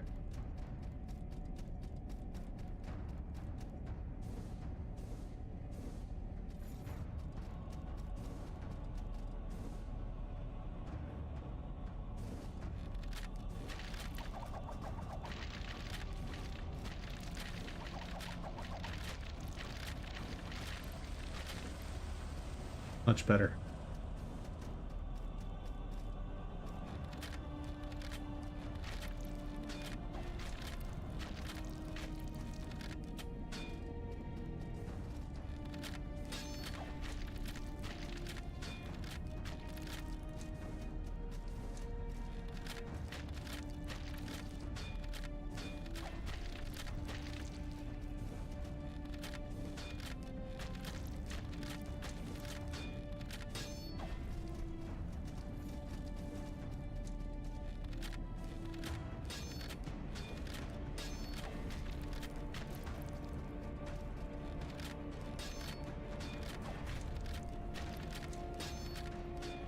How much health?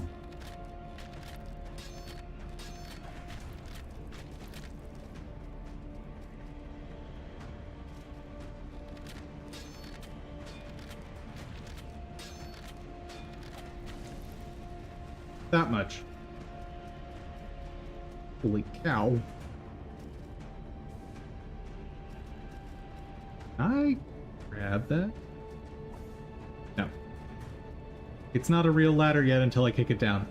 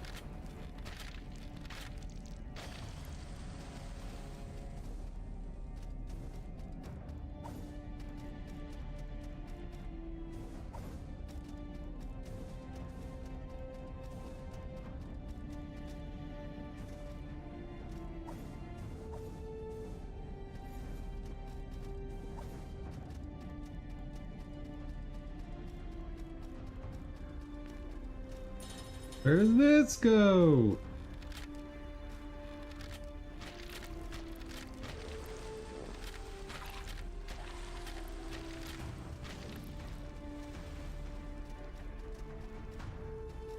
I mean, like, obviously I know what area this is, but how close is this to a checkpoint?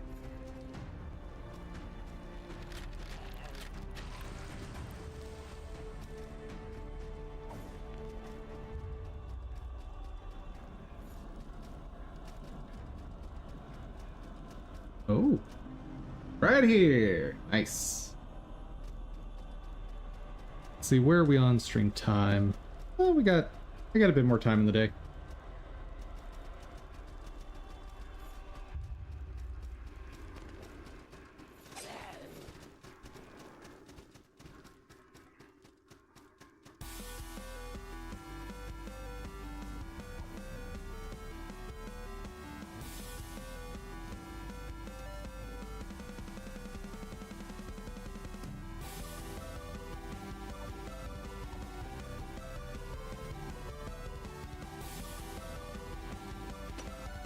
Okay.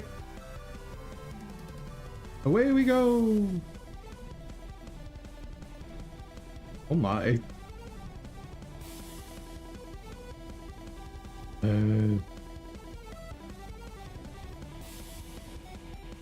First things first, then that.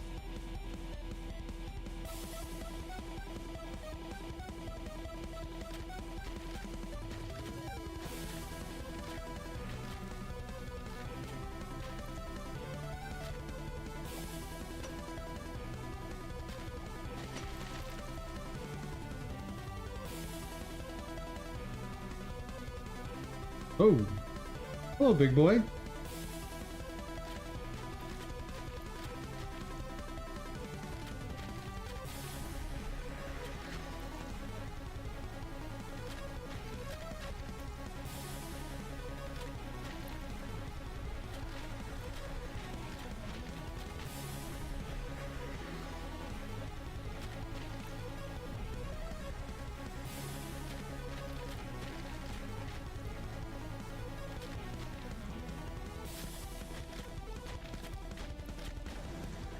Thank you.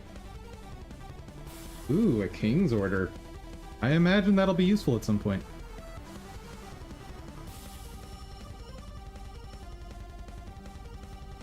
It? Okay.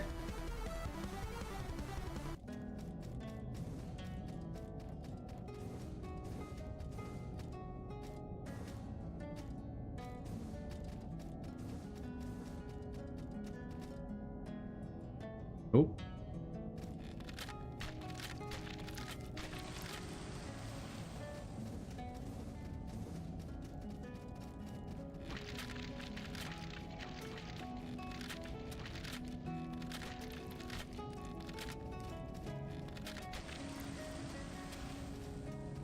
Just not dealing with that.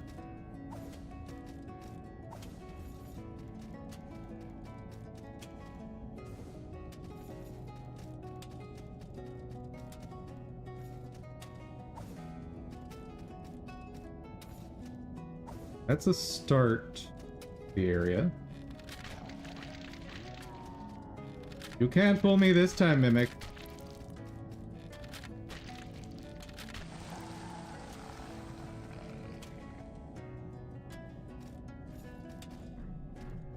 Where does that send me? Oh.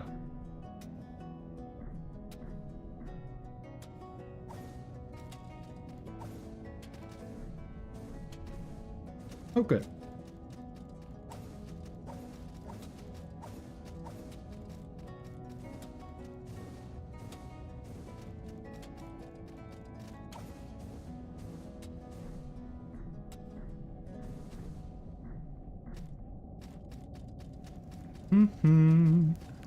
Oh. One of you guys.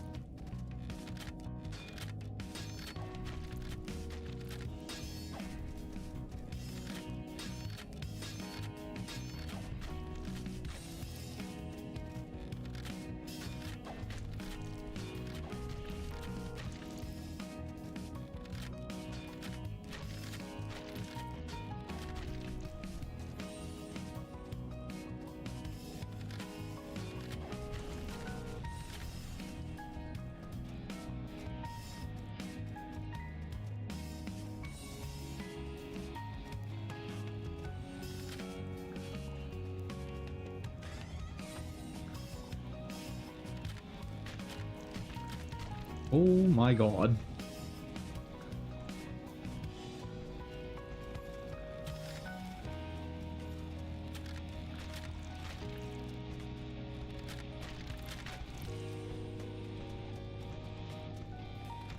Oh, that means there's a boss over here, doesn't it?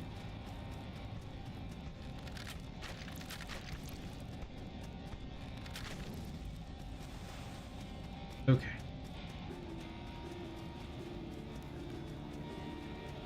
Let's hopefully find a checkpoint.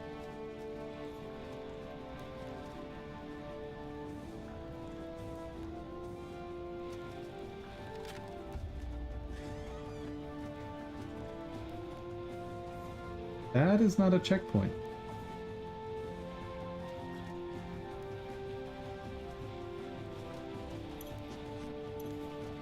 Thank you, random internet people.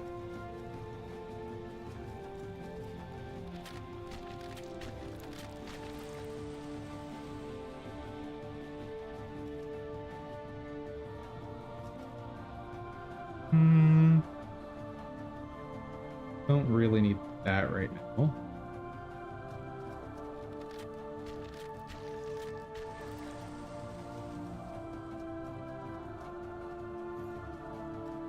It's gonna link over to Hagar's.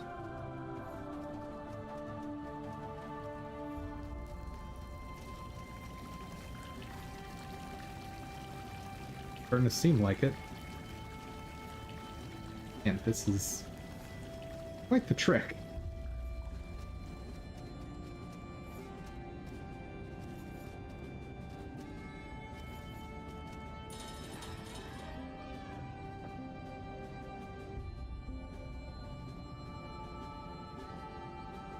Reduce cost of divine prayers.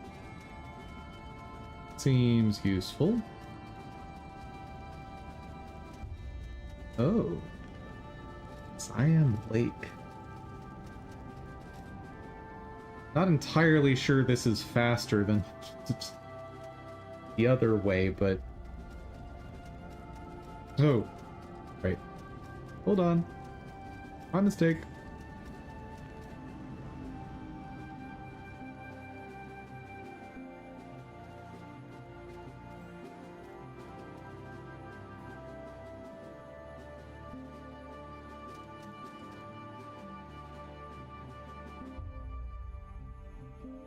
Might as well. I have no other use for money.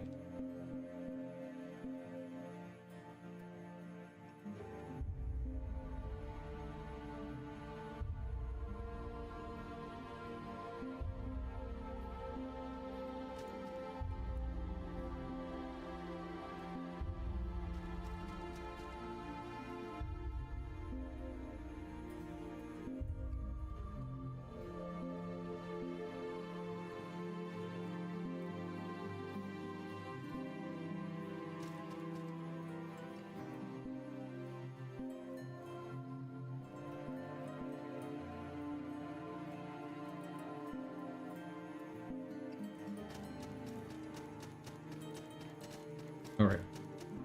Last thing.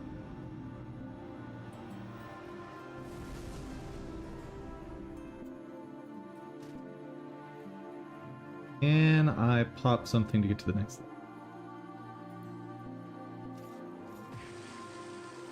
Yes.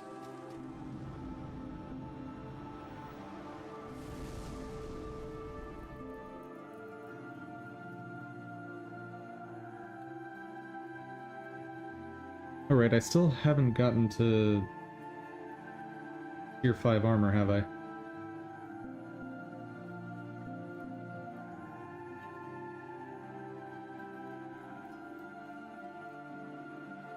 Okay, I definitely don't need strength.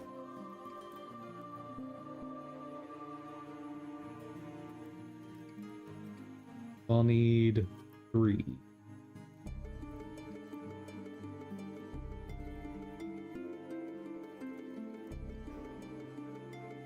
Where can I nab 3 points?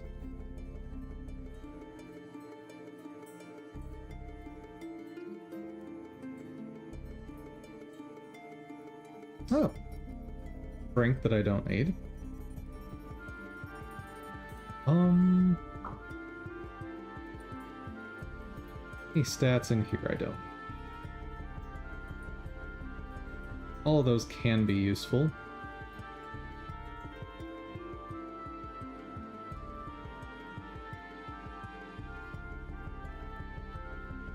Endurance is probably my most useless stat.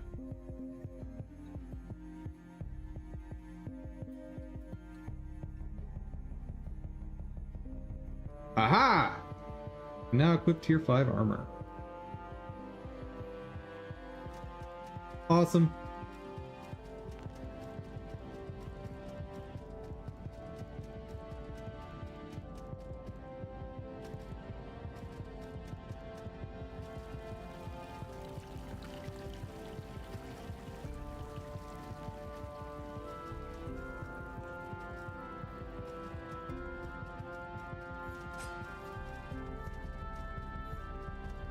Goodbye.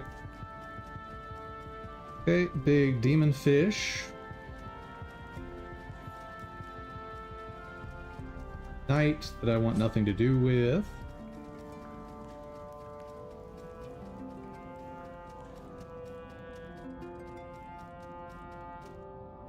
And this is boss. Who dis? Oh. Hello, sir. Where's your skin?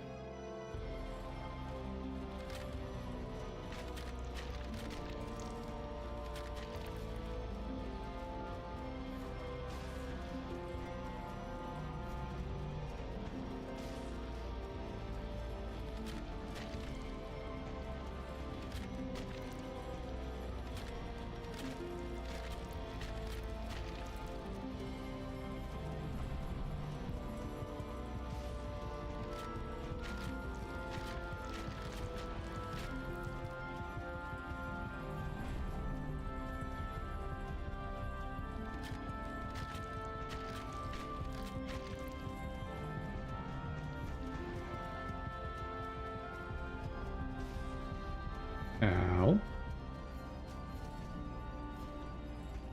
Oh, she's setting up mines.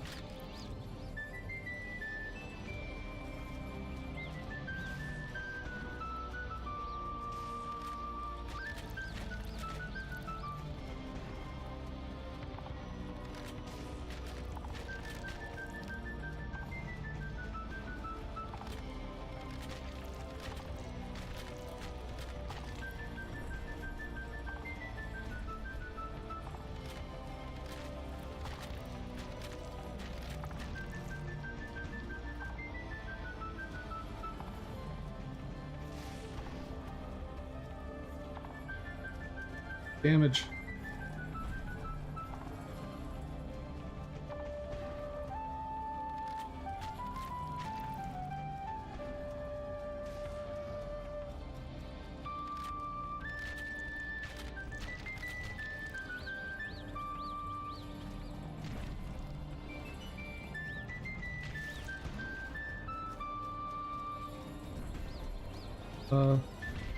Yeah, nope.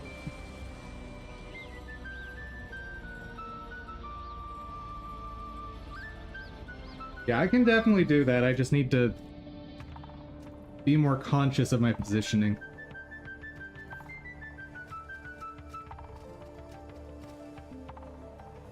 And what type of damage is salt? Because that seems to just be salt. Big guy probably does striking.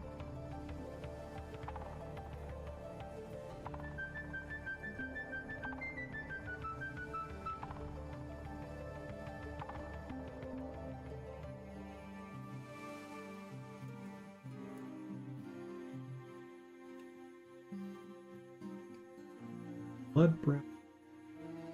just generally good.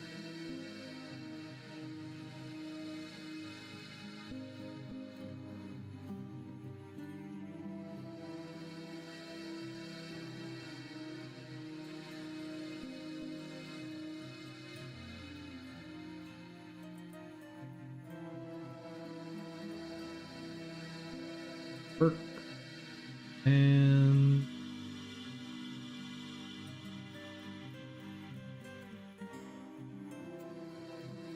there we go. Nice. Interesting that I don't have gloves for that set.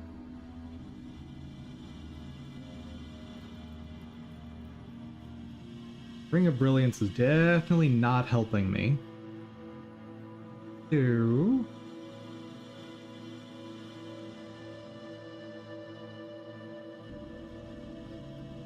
Defense against strike. Work.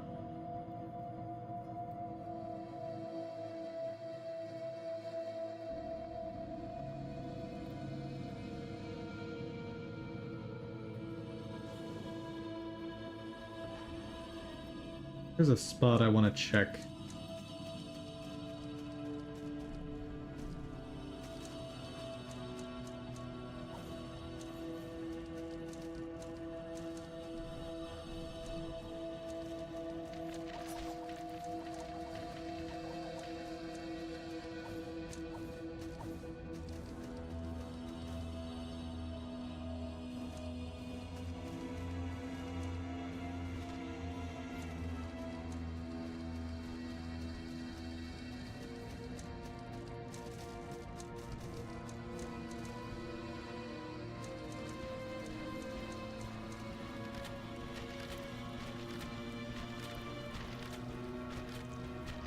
You know what?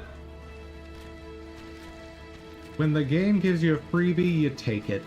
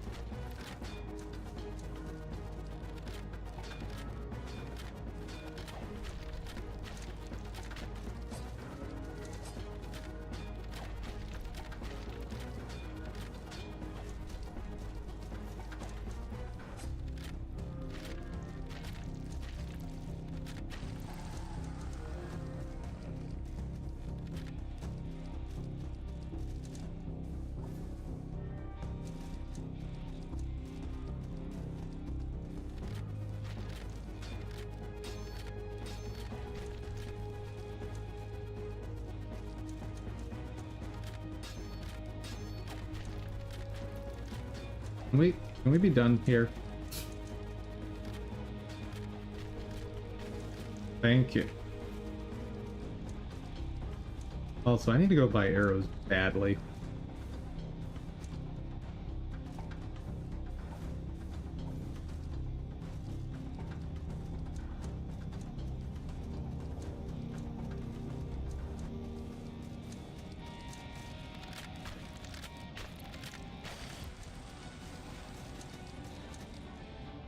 Okay.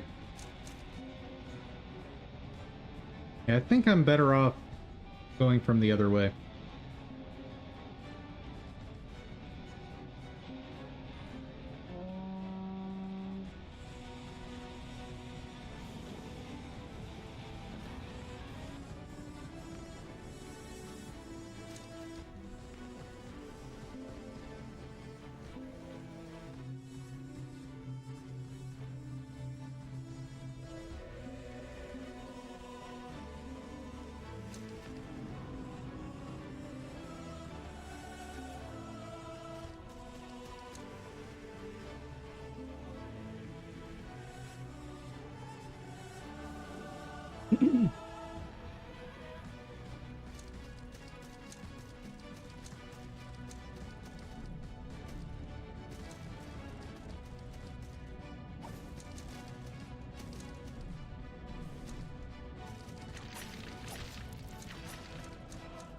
That's fine.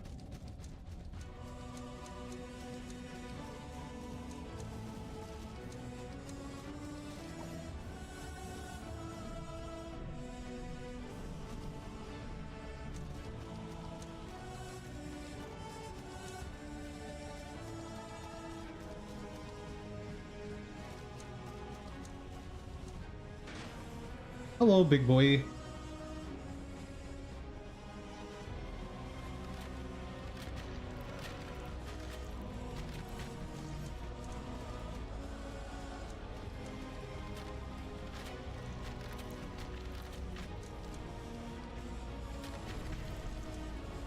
Oh wow, the strike defense is definitely helping.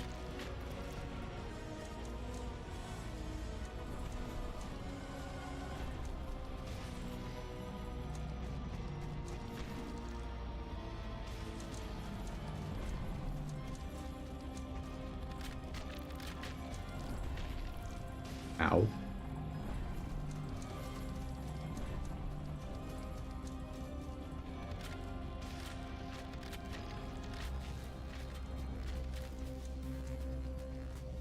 I wonder if it's a bad idea to take one of them out completely.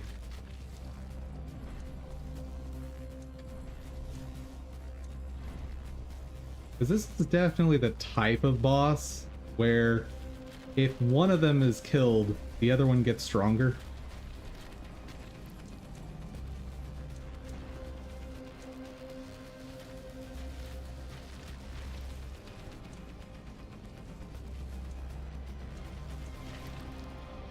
I dodged.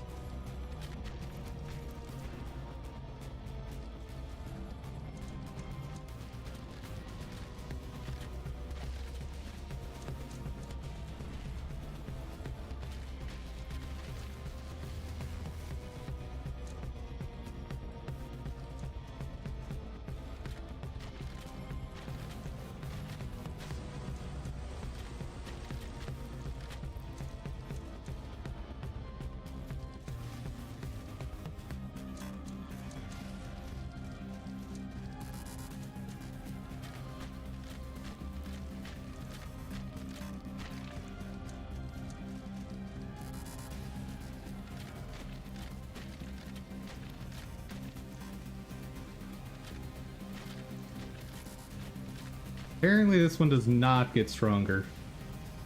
I was thinking this was an Ornstein and Smo situation.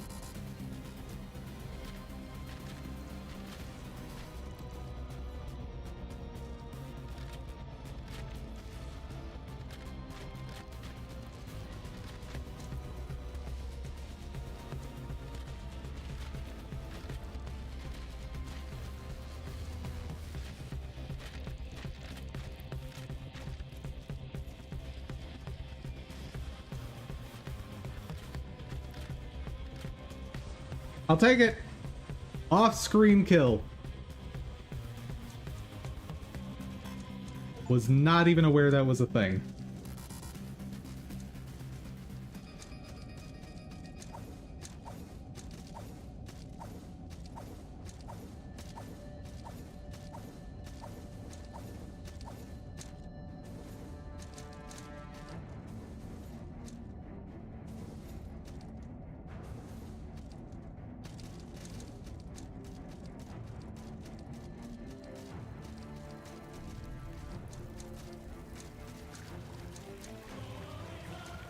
Crypt of the Dead Gods. This is the place. This is the place that has the thing I want. Oh, hello. You, sir, are the thing I want.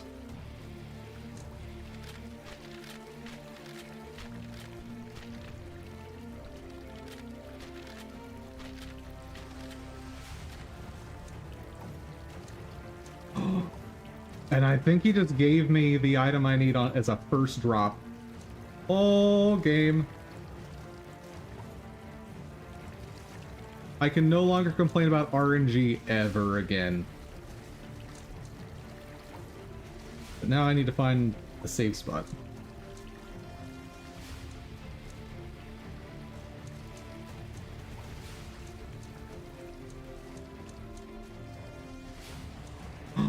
Safe spot. Damn, you're being so nice. Alright. Do I have a guide? I do.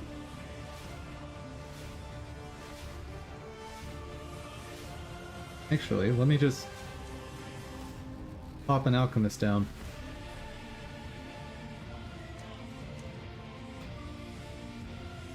Transmute my bow. Oh, I need something called a shimmering pearl and 100,000 salt. What? Hey, what is shimmering pearl and how do I get it?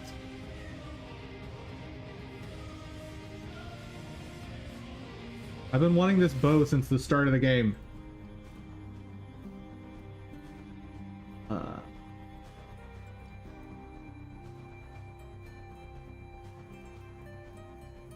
Unspeakable Deep, so the tutorial boss that's supposed to kill you will drop one, and Crypt Keeper can drop it rarely.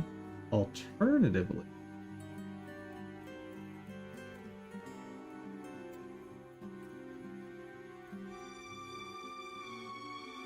there's apparently 2 in this area. Okay, I can work with that.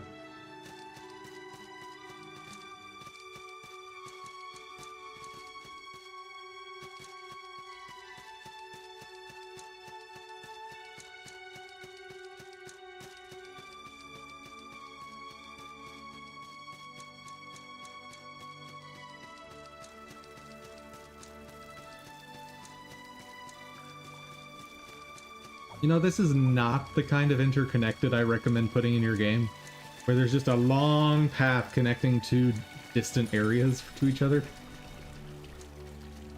Yeah, like Hager's Cavern being here. Like, this might as well just not connect, as far as I'm concerned.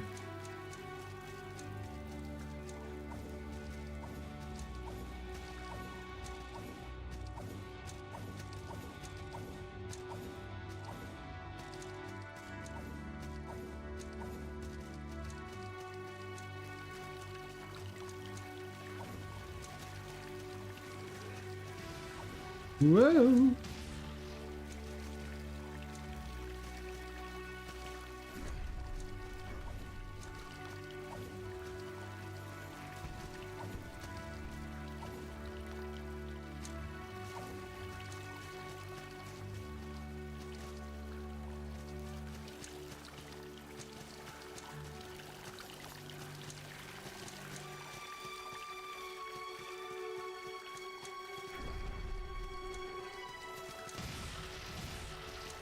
I don't actually need to fight anymore, as far as I know.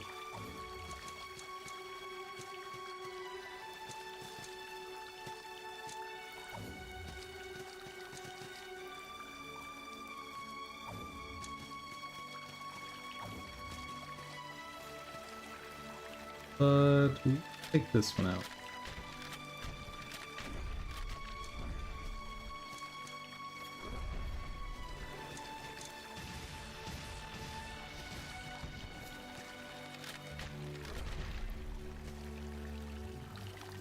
That was lucky.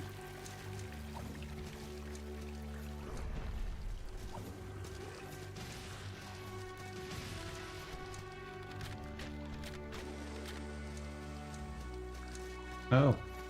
Well, now I can make 2 of this bow.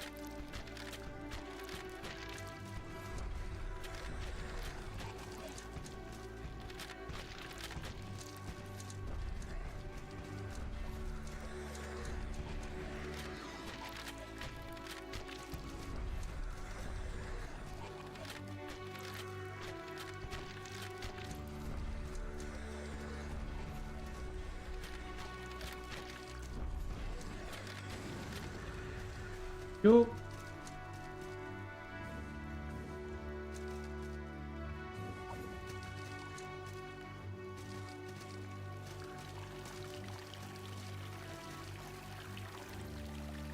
Oh.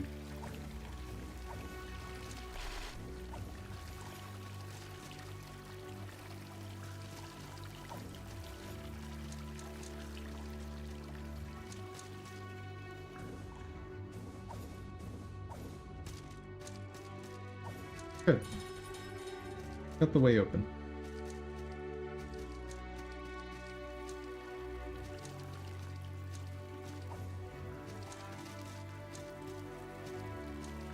This seems vaguely familiar.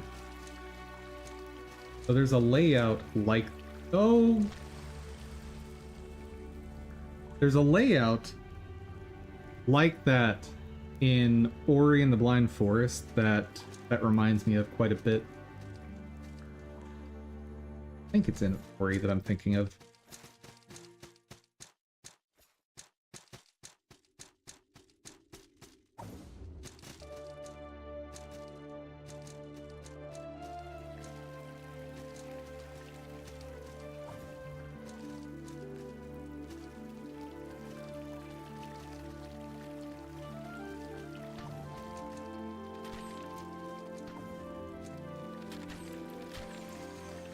Huzzah!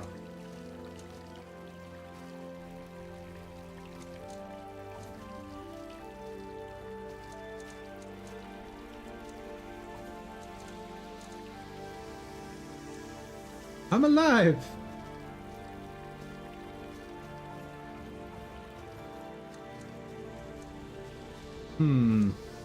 But you're not gonna keep me that way.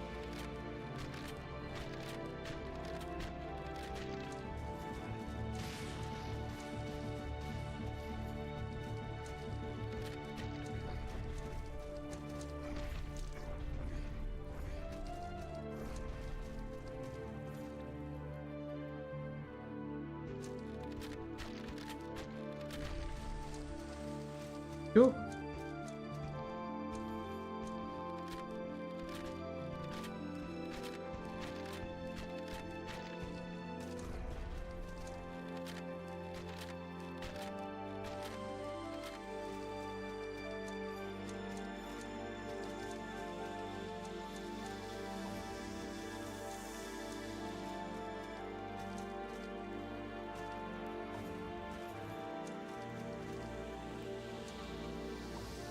Cool.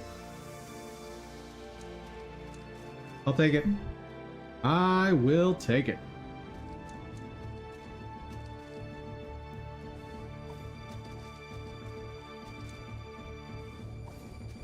I think I can... There? Yes.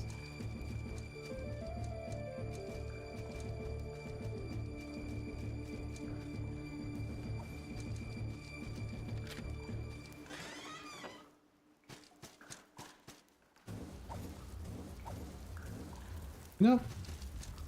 There's a distinct lack of shimmering pearl happening right now, and I'm very disappointed. There's no way I'm making it.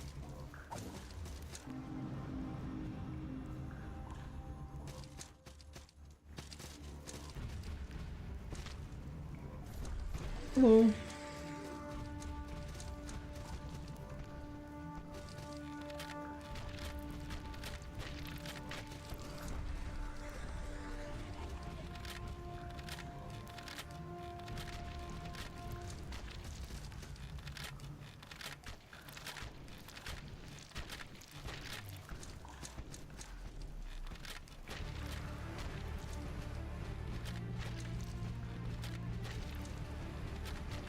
You've gotta be almost dead, right?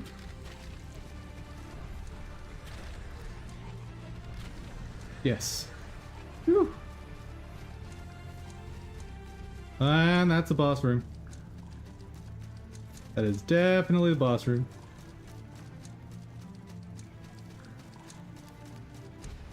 I want my super duper bow before I go in there.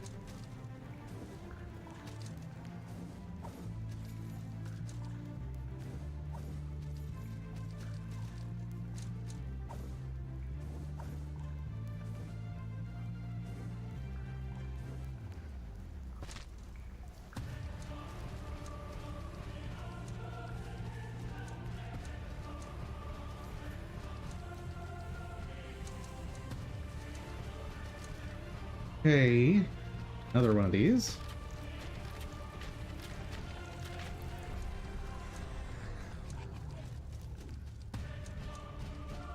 that a shimmering pearl, please?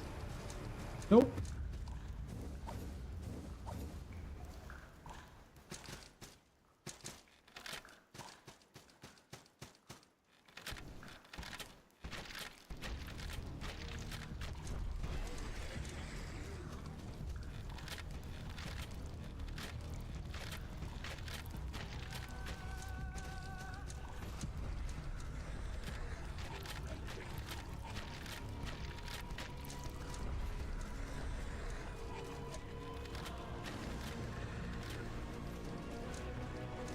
Dude, at this rate, I'm gonna get Shimmering Pearl as a rare drop before I find the one that's sitting around.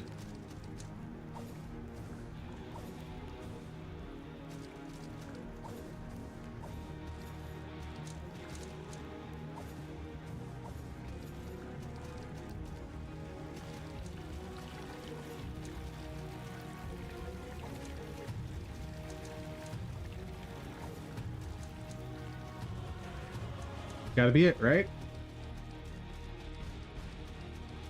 Right?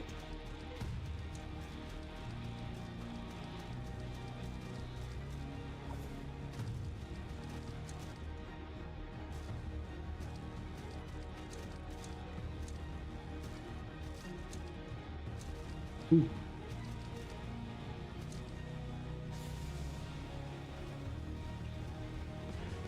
I cannot tell which way is safe.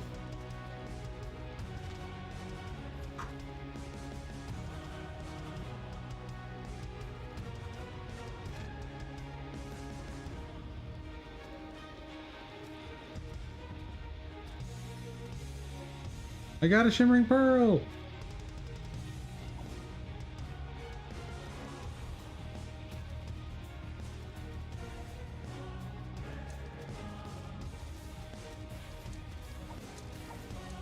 Ooh. There's another boss. Well,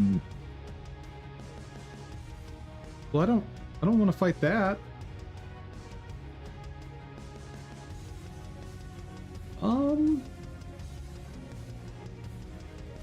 Yeah, I'm not feeling that.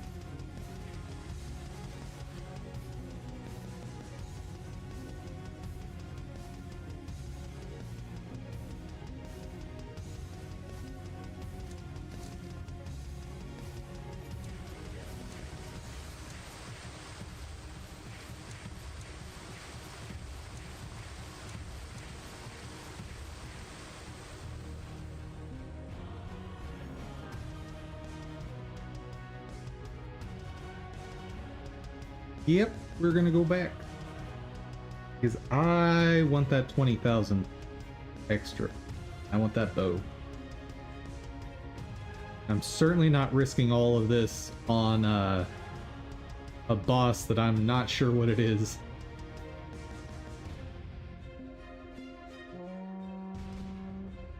There's a good spot. Siam Lake might be a good one. Like, where those unicorns were. Wonder how much they give.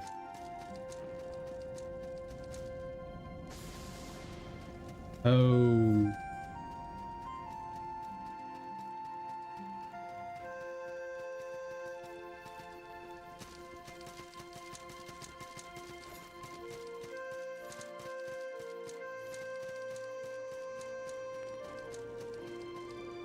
Might be a good spot.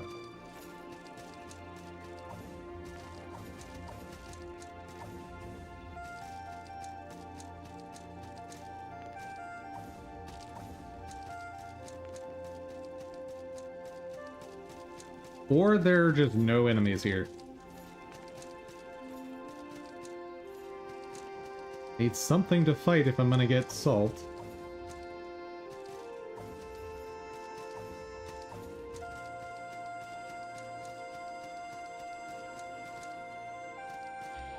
Oh no.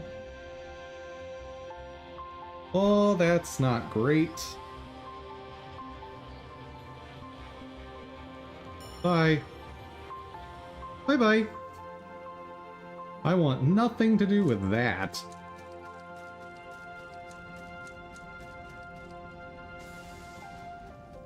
Where'd this one? Oh yeah, this leads to the skinned.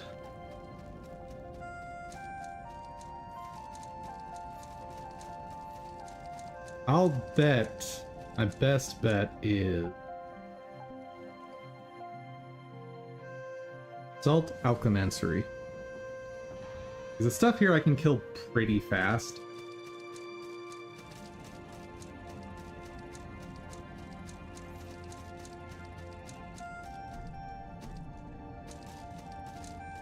Let's see, how much do those get?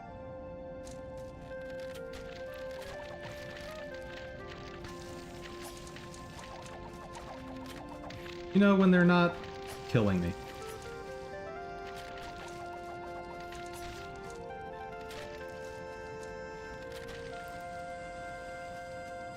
Six, 7, 1.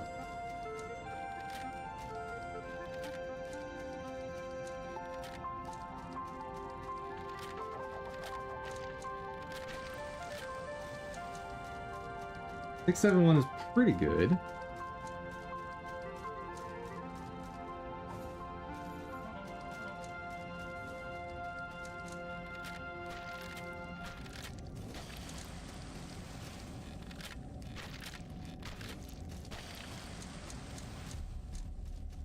Yeah, this is a pretty good rotation.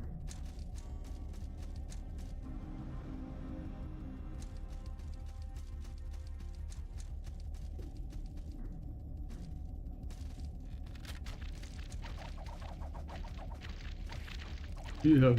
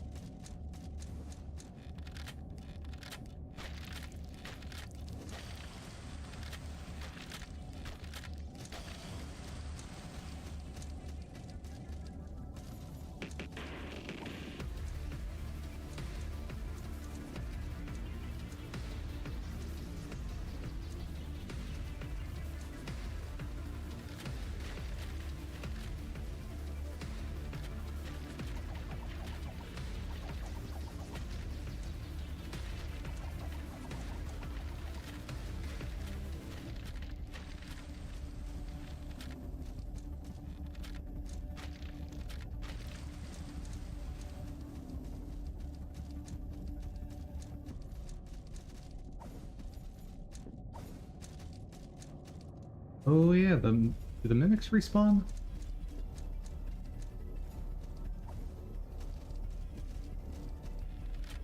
No.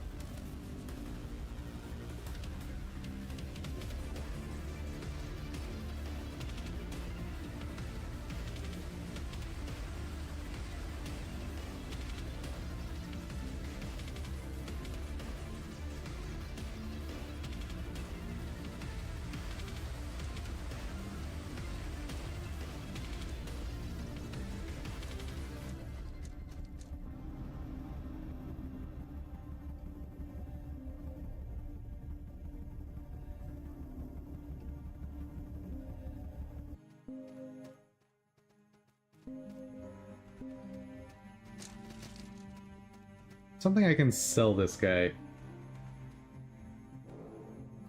Oh. Well, those don't give very much. Ooh.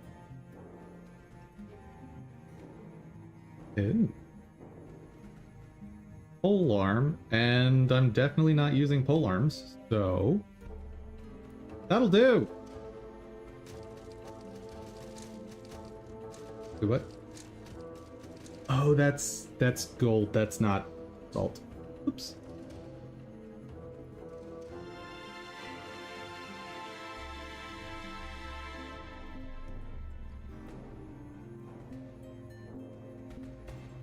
I think that'll be enough salt, though.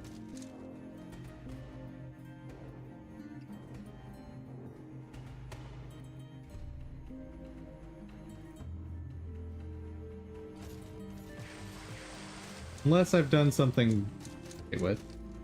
That was only 3,000 per? Garbage.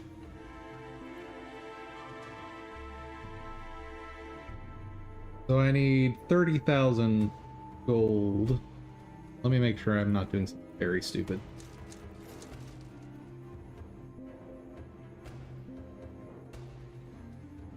It is salt that I need and not gold. Oof.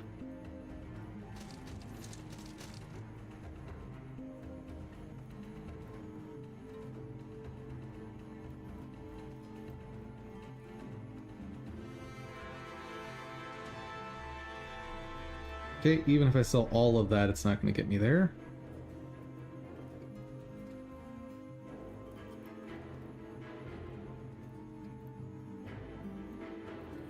Okay, fine. 3 runs will be enough.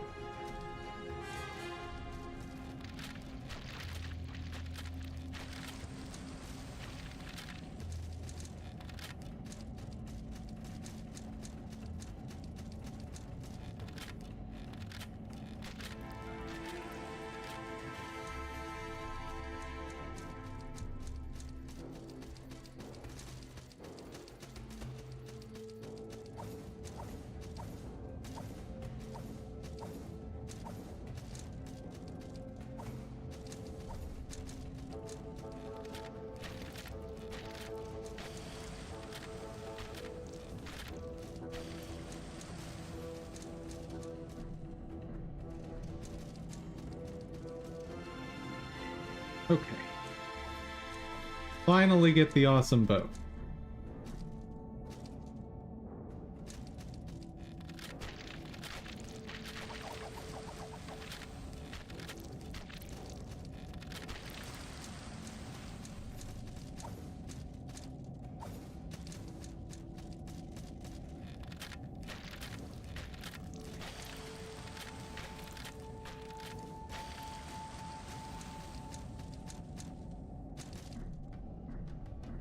Oh, these guys are also giving me bundles of salt.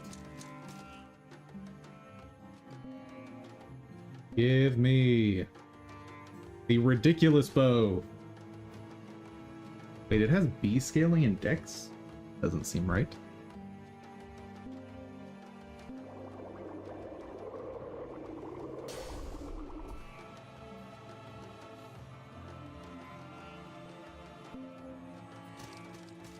Oh! That's a big boy. Wow. Jeez. Okay, can I bring a blacksmith? Oh, I cannot.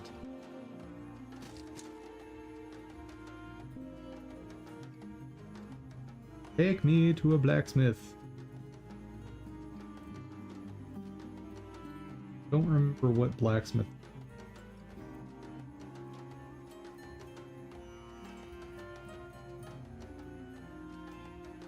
I think that one has one. But we're about to find out. Yes.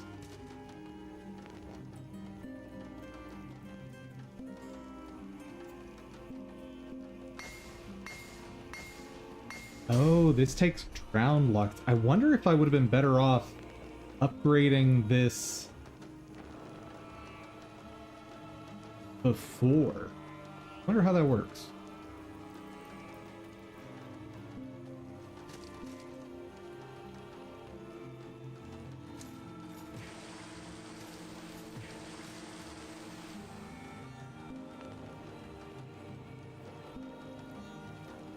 Not enough. Good lord, this bow is silly.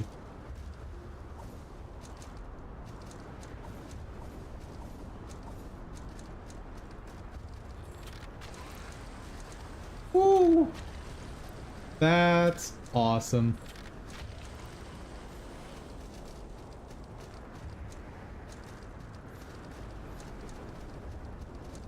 Oh, and there's also...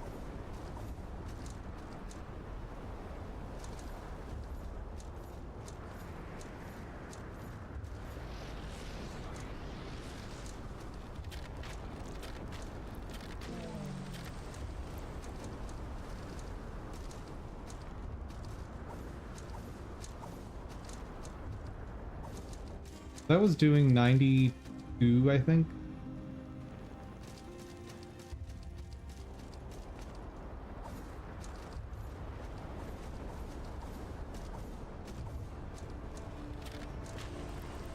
$136. Bro.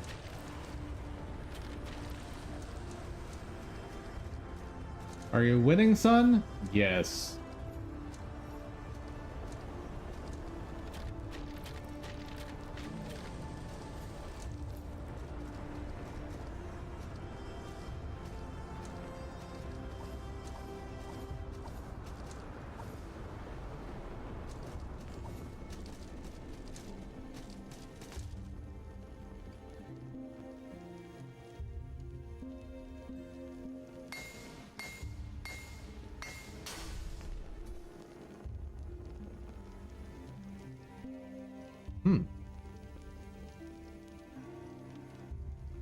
Next level.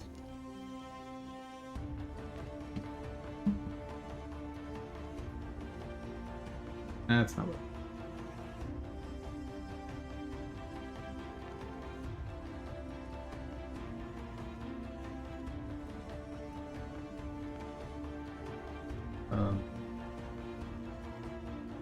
Grave Walker.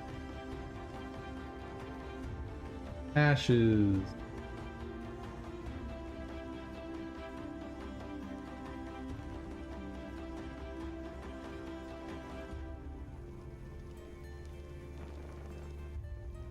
Goes up to 7.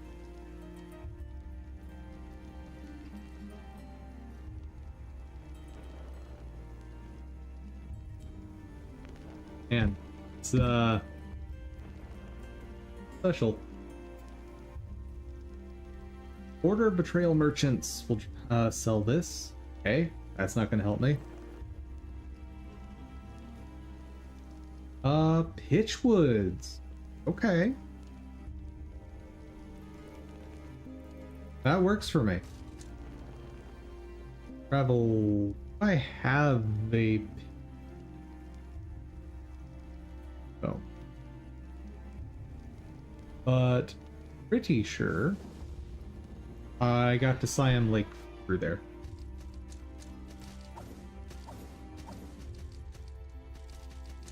And this will be the last thing for today, I think. Been fun. Yes, here we are.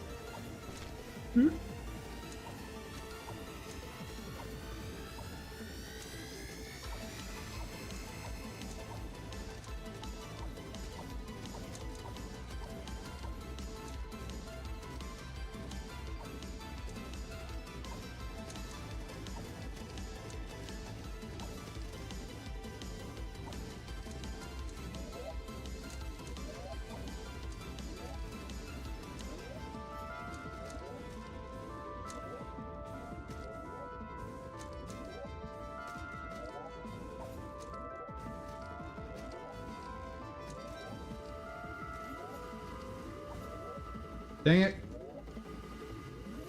I'm getting close, though. God, this bow is still ridiculous. I love it. It's ridiculous.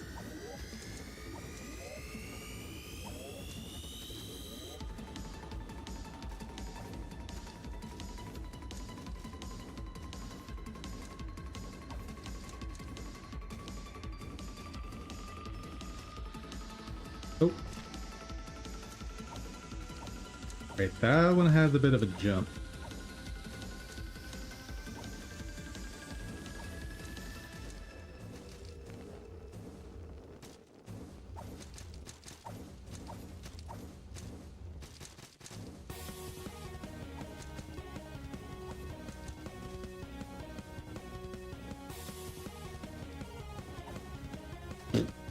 Jumped right over it.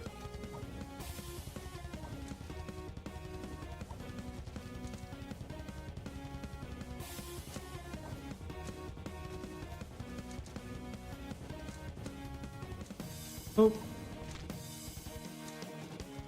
I think I'm getting worse.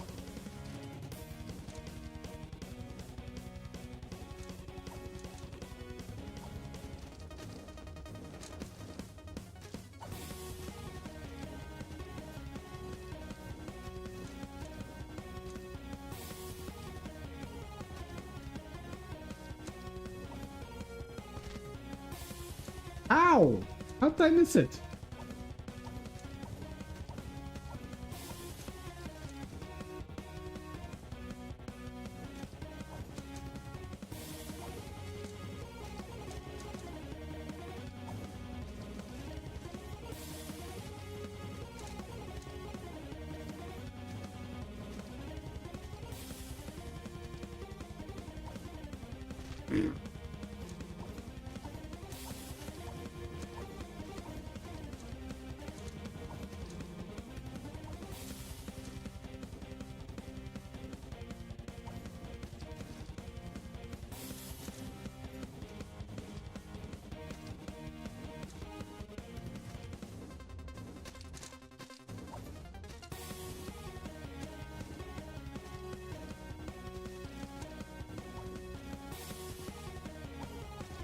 Thank goodness.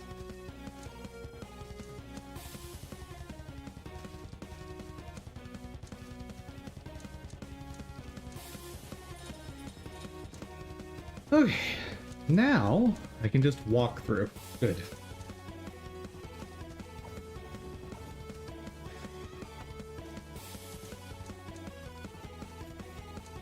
Those look stylish. What class are they?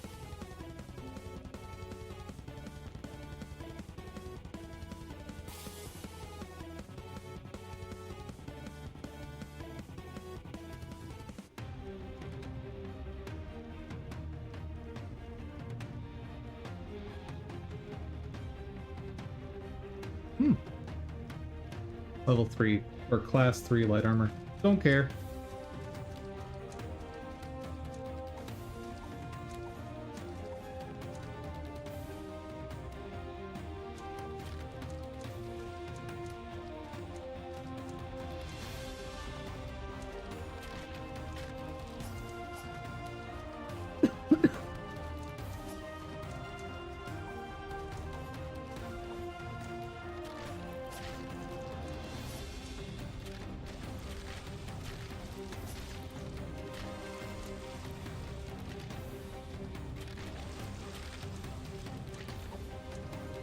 Okay, well those are horrible.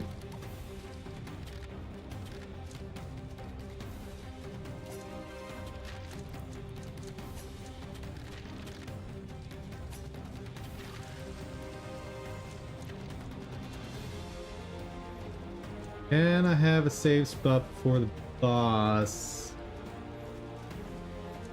Thinking the answer that's probably no. Oh, maybe. Oh, yes. Gimme.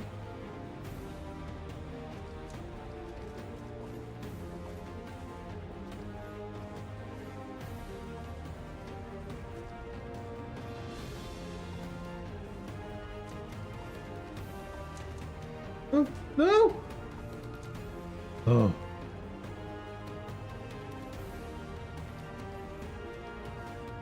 Dang it. Okay, so that goes somewhere.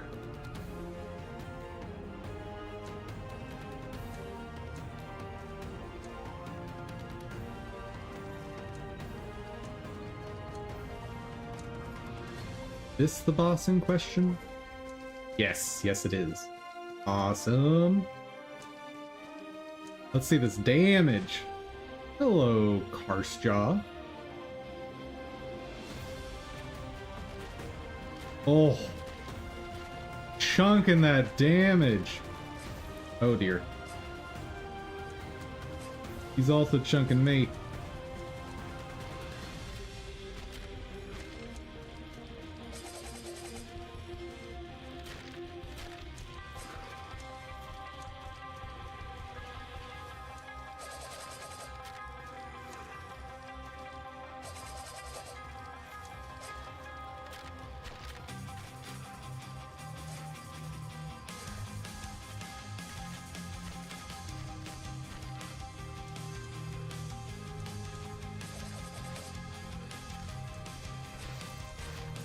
What was that? Sir, I disagree.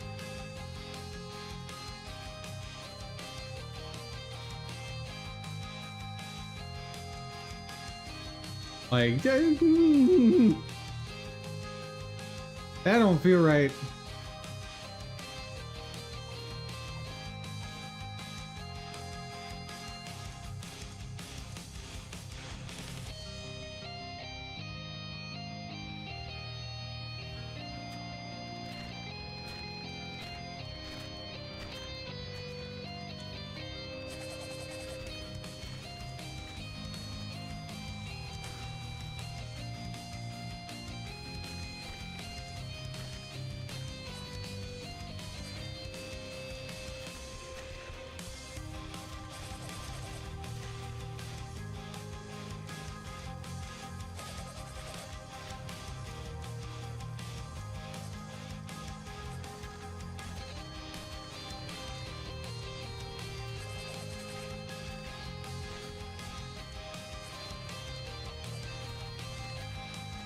Dude, that's so much damage.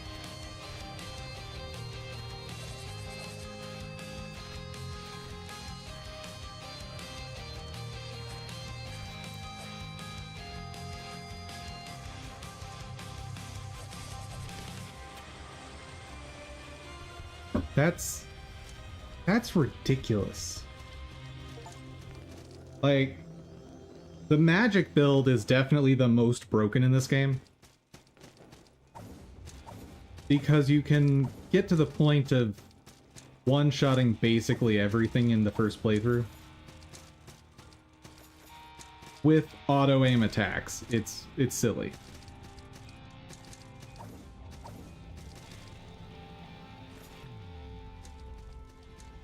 But this... Oh.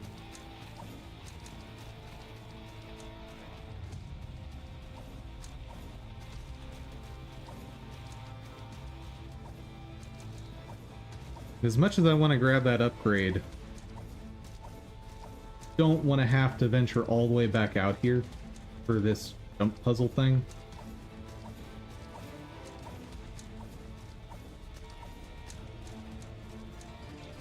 Then again, I also don't want to lose all that salt.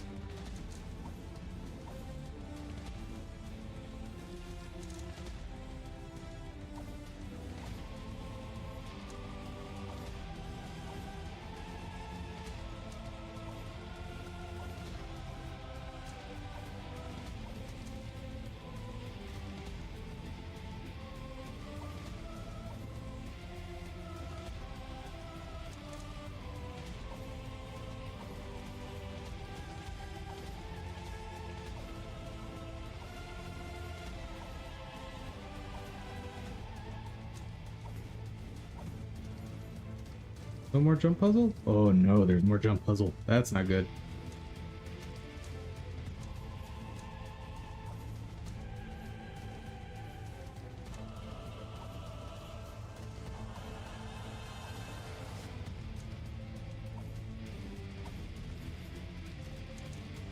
No more, please. Oh, thank you.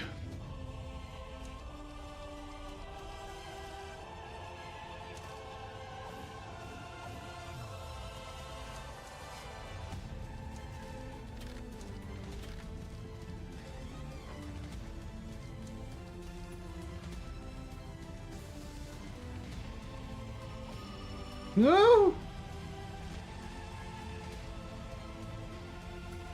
Okay, that's clearly something. But how do I reach it?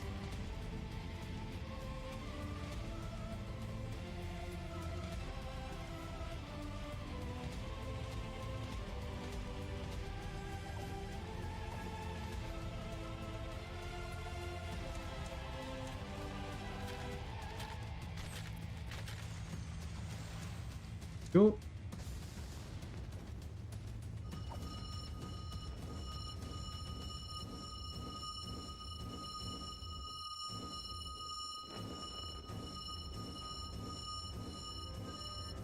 Oh.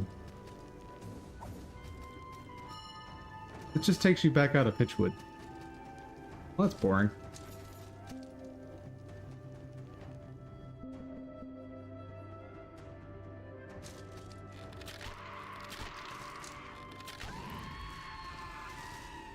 Dude, that damage is awesome.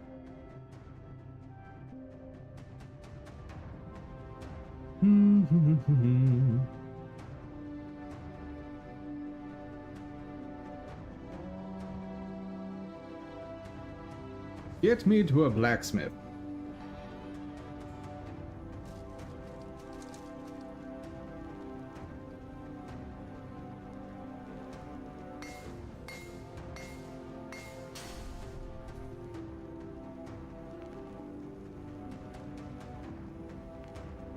And I'm missing the last piece. Ground tome.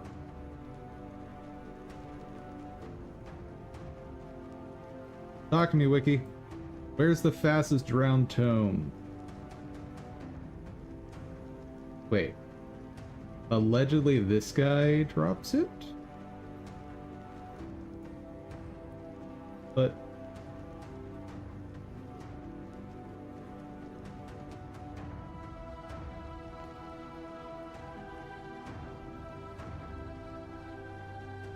Blackest Vault on a platform to the left of the collapsible bridge. Where's the Blackest Vault? Oh. Oh.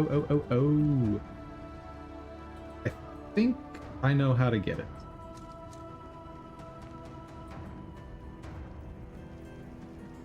But I am about to risk so much salt.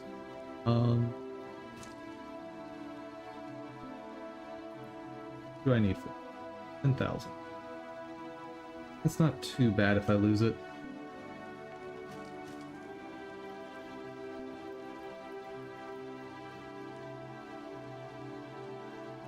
Sure.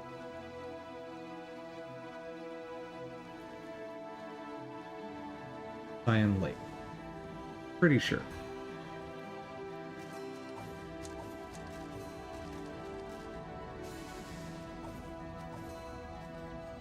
I am going the wrong way.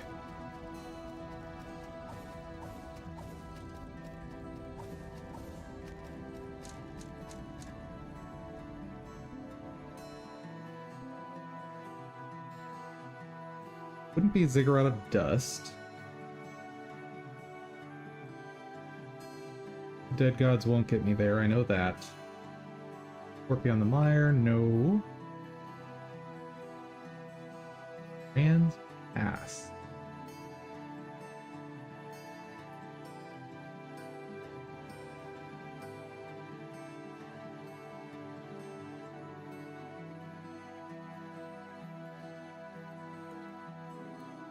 Get there from Siam Lake.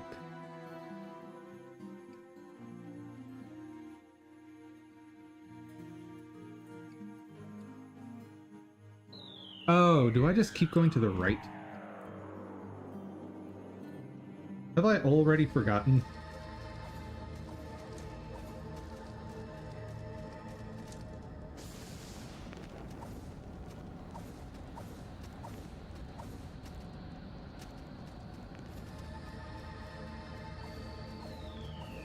Oh, yep, right here. 1, 2, 3, 4, 5, 6, 8. All right.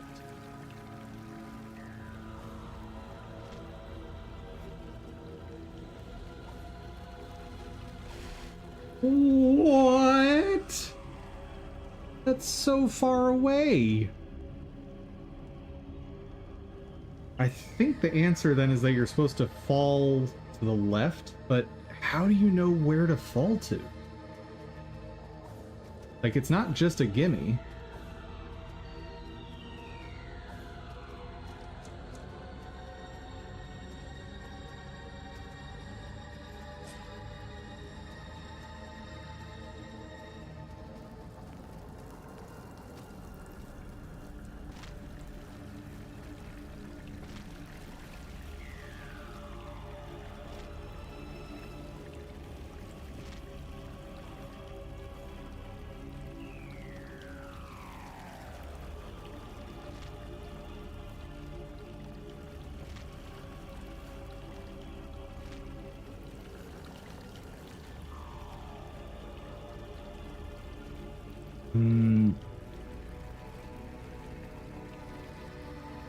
I'm gonna end up losing that salt.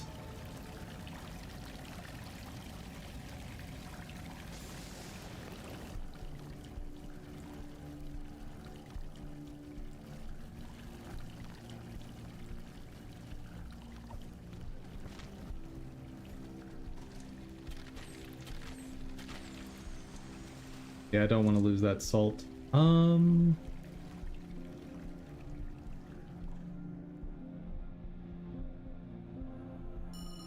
Can I have like a salt bank?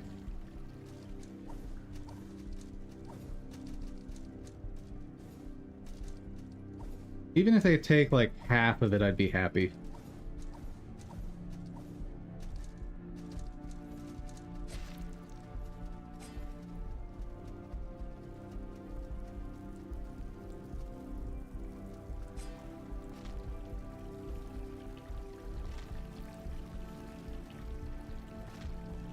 Oh god. I didn't keep count.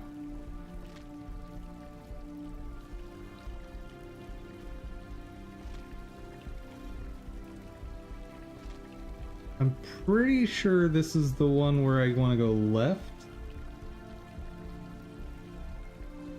It's not. It was not.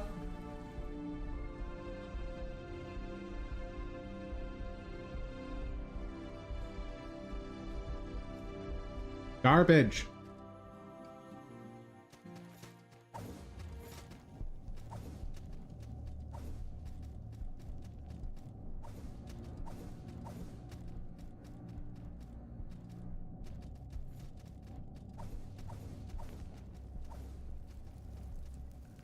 One, 2, 3, 4, 5, 6. Here's this guy.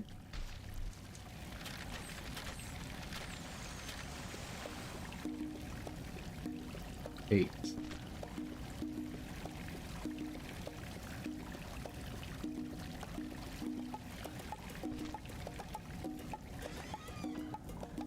Got it. We're done. We're done. Beautiful.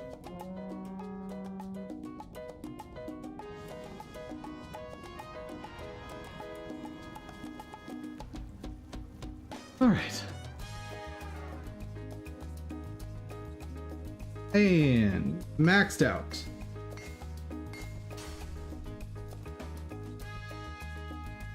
And just because I want to see big number,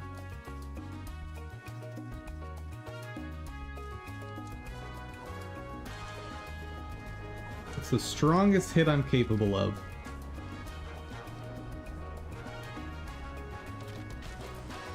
$173. Pretty good.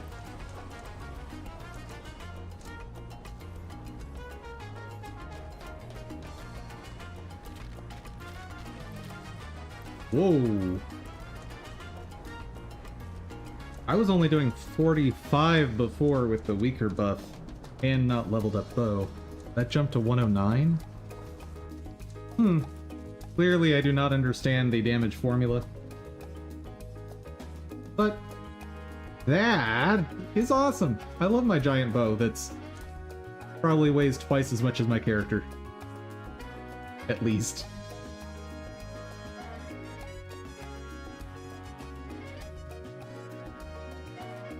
That, folks, is where I'm gonna leave stream for the day. So, thank you all for joining. I hope you had fun. I hope you learned something. If you did, please give the video a share. Maybe you know someone that wants to learn game dev along with us. Or just, you know, like today, chill and have some fun. Also, an extra special thank you to my supporters over on Ko-fi. Thank you so much. And above all, guys, hope y'all have an amazing day. Take care, everyone.